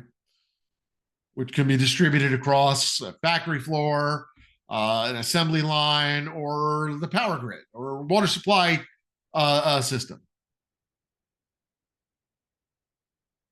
Okay. Now, what are the attack vectors? Okay. Well, the attack vector is the path or the method the adversary uses to deliver and execute the attack. Different vectors lead to different outcomes. The choice of vector depends on motivations, objectives, difficulty, or risk of use. Less secure vectors are typically more attractive to threat actors. Well-defended ones probably are going to be avoided unless they offer a high-value payoff. Okay. But understanding the vectors allows you to identify how the attack is executed, which enables more effective prevention and mitigation strategies. All right. Now, the core elements of an attack vector: vulnerabilities, exploits, and techniques. Vulnerabilities are the weaknesses or misconfigurations in systems, applications, networks that can be easily exploited. They could be technical, open ports, unpatched software. They could be procedural, poor authentication practices. All right. Attackers are going to seek the path of least resistance. They're going to leverage vulnerabilities that allow access with minimal effort and reduced risk of detection. All right. I'll put a little asterisk on that. We'll come back to that. Now, the exploits. The tools code are the methods that take advantage of the identified vulnerabilities, typically delivered in the form of software programs, scripts, malicious data packets. Exploits carry payloads, the functional component that performs the attacker's intended action, installing malware, extracting data. And payloads can be customized for specific targets or adapted to bypass known security controls. Okay. Then the techniques, the specific operational method used to execute the exploit. Techniques provide detail on how the attack unfolds and helps categorize the behavior of the payload. All right. What factors influence technique choice? Efficiency, minimizing the time and effort required to succeed. Stealth, avoiding detection by security tools or human monitoring. And reliability, that the method is likely to succeed given the target's defenses and environment. Okay. Now, when an attacker attacks you, and I'm going to point this out, it's not going to be mentioned anywhere in the courseware. This is reality. All right. If I am attacking you, all right, and I'm exfiltrating data, I'm stealing data from your database. There I am, and look at me, I'm stealing the data. Okay. Bit by bit, you can see that, right? You can see me stealing the data. How about now if I make a big noisy denial of service attack, draw your attention away? Did you notice me stealing the data now? Attackers aren't going to just exploit one vulnerability. They're not going to perform just one attack. They're going to perform multiple attacks, usually to draw your attention away from the real attack, which is often quieter, but still noticeable. I'm just saying. All right. Attack technique criteria. All right. So attackers select techniques based on operational priorities, ease of execution, probability of success, level of concealment. All right. Now, we have some general criteria here, but they're not mutually exclusive, and attackers are going to combine multiple approaches. All right. Targeted versus non-targeted. Focusing on a specific individual, organization, or system. All right. That has its advantages. Resources and planning can be concentrated on a single objective, improving the probability of success, like a spear or phishing email crafted for a company executive. Or it can be non-targeted, broad opportunistic attacks, trying to compromise as many vulnerable systems as possible. You get a higher overall, if you're the attacker, you get a higher overall victim count. All right. Fallback options if some attempts fail.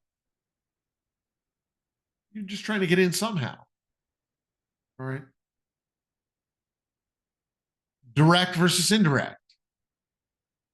Direct, we're engaging with the target systems directly, exploiting a technical flaw. SQL injection vulnerability, buffer overflow vulnerability. Indirect, we achieve the goal without breaching the system through deception or manipulation, social engineering, which we'll talk more about. Stealth or non-stealth. Stealth is designed to evade detection. Typically, they use persistent covert methods, like a Trojan horse, functioning as a man in the middle or on-path attack, or I don't know how to even say that. Man in the browser. We don't want to offend anyone because it could be women in the middle. Who knows? All right. It could be kids in the middle. All right. Doesn't have to be just a man. It could be anybody. All right. But an on-path attack, a person in the browser attack, sitting between the web browser and the application layer of the OSI model, intercepting network communications, manipulating them. Okay. Or it could be non-stealth, intentionally noisy, creating panic, confusion, serving as a distraction, diversion for another operation, like launching a distributed denial of service attack while executing data exfiltration through a separate channel. Okay. Client side versus server side. Server side targets back-end systems that deliver services or data to clients. Successful compromises affect all clients connected to the server, like exploiting a web server vulnerability to serve malicious JavaScript to all the visitors. Client-side attack on the other side, we target end-user systems or browsers that interact with the service, like delivering a malicious PDF via email that exploits a client's outdated reader application. Yep. Or a drive-by download, exploiting a zero-day vulnerability in the browser itself. Okay. Now, threat profiles, and then we'll take a little break. Threat profile consolidates all known attributes of a threat into a single descriptive framework. And that incorporates threat actor types, insiders, activists, cyber criminals, motives, revenge, financial gain, political activism, intentions, theft, espionage, defamation, targets, individuals, corporations, governments, attack vectors, network exploitation, malware, phishing, and techniques, direct or indirect, stealth or non-stealth, etc. Okay.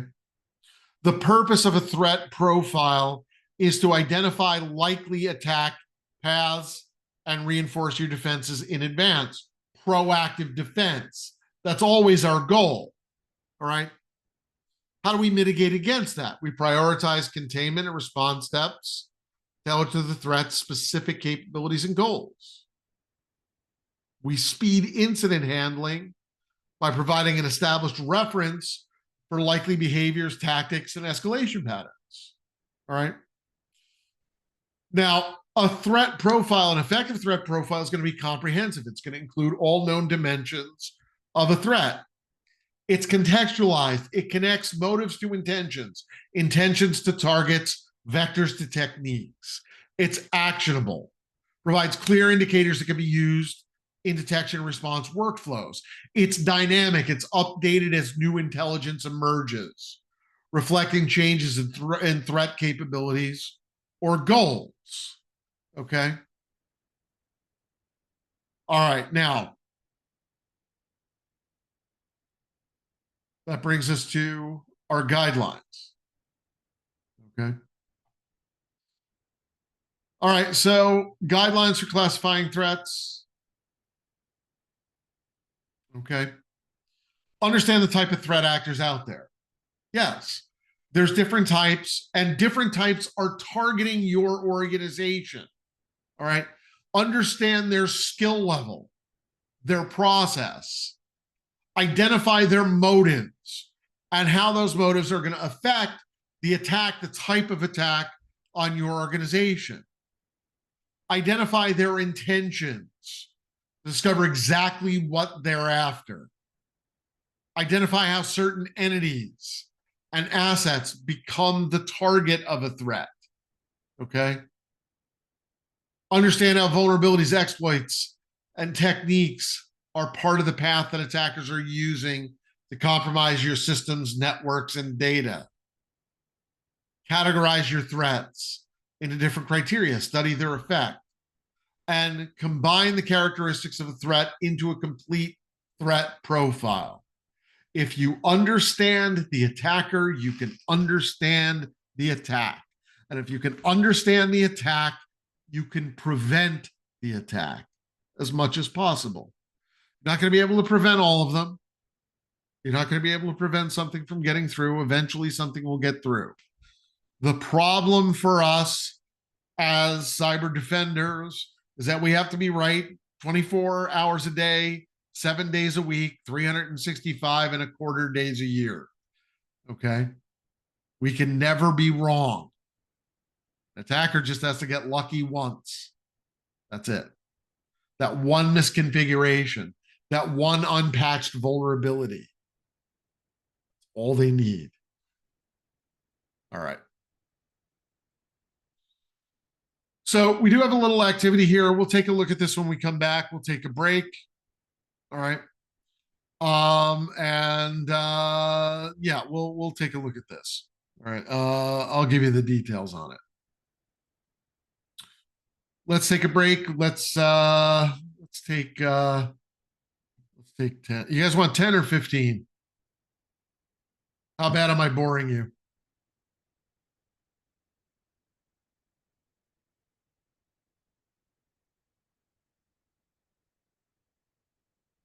Nobody has an opinion? All right, let's go with 10 minutes. No, we're still going to end at 4:30. We're going to take it right out to the end of the day. And sooner on Friday, maybe not. We'll see. All right, we'll take 10.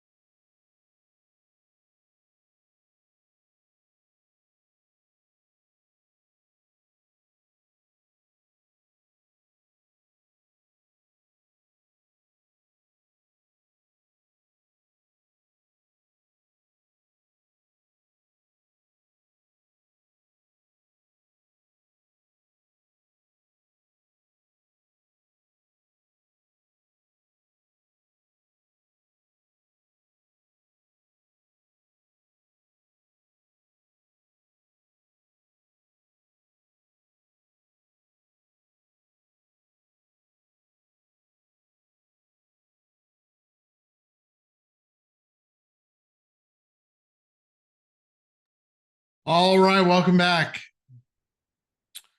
All right, so we are going to pick up where we left off, and we're going to talk about constructing a threat profile. All right, and it's in your courseware. Let me see if I can find it here. There we go. All right. So this is the activity, and you're going to be doing another activity inside not inside the lab. There's no lab for this one. So this is, and I'll walk you through this one. You're a cybersecurity analyst for Develotech, and as part of your job, you evaluate the company's assets to identify gaps in security that could lead to those assets being compromised. You've been called on to detail the potential threats to each of the company's major assets, and that involves constructing a thorough threat profile so your colleagues in IT can make more well-informed decisions in regard to implementing security controls and strategies. At the moment, this is in your courseware, which you should have been given a link to. So I can probably print out the page for you if you like. Why don't I do that?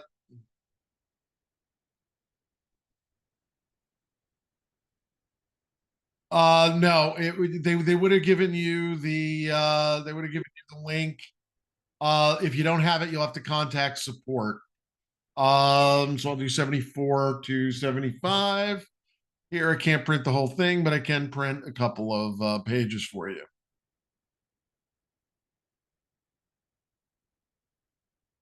And I'll save that on my desktop.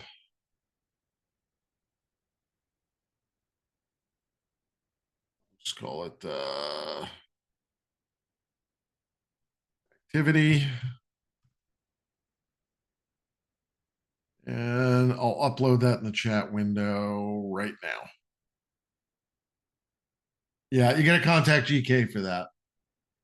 If you don't have access to the courseware, they don't give me that information, so I can't help you with it, unfortunately. All right. So you got the questions there. That should be, let me double check and make sure I did that correctly. Yes, I did. So 6 questions there, and I'll walk through it with you.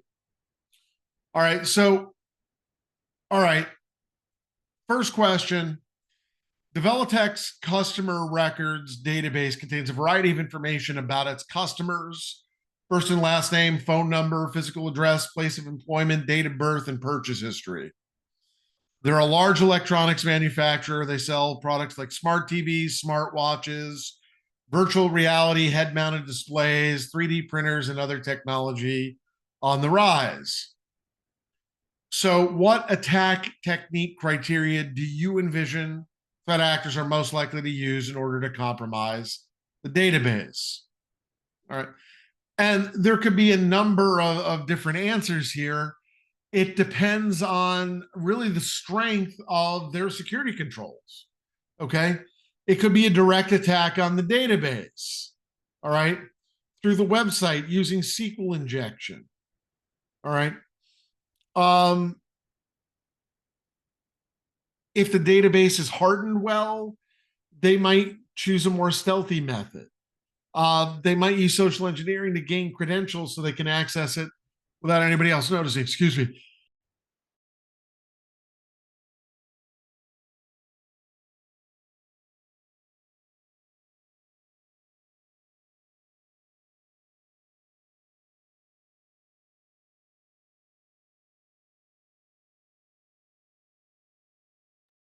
Sorry about that. I didn't want to sneeze on camera. There we go. So there could be a number of different ways to attack. If the attackers are more interested in causing damage, denial of service. Okay. Or if they want to prevent your customers from accessing the database, denial of service. If they want to cause damage, again, SQL injection. All right. How could security vulnerabilities and exploitation tools shape the vector a threat actor might use to attack the database? Again, this depends. All right. What are the vulnerabilities that provide an avenue, provide the vector for the attacker? if the database uses weak authentication methods, all right, let's say the administrator password is password 123. Well, that's it. Okay. What if it uses obsolete encryption? Database is so old it's still using data encryption standard 56-bit encryption. Well, that's useless. Okay, and crack that in a couple of hours. All right.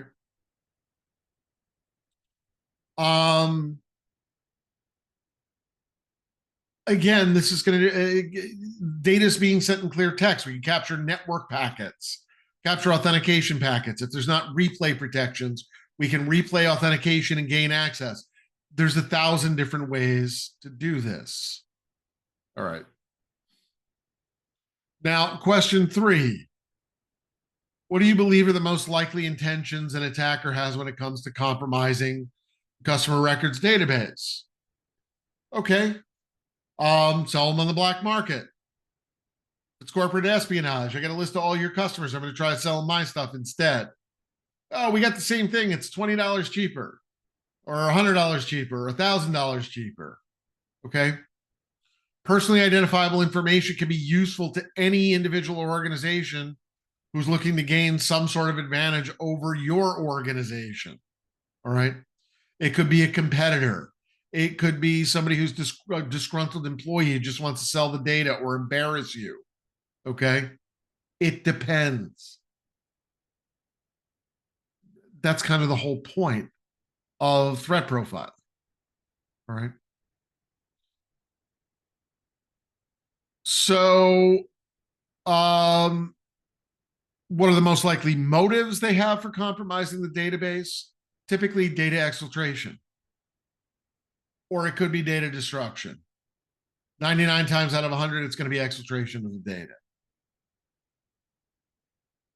So using what you've determined for the previous questions, what type of threat actor do you think is most likely to carry out a compromise of the customer records database? Okay. My opinion, it's going to be a criminal organization who's trying to extract data for whatever reason, credit card information for fraud. It's probably not going to be a state-sponsored actor unless you're also developing things for, the United States or federal government or NATO that are, classified military equipment. Then, yeah, the Chinese might be interested. All right. Competitor or criminal organization are the two most likely types of threat actors. All right.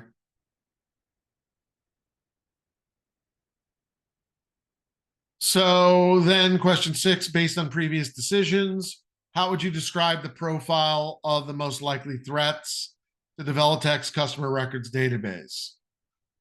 So again, it depends on what answers you come up with. Okay. We could have an insider threat, somebody who has knowledge of the database's structure, its location, has credentials. All right. They could be exfiltrating data, stealing data, selling it to competitors. All right. Sure. Or a criminal organization leveraging stolen credentials to gain access to the database and exfiltrate the data, including cardholder data.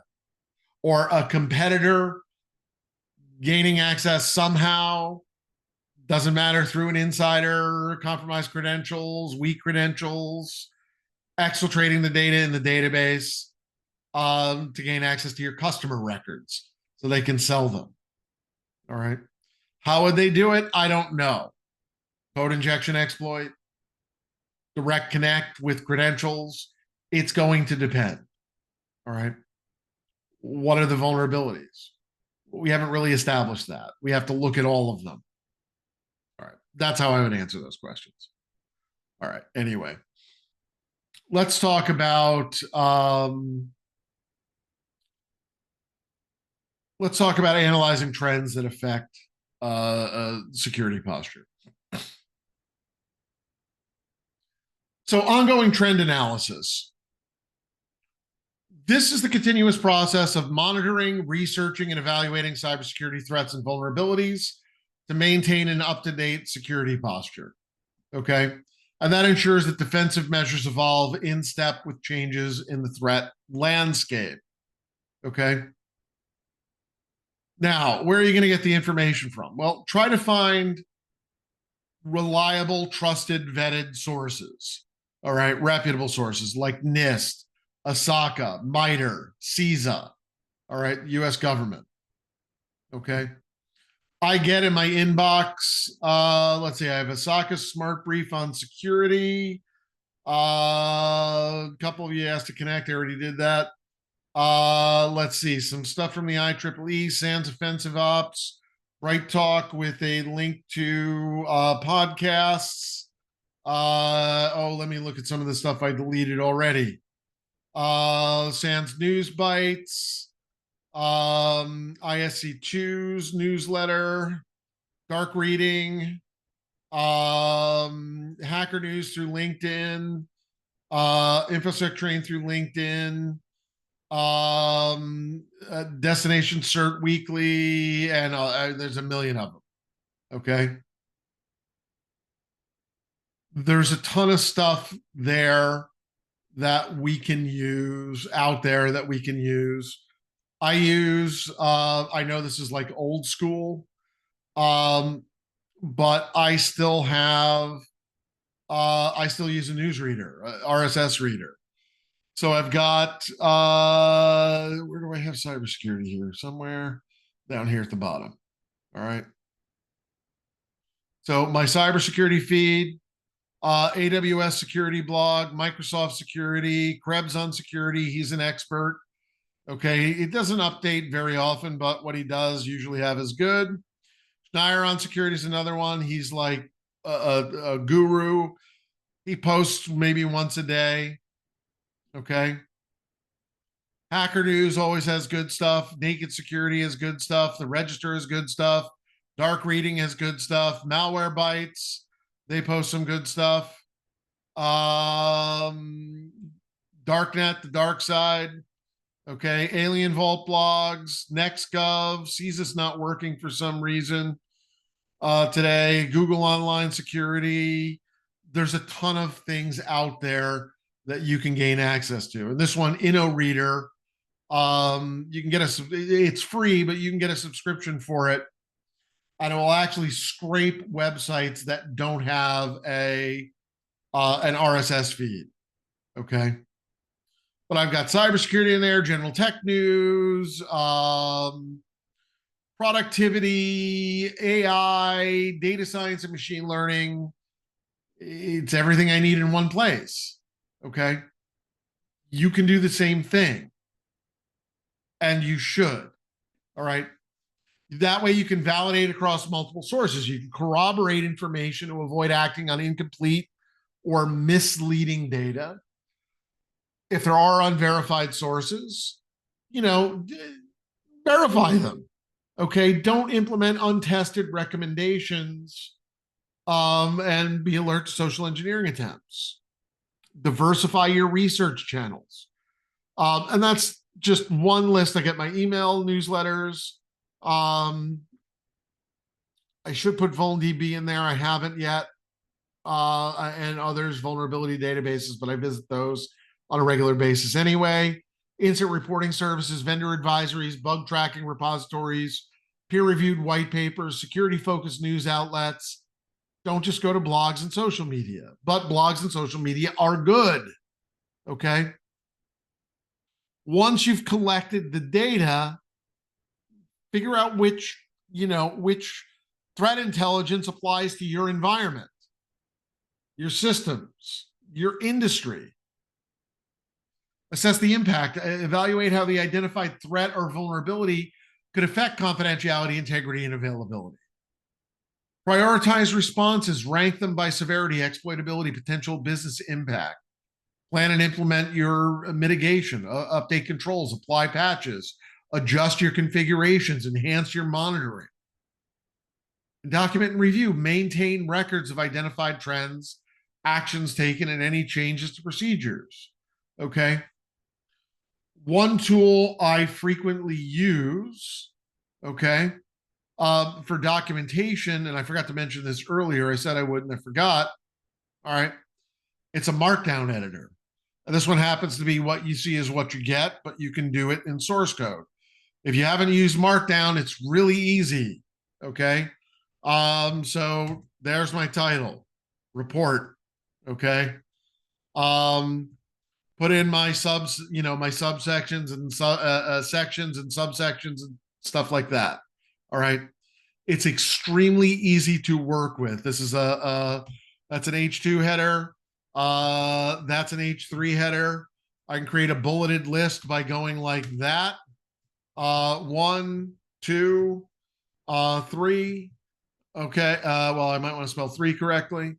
All right. Or I could do a numbered list with A, B, and C. Okay. Code blocks, whatever I need in there. It's all very simple. And I'll just show you here. I'll pull up like code fence. Okay. So put a code fence in there, but really if I wanted to do it, it's just 3 backticks ended by 3 backticks. And I could just put code in there and it'll display it in monospace fonts, etc. Ridiculously easy. I'm not worried about Word formatting or LibreOffice formatting and it's screwing it up and what font I'm using, and I don't care. Okay. It's dead simple. All right. And the output, well, it's going to look almost exactly like it showed when I exit the source code on this. If I wanted it, there are different themes if I wanted to use them. If you wanted a black theme or some other type of theme pick, that's Pixel. This is Whiskey or something. There's other ones you can get. I just use basic GitHub. Okay. It's a simple. I've written. I wrote my master's thesis using Markdown years ago. Okay. It's dead. I started using this about 10, 12 more years ago. It's the simplest thing I've ever used in my life. Okay. 15 years ago, something like that. Anyway.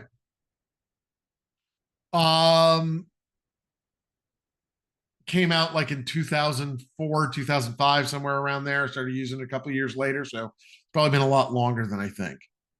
All right. Anyway. But do your documentation. Don't forget your documentation. All right. And they give you an example scenario with trend analysis in your courseware, like a newly disclosed Linux kernel privilege escalation vulnerability that appears in the National Vulnerability Database. What do? Well, do your research. Confirm the details from multiple authoritative sources. The National Vulnerability Database is authoritative, so you're okay there. But look at the CVE listing. Go to the vendor advisory. Check security blogs, okay, to get more details. Identify systems in your organization that are running vulnerable Linux kernel versions. Focus on the ones that have sensitive workloads first. Apply the patches during scheduled maintenance windows, or if it's critical, do it now. Okay, tell everybody, hey, system's going to be offline for 20 minutes. Sorry. All right. I've had to do that, and in critical situations, yeah, I mean, the downtime can cost the organization a lot of money. All right, I had to take a system down for a critical fix. This was a long time ago. All right, it was a Sun Microsystems server running Sun OS with an Oracle database for a hospital, but I had to take it down now. Sure, there was 50 doctors and 200 nurses and other staff and whatever, all getting paid ridiculous amounts of money per hour. And I had to take it down for 30 minutes. It took 30 minutes to get it functional again. It probably cost more than my salary, but it had to be done. Okay. In lost productivity. Okay. Sure. All right. Do what you need to do. And then follow up, monitor for exploitation attempts through log analysis and intrusion detection systems. Okay. So what are some commonly targeted assets? All of them? Okay. Anything with any potential information or resource is a target. Okay. Computing resources, obviously, power resources. Okay. These are the core components of your infrastructure. If they're compromised, they can disrupt or control systems and services. So, servers, workstations, network devices, power grids, generators, backup power supplies that can result in a widespread service outage, operational downtime, cascading failures across interconnected systems. Financial information, well, it's a direct pathway to money. All right. Of course, they're going to attack that. Bank account details, credit card data, online payment credentials, cryptocurrency wallets for fraud, theft, and causing financial loss. Okay. Account information, usernames, passwords, authentication tokens, security questions. Security questions are the worst thing ever invented because it's information about you that I could get out of you in a conversation. All right. How many of you remember your first car? Anybody? I do. They tell you exactly what it was. I would never use this as a security question. All right. My first car was a hand me down from my dad. It was about 12 years old. It was a 1970. You're still using your first car. It was a 1978 Ford LTD2, which was similar to the LTD, except it had a shorter trunk. Mine only slept 6 instead of 8. Okay. Um, it had a 351 Windsor engine with a C4 transmission.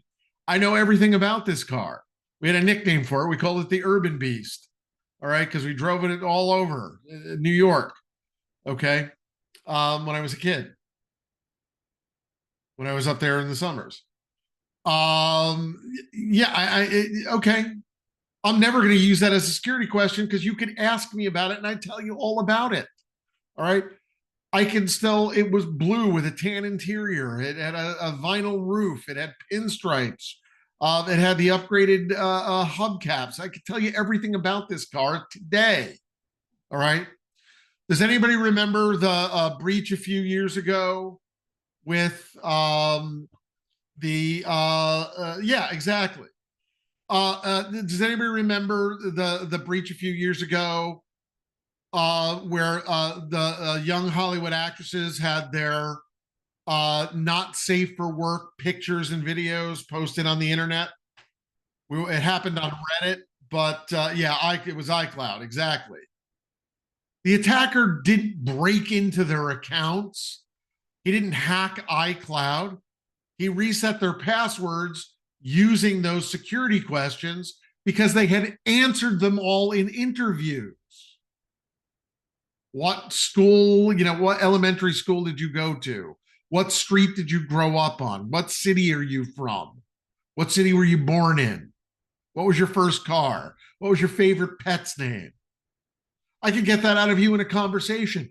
If we worked together and I'm a malicious actor, but you don't know that, and we're sitting together eating lunch and I'm telling you about, my dog Rover when I was a kid, who was the best dog ever. Westerns were still popular when I was little. So we would play cowboys and I would pretend to shoot the dog with my cap gun and he would fall over and play dead. And he would go off in the woods with me, hunting and fishing and fending off alligators and whatever. Okay. I go on and on about this dog for 10 minutes. And then I ask you about a pet.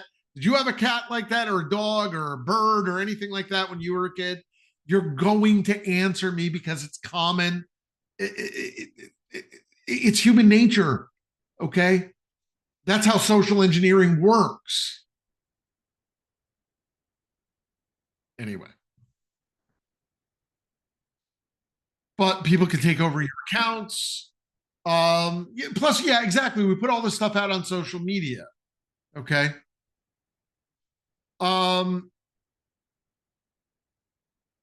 Anyway, leads to a number of different types of attack: credential stuffing, lateral movement across accounts when password reuse is present, etc. Personally identifiable and protected health information. It's valuable for resale, for identity theft, for harassment, for targeted attacks. Social security numbers, national ID numbers, addresses, birth dates, medical histories. All right. Leads to identity fraud, privacy violations, reputational damage, regulatory consequences for the custodian of the data. Okay. Intellectual property can be exploited for competitive advantage or monetary gain through piracy or extortion. Trade secrets, proprietary algorithms, source code, copyrighted media. And I know in my heart that none of you have ever downloaded any movies or music or television shows or electronic books or anything like video games, anything like that from a BitTorrent site like the Pirate Bay or whatever. It never happened. It's fine. Okay. I know. Okay. National security data, which is going to be targeted in a state-sponsored operation, cyber terrorism, politically motivated campaigns. We get government documents, defense contractor data, cryptographic keys, intelligence reports. It's a threat to national defense. It can expose strategic plans, compromise critical operations. If you don't think there's a group of hackers out there right now trying to get the Epstein list, I guarantee there are. Okay.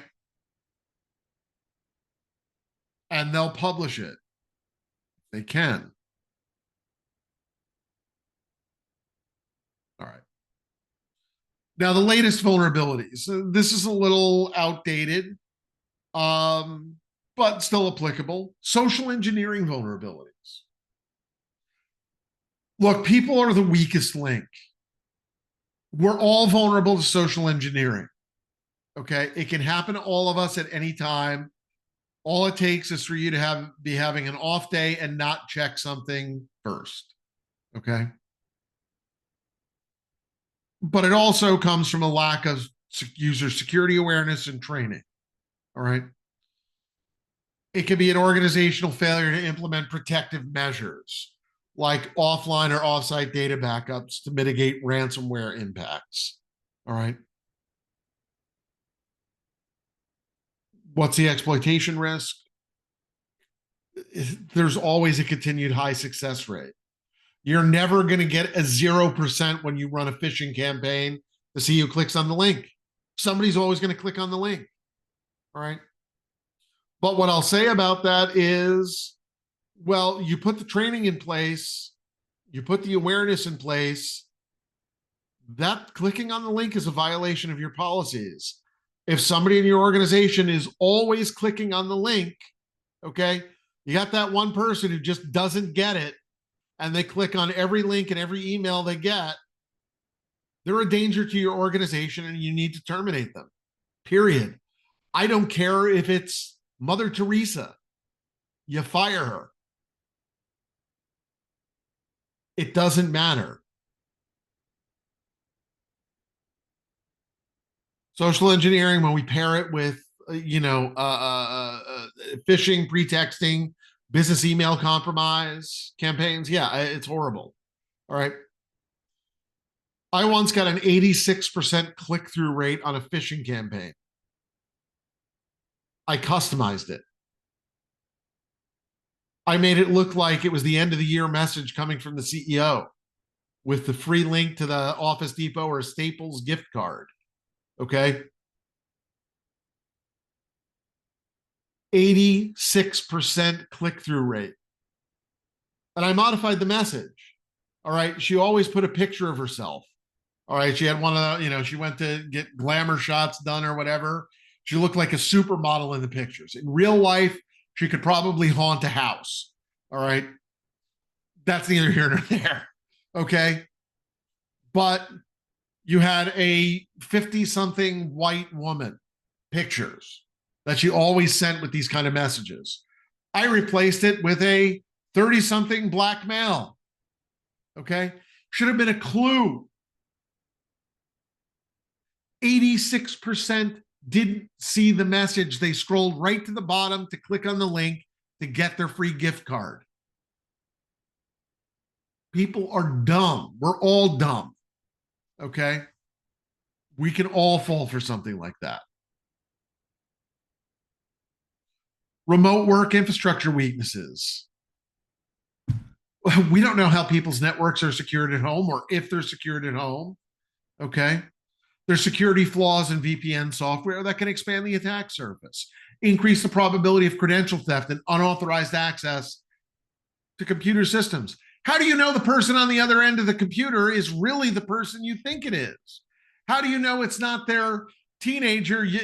Mom got up to go get a cup of coffee, left her laptop sitting on the table, and the disgruntled teenager who hates your company for whatever reason because they're evil and they whatever, all right, and destroys the data in a database that she has access to. You don't know. Things like that can happen. Unattended systems while, they put sugar in my coffee. I was working at Starbucks. You left a laptop unattended. All right. So I have somebody in there with me who can distract you for a minute while I install malware on your machine because I know what company you work for. It's not that hard. All right. APIs, application programming interfaces. We use these more and more. In a lot of cases, they're deployed without adequate authentication, rate limiting, encryption. There can be a lack of input validation and insufficient monitoring. And that just reminded me, I forgot to put rate limiting on an API I built the other day. Okay. And now I got to add it to my list of things to do. What's the exploitation risk? Unauthorized access to data across multiple systems, including third-party integrations. The applications we have today are so hooked into other things, especially in the cloud. Okay.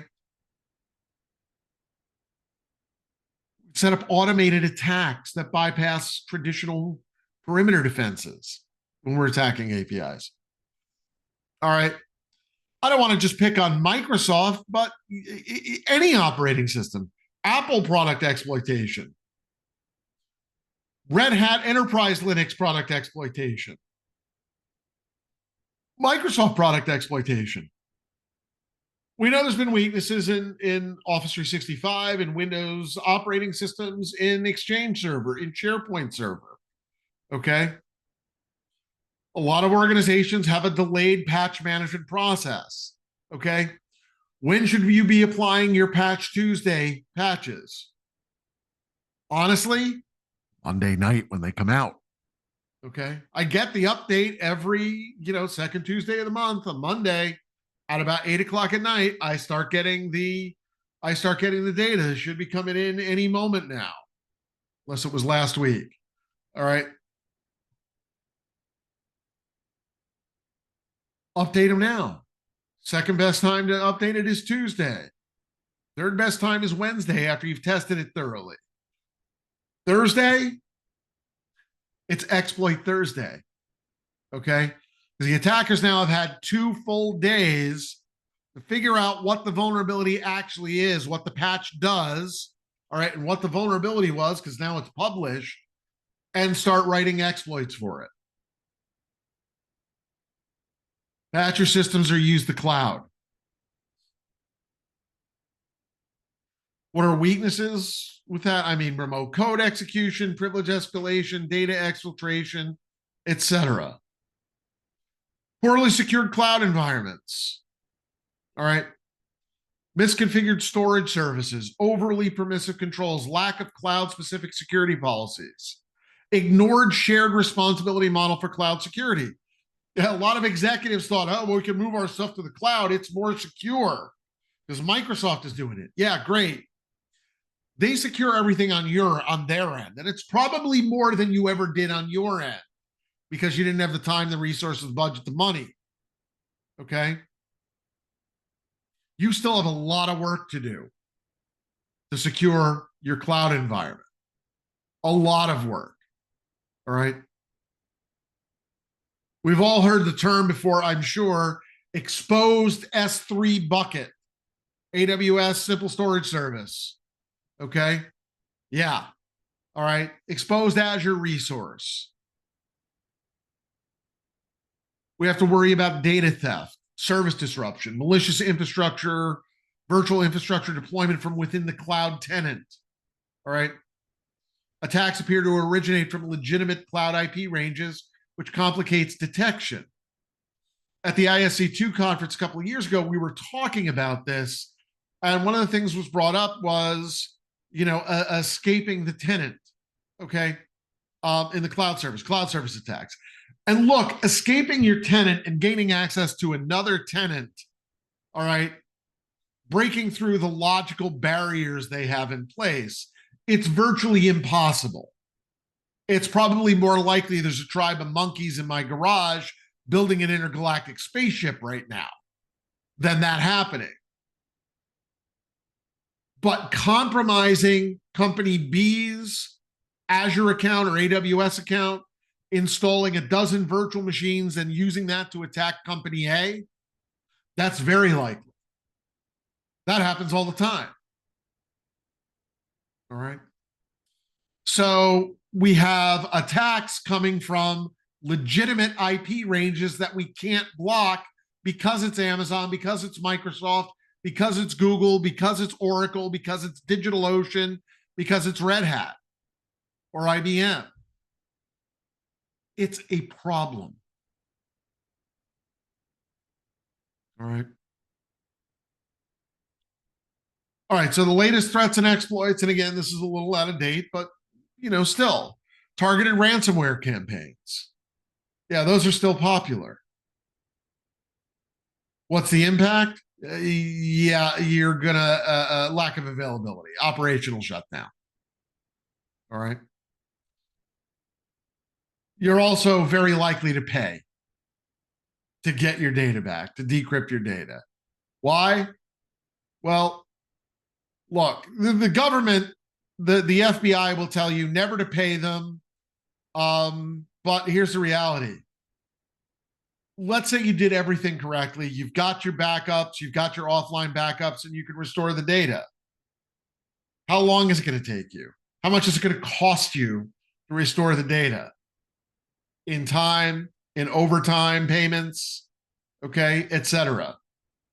If that's more than the ransom, pay the ransom. It's simple. It's math. Okay.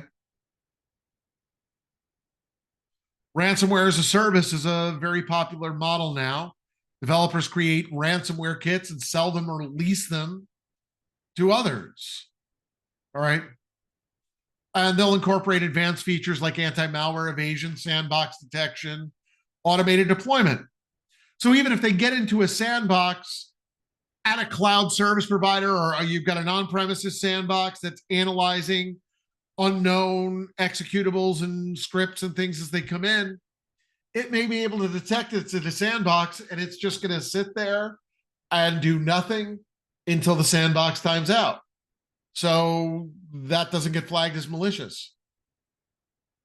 Now it gets into the real environment. It's like, oh yeah, I'm in a live workstation. Boom. How does it know it's in a sandbox environment? Well, virtualized environments give up that information very easily. All you got to do is query it with WMI. I'm just saying. Okay.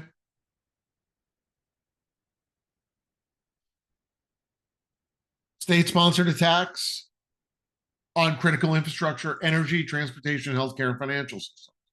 All right.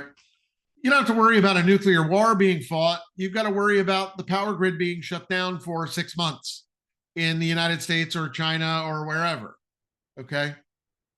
Which it's going to cause the collapse of society practically. Okay.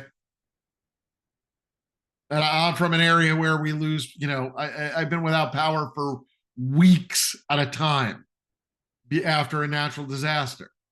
All right. By the end of the second week, people are starting to get pretty cranky. All right. And it's Florida, so we just start shooting each other. All right. That happens more frequently than we'd like to admit. Yeah, it's going to be horrible. How do you keep the food? Okay. How do you get fuel? You need power for that. All right. Healthcare sector targeting. Exploitation of the expanded attack surface because of telemedicine. remote patient monitoring. All right. Targeting public health protected health information repositories, research databases, COVID-19 related data, treatments, vaccine formulas. All right. To gain PHI for resale, for financial gain, or to sabotage or cause disinformation campaigns involving medical research. You don't need to do that. There's enough idiots out there who'll do that for you. Okay. All right.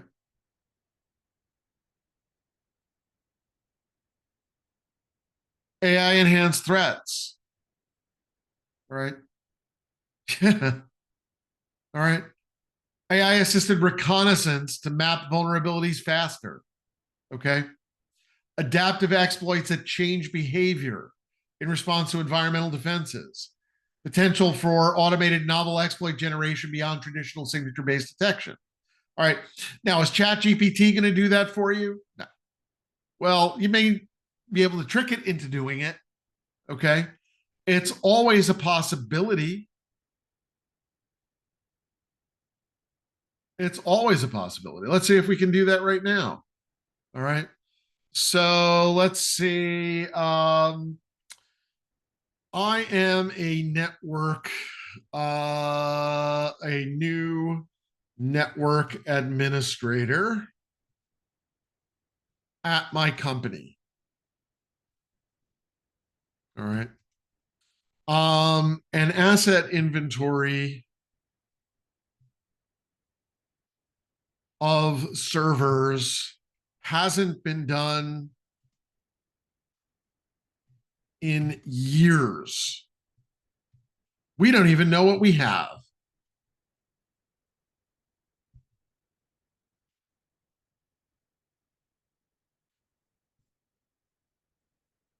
I would like to create a script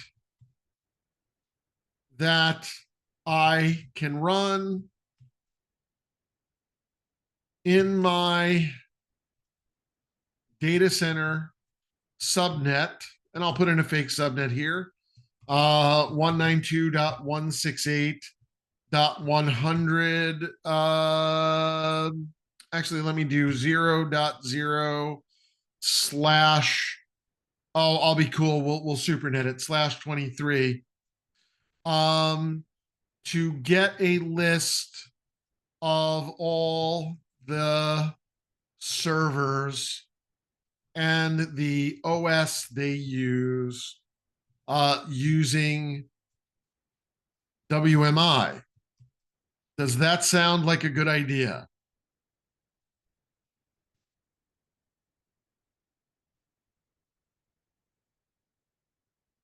All right. So let's see what it does. It's getting it to do it in the first place. All right. Getting the first, once you've got the code, then it'll start working with you. Okay. It'll miss non-Windows hosts. If you have credentials in the right ports open. Now it's giving me a recommended workflow, and it's writing a okay, so it's writing a PowerShell script, targeted inventory with Active Directory seed and live verification. That was pretty easy, wasn't it? Now I'm still going to test this, and this is creating a function, get IP range from CIDR. It's accepting parameters, and it's using a default there.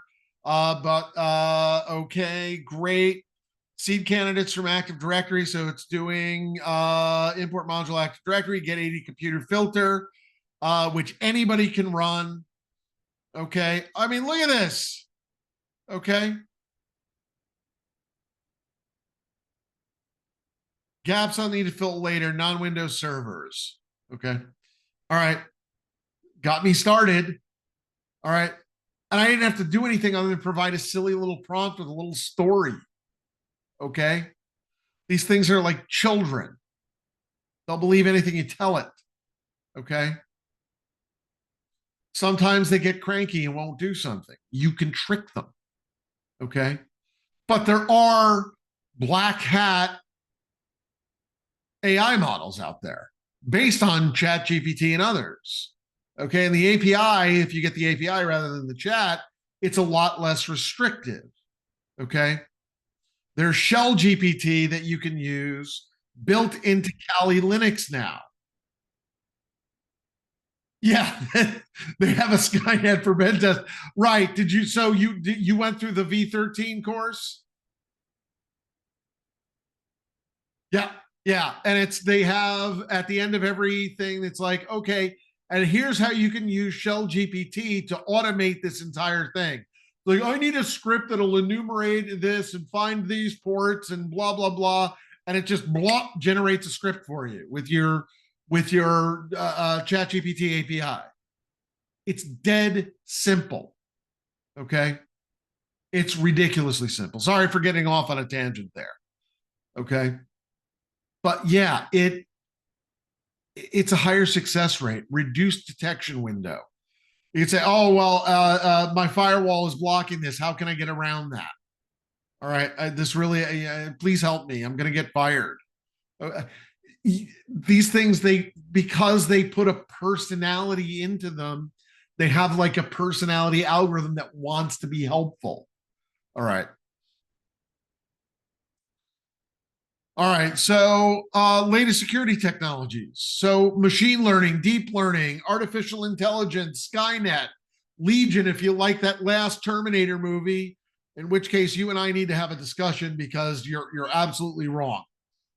All right. But sure, these AI powered security platforms leverage the machine learning, deep learning models, detecting anomalies, correlating threat indicators, automating response. Perfect. Okay. It's used for intrusion detection, fraud prevention, creating adaptive firewall rules, predictive threat modeling. It's better than we are. Well, not better, faster. We're better at finding patterns than artificial intelligence, believe it or not. We're just slow. Okay. You don't have a cluster of 1,000 virtual of 1,000 physical servers with 64 physical Xeon processors, each with 24 cores and 48 threads and a terabyte of memory running the calculations. You're stuck with a 60 megahertz wetware processor up here. You're better at finding the patterns, but you can't do it as fast as they can. All right. You're going to have to train them and tune them. That will reduce the number of false positives. EDR, endpoint detection response. Okay. This goes beyond a traditional antivirus, anti-malware, or host-based intrusion detection or prevention system. All right. But it's a little different. It kind of just sits there and watches. Oh, that's a new piece of software. I wonder what that's going to do. Oh, that's okay. It didn't do anything. Oh, what's this one doing? Modifying the registry. It's creating a scheduled task. It's encrypting itself in memory. Smacks it down. All right. It's observing and can roll back. All right. Send that piece of malware up to the cloud for analysis. And 10 minutes later, everybody in the world is protected from it. EDR and XDR can do that. CASB's cloud access security brokers. All right. These can do inline proxy-based traffic inspection or API direct integration. Microsoft integrates into the operating system, for example, through Defender. But it provides for policy enforcement, and it's a visibility tool positioned between cloud service consumers and cloud service providers. So it knows that, hey, well, we don't use Dropbox. So we have a policy that says we don't use Dropbox in this organization. And Martin's trying to use Dropbox. Nope, can't use Dropbox. Use OneDrive. All right. That's what they do. They monitor cloud application usage. They detect risky behavior or unauthorized behavior. They can enforce data loss prevention rules and ensure compliance with internal and regulatory policies and requirements. All right. Blockchain based security tools. Okay. Yeah. I mean, yeah, Bitcoin. Yep. Cryptographically linked records or blocks from a tamper evident peer-to-peer distributed ledger. That's what blockchain is. All right. But it does have applications beyond cryptocurrency. It's just a little too slow right now. But it can be used for financial transaction auditing, supply chain integrity verification, electronic voting systems, secure contract management. The benefit is that it's a decentralized trust model, reducing single points of failure and enhancing the immutability of records. Okay. If somebody modifies their piece of it that they have on their system, all right, well, the other piece, the same piece on the 10,000, a million, 10 million other systems didn't also get modified. All right. So it does have uses improving integrity. User behavioral analytics or user and entity behavioral analytics. We can monitor user and device activity, detecting deviations from established behavioral baselines. All right. That's weird. Yash never uploaded more than 50 megabytes of data in a day. He suddenly uploaded that in less than 10 minutes. Not Yash. Block him. All right. It can identify subtle behaviors. It can identify multi-stage malicious behaviors that would evade signature-based detection. And it uses AI-driven decision-making to flag anomalies in context. It can be used in insider threat detection, privilege account monitoring, and adaptive authentication systems. Okay. All right, I'm going to stop there. We have a little bit left with this, but we'll pick it up in the morning. No issue there. That's it for today. All right, excellent day. We got through almost everything I needed to get through. I got off on a tangent on artificial intelligence, but we'll catch up tomorrow. We're about 10 seconds behind. All right. But that's it. All right, I'm going to give you guys my contact information. If anybody has any questions, I got the link out to the shared folder. Please feel free to reach out to me. If it's, I'm probably watching the Marlins lose, or something along those lines. So, yeah, I'll be happy to answer your questions tonight. All right. That's all I have for today. Thank you guys. Excellent day today. We'll pick it up again tomorrow. Have a great rest of your evening and take care. We'll see you tomorrow bright and early.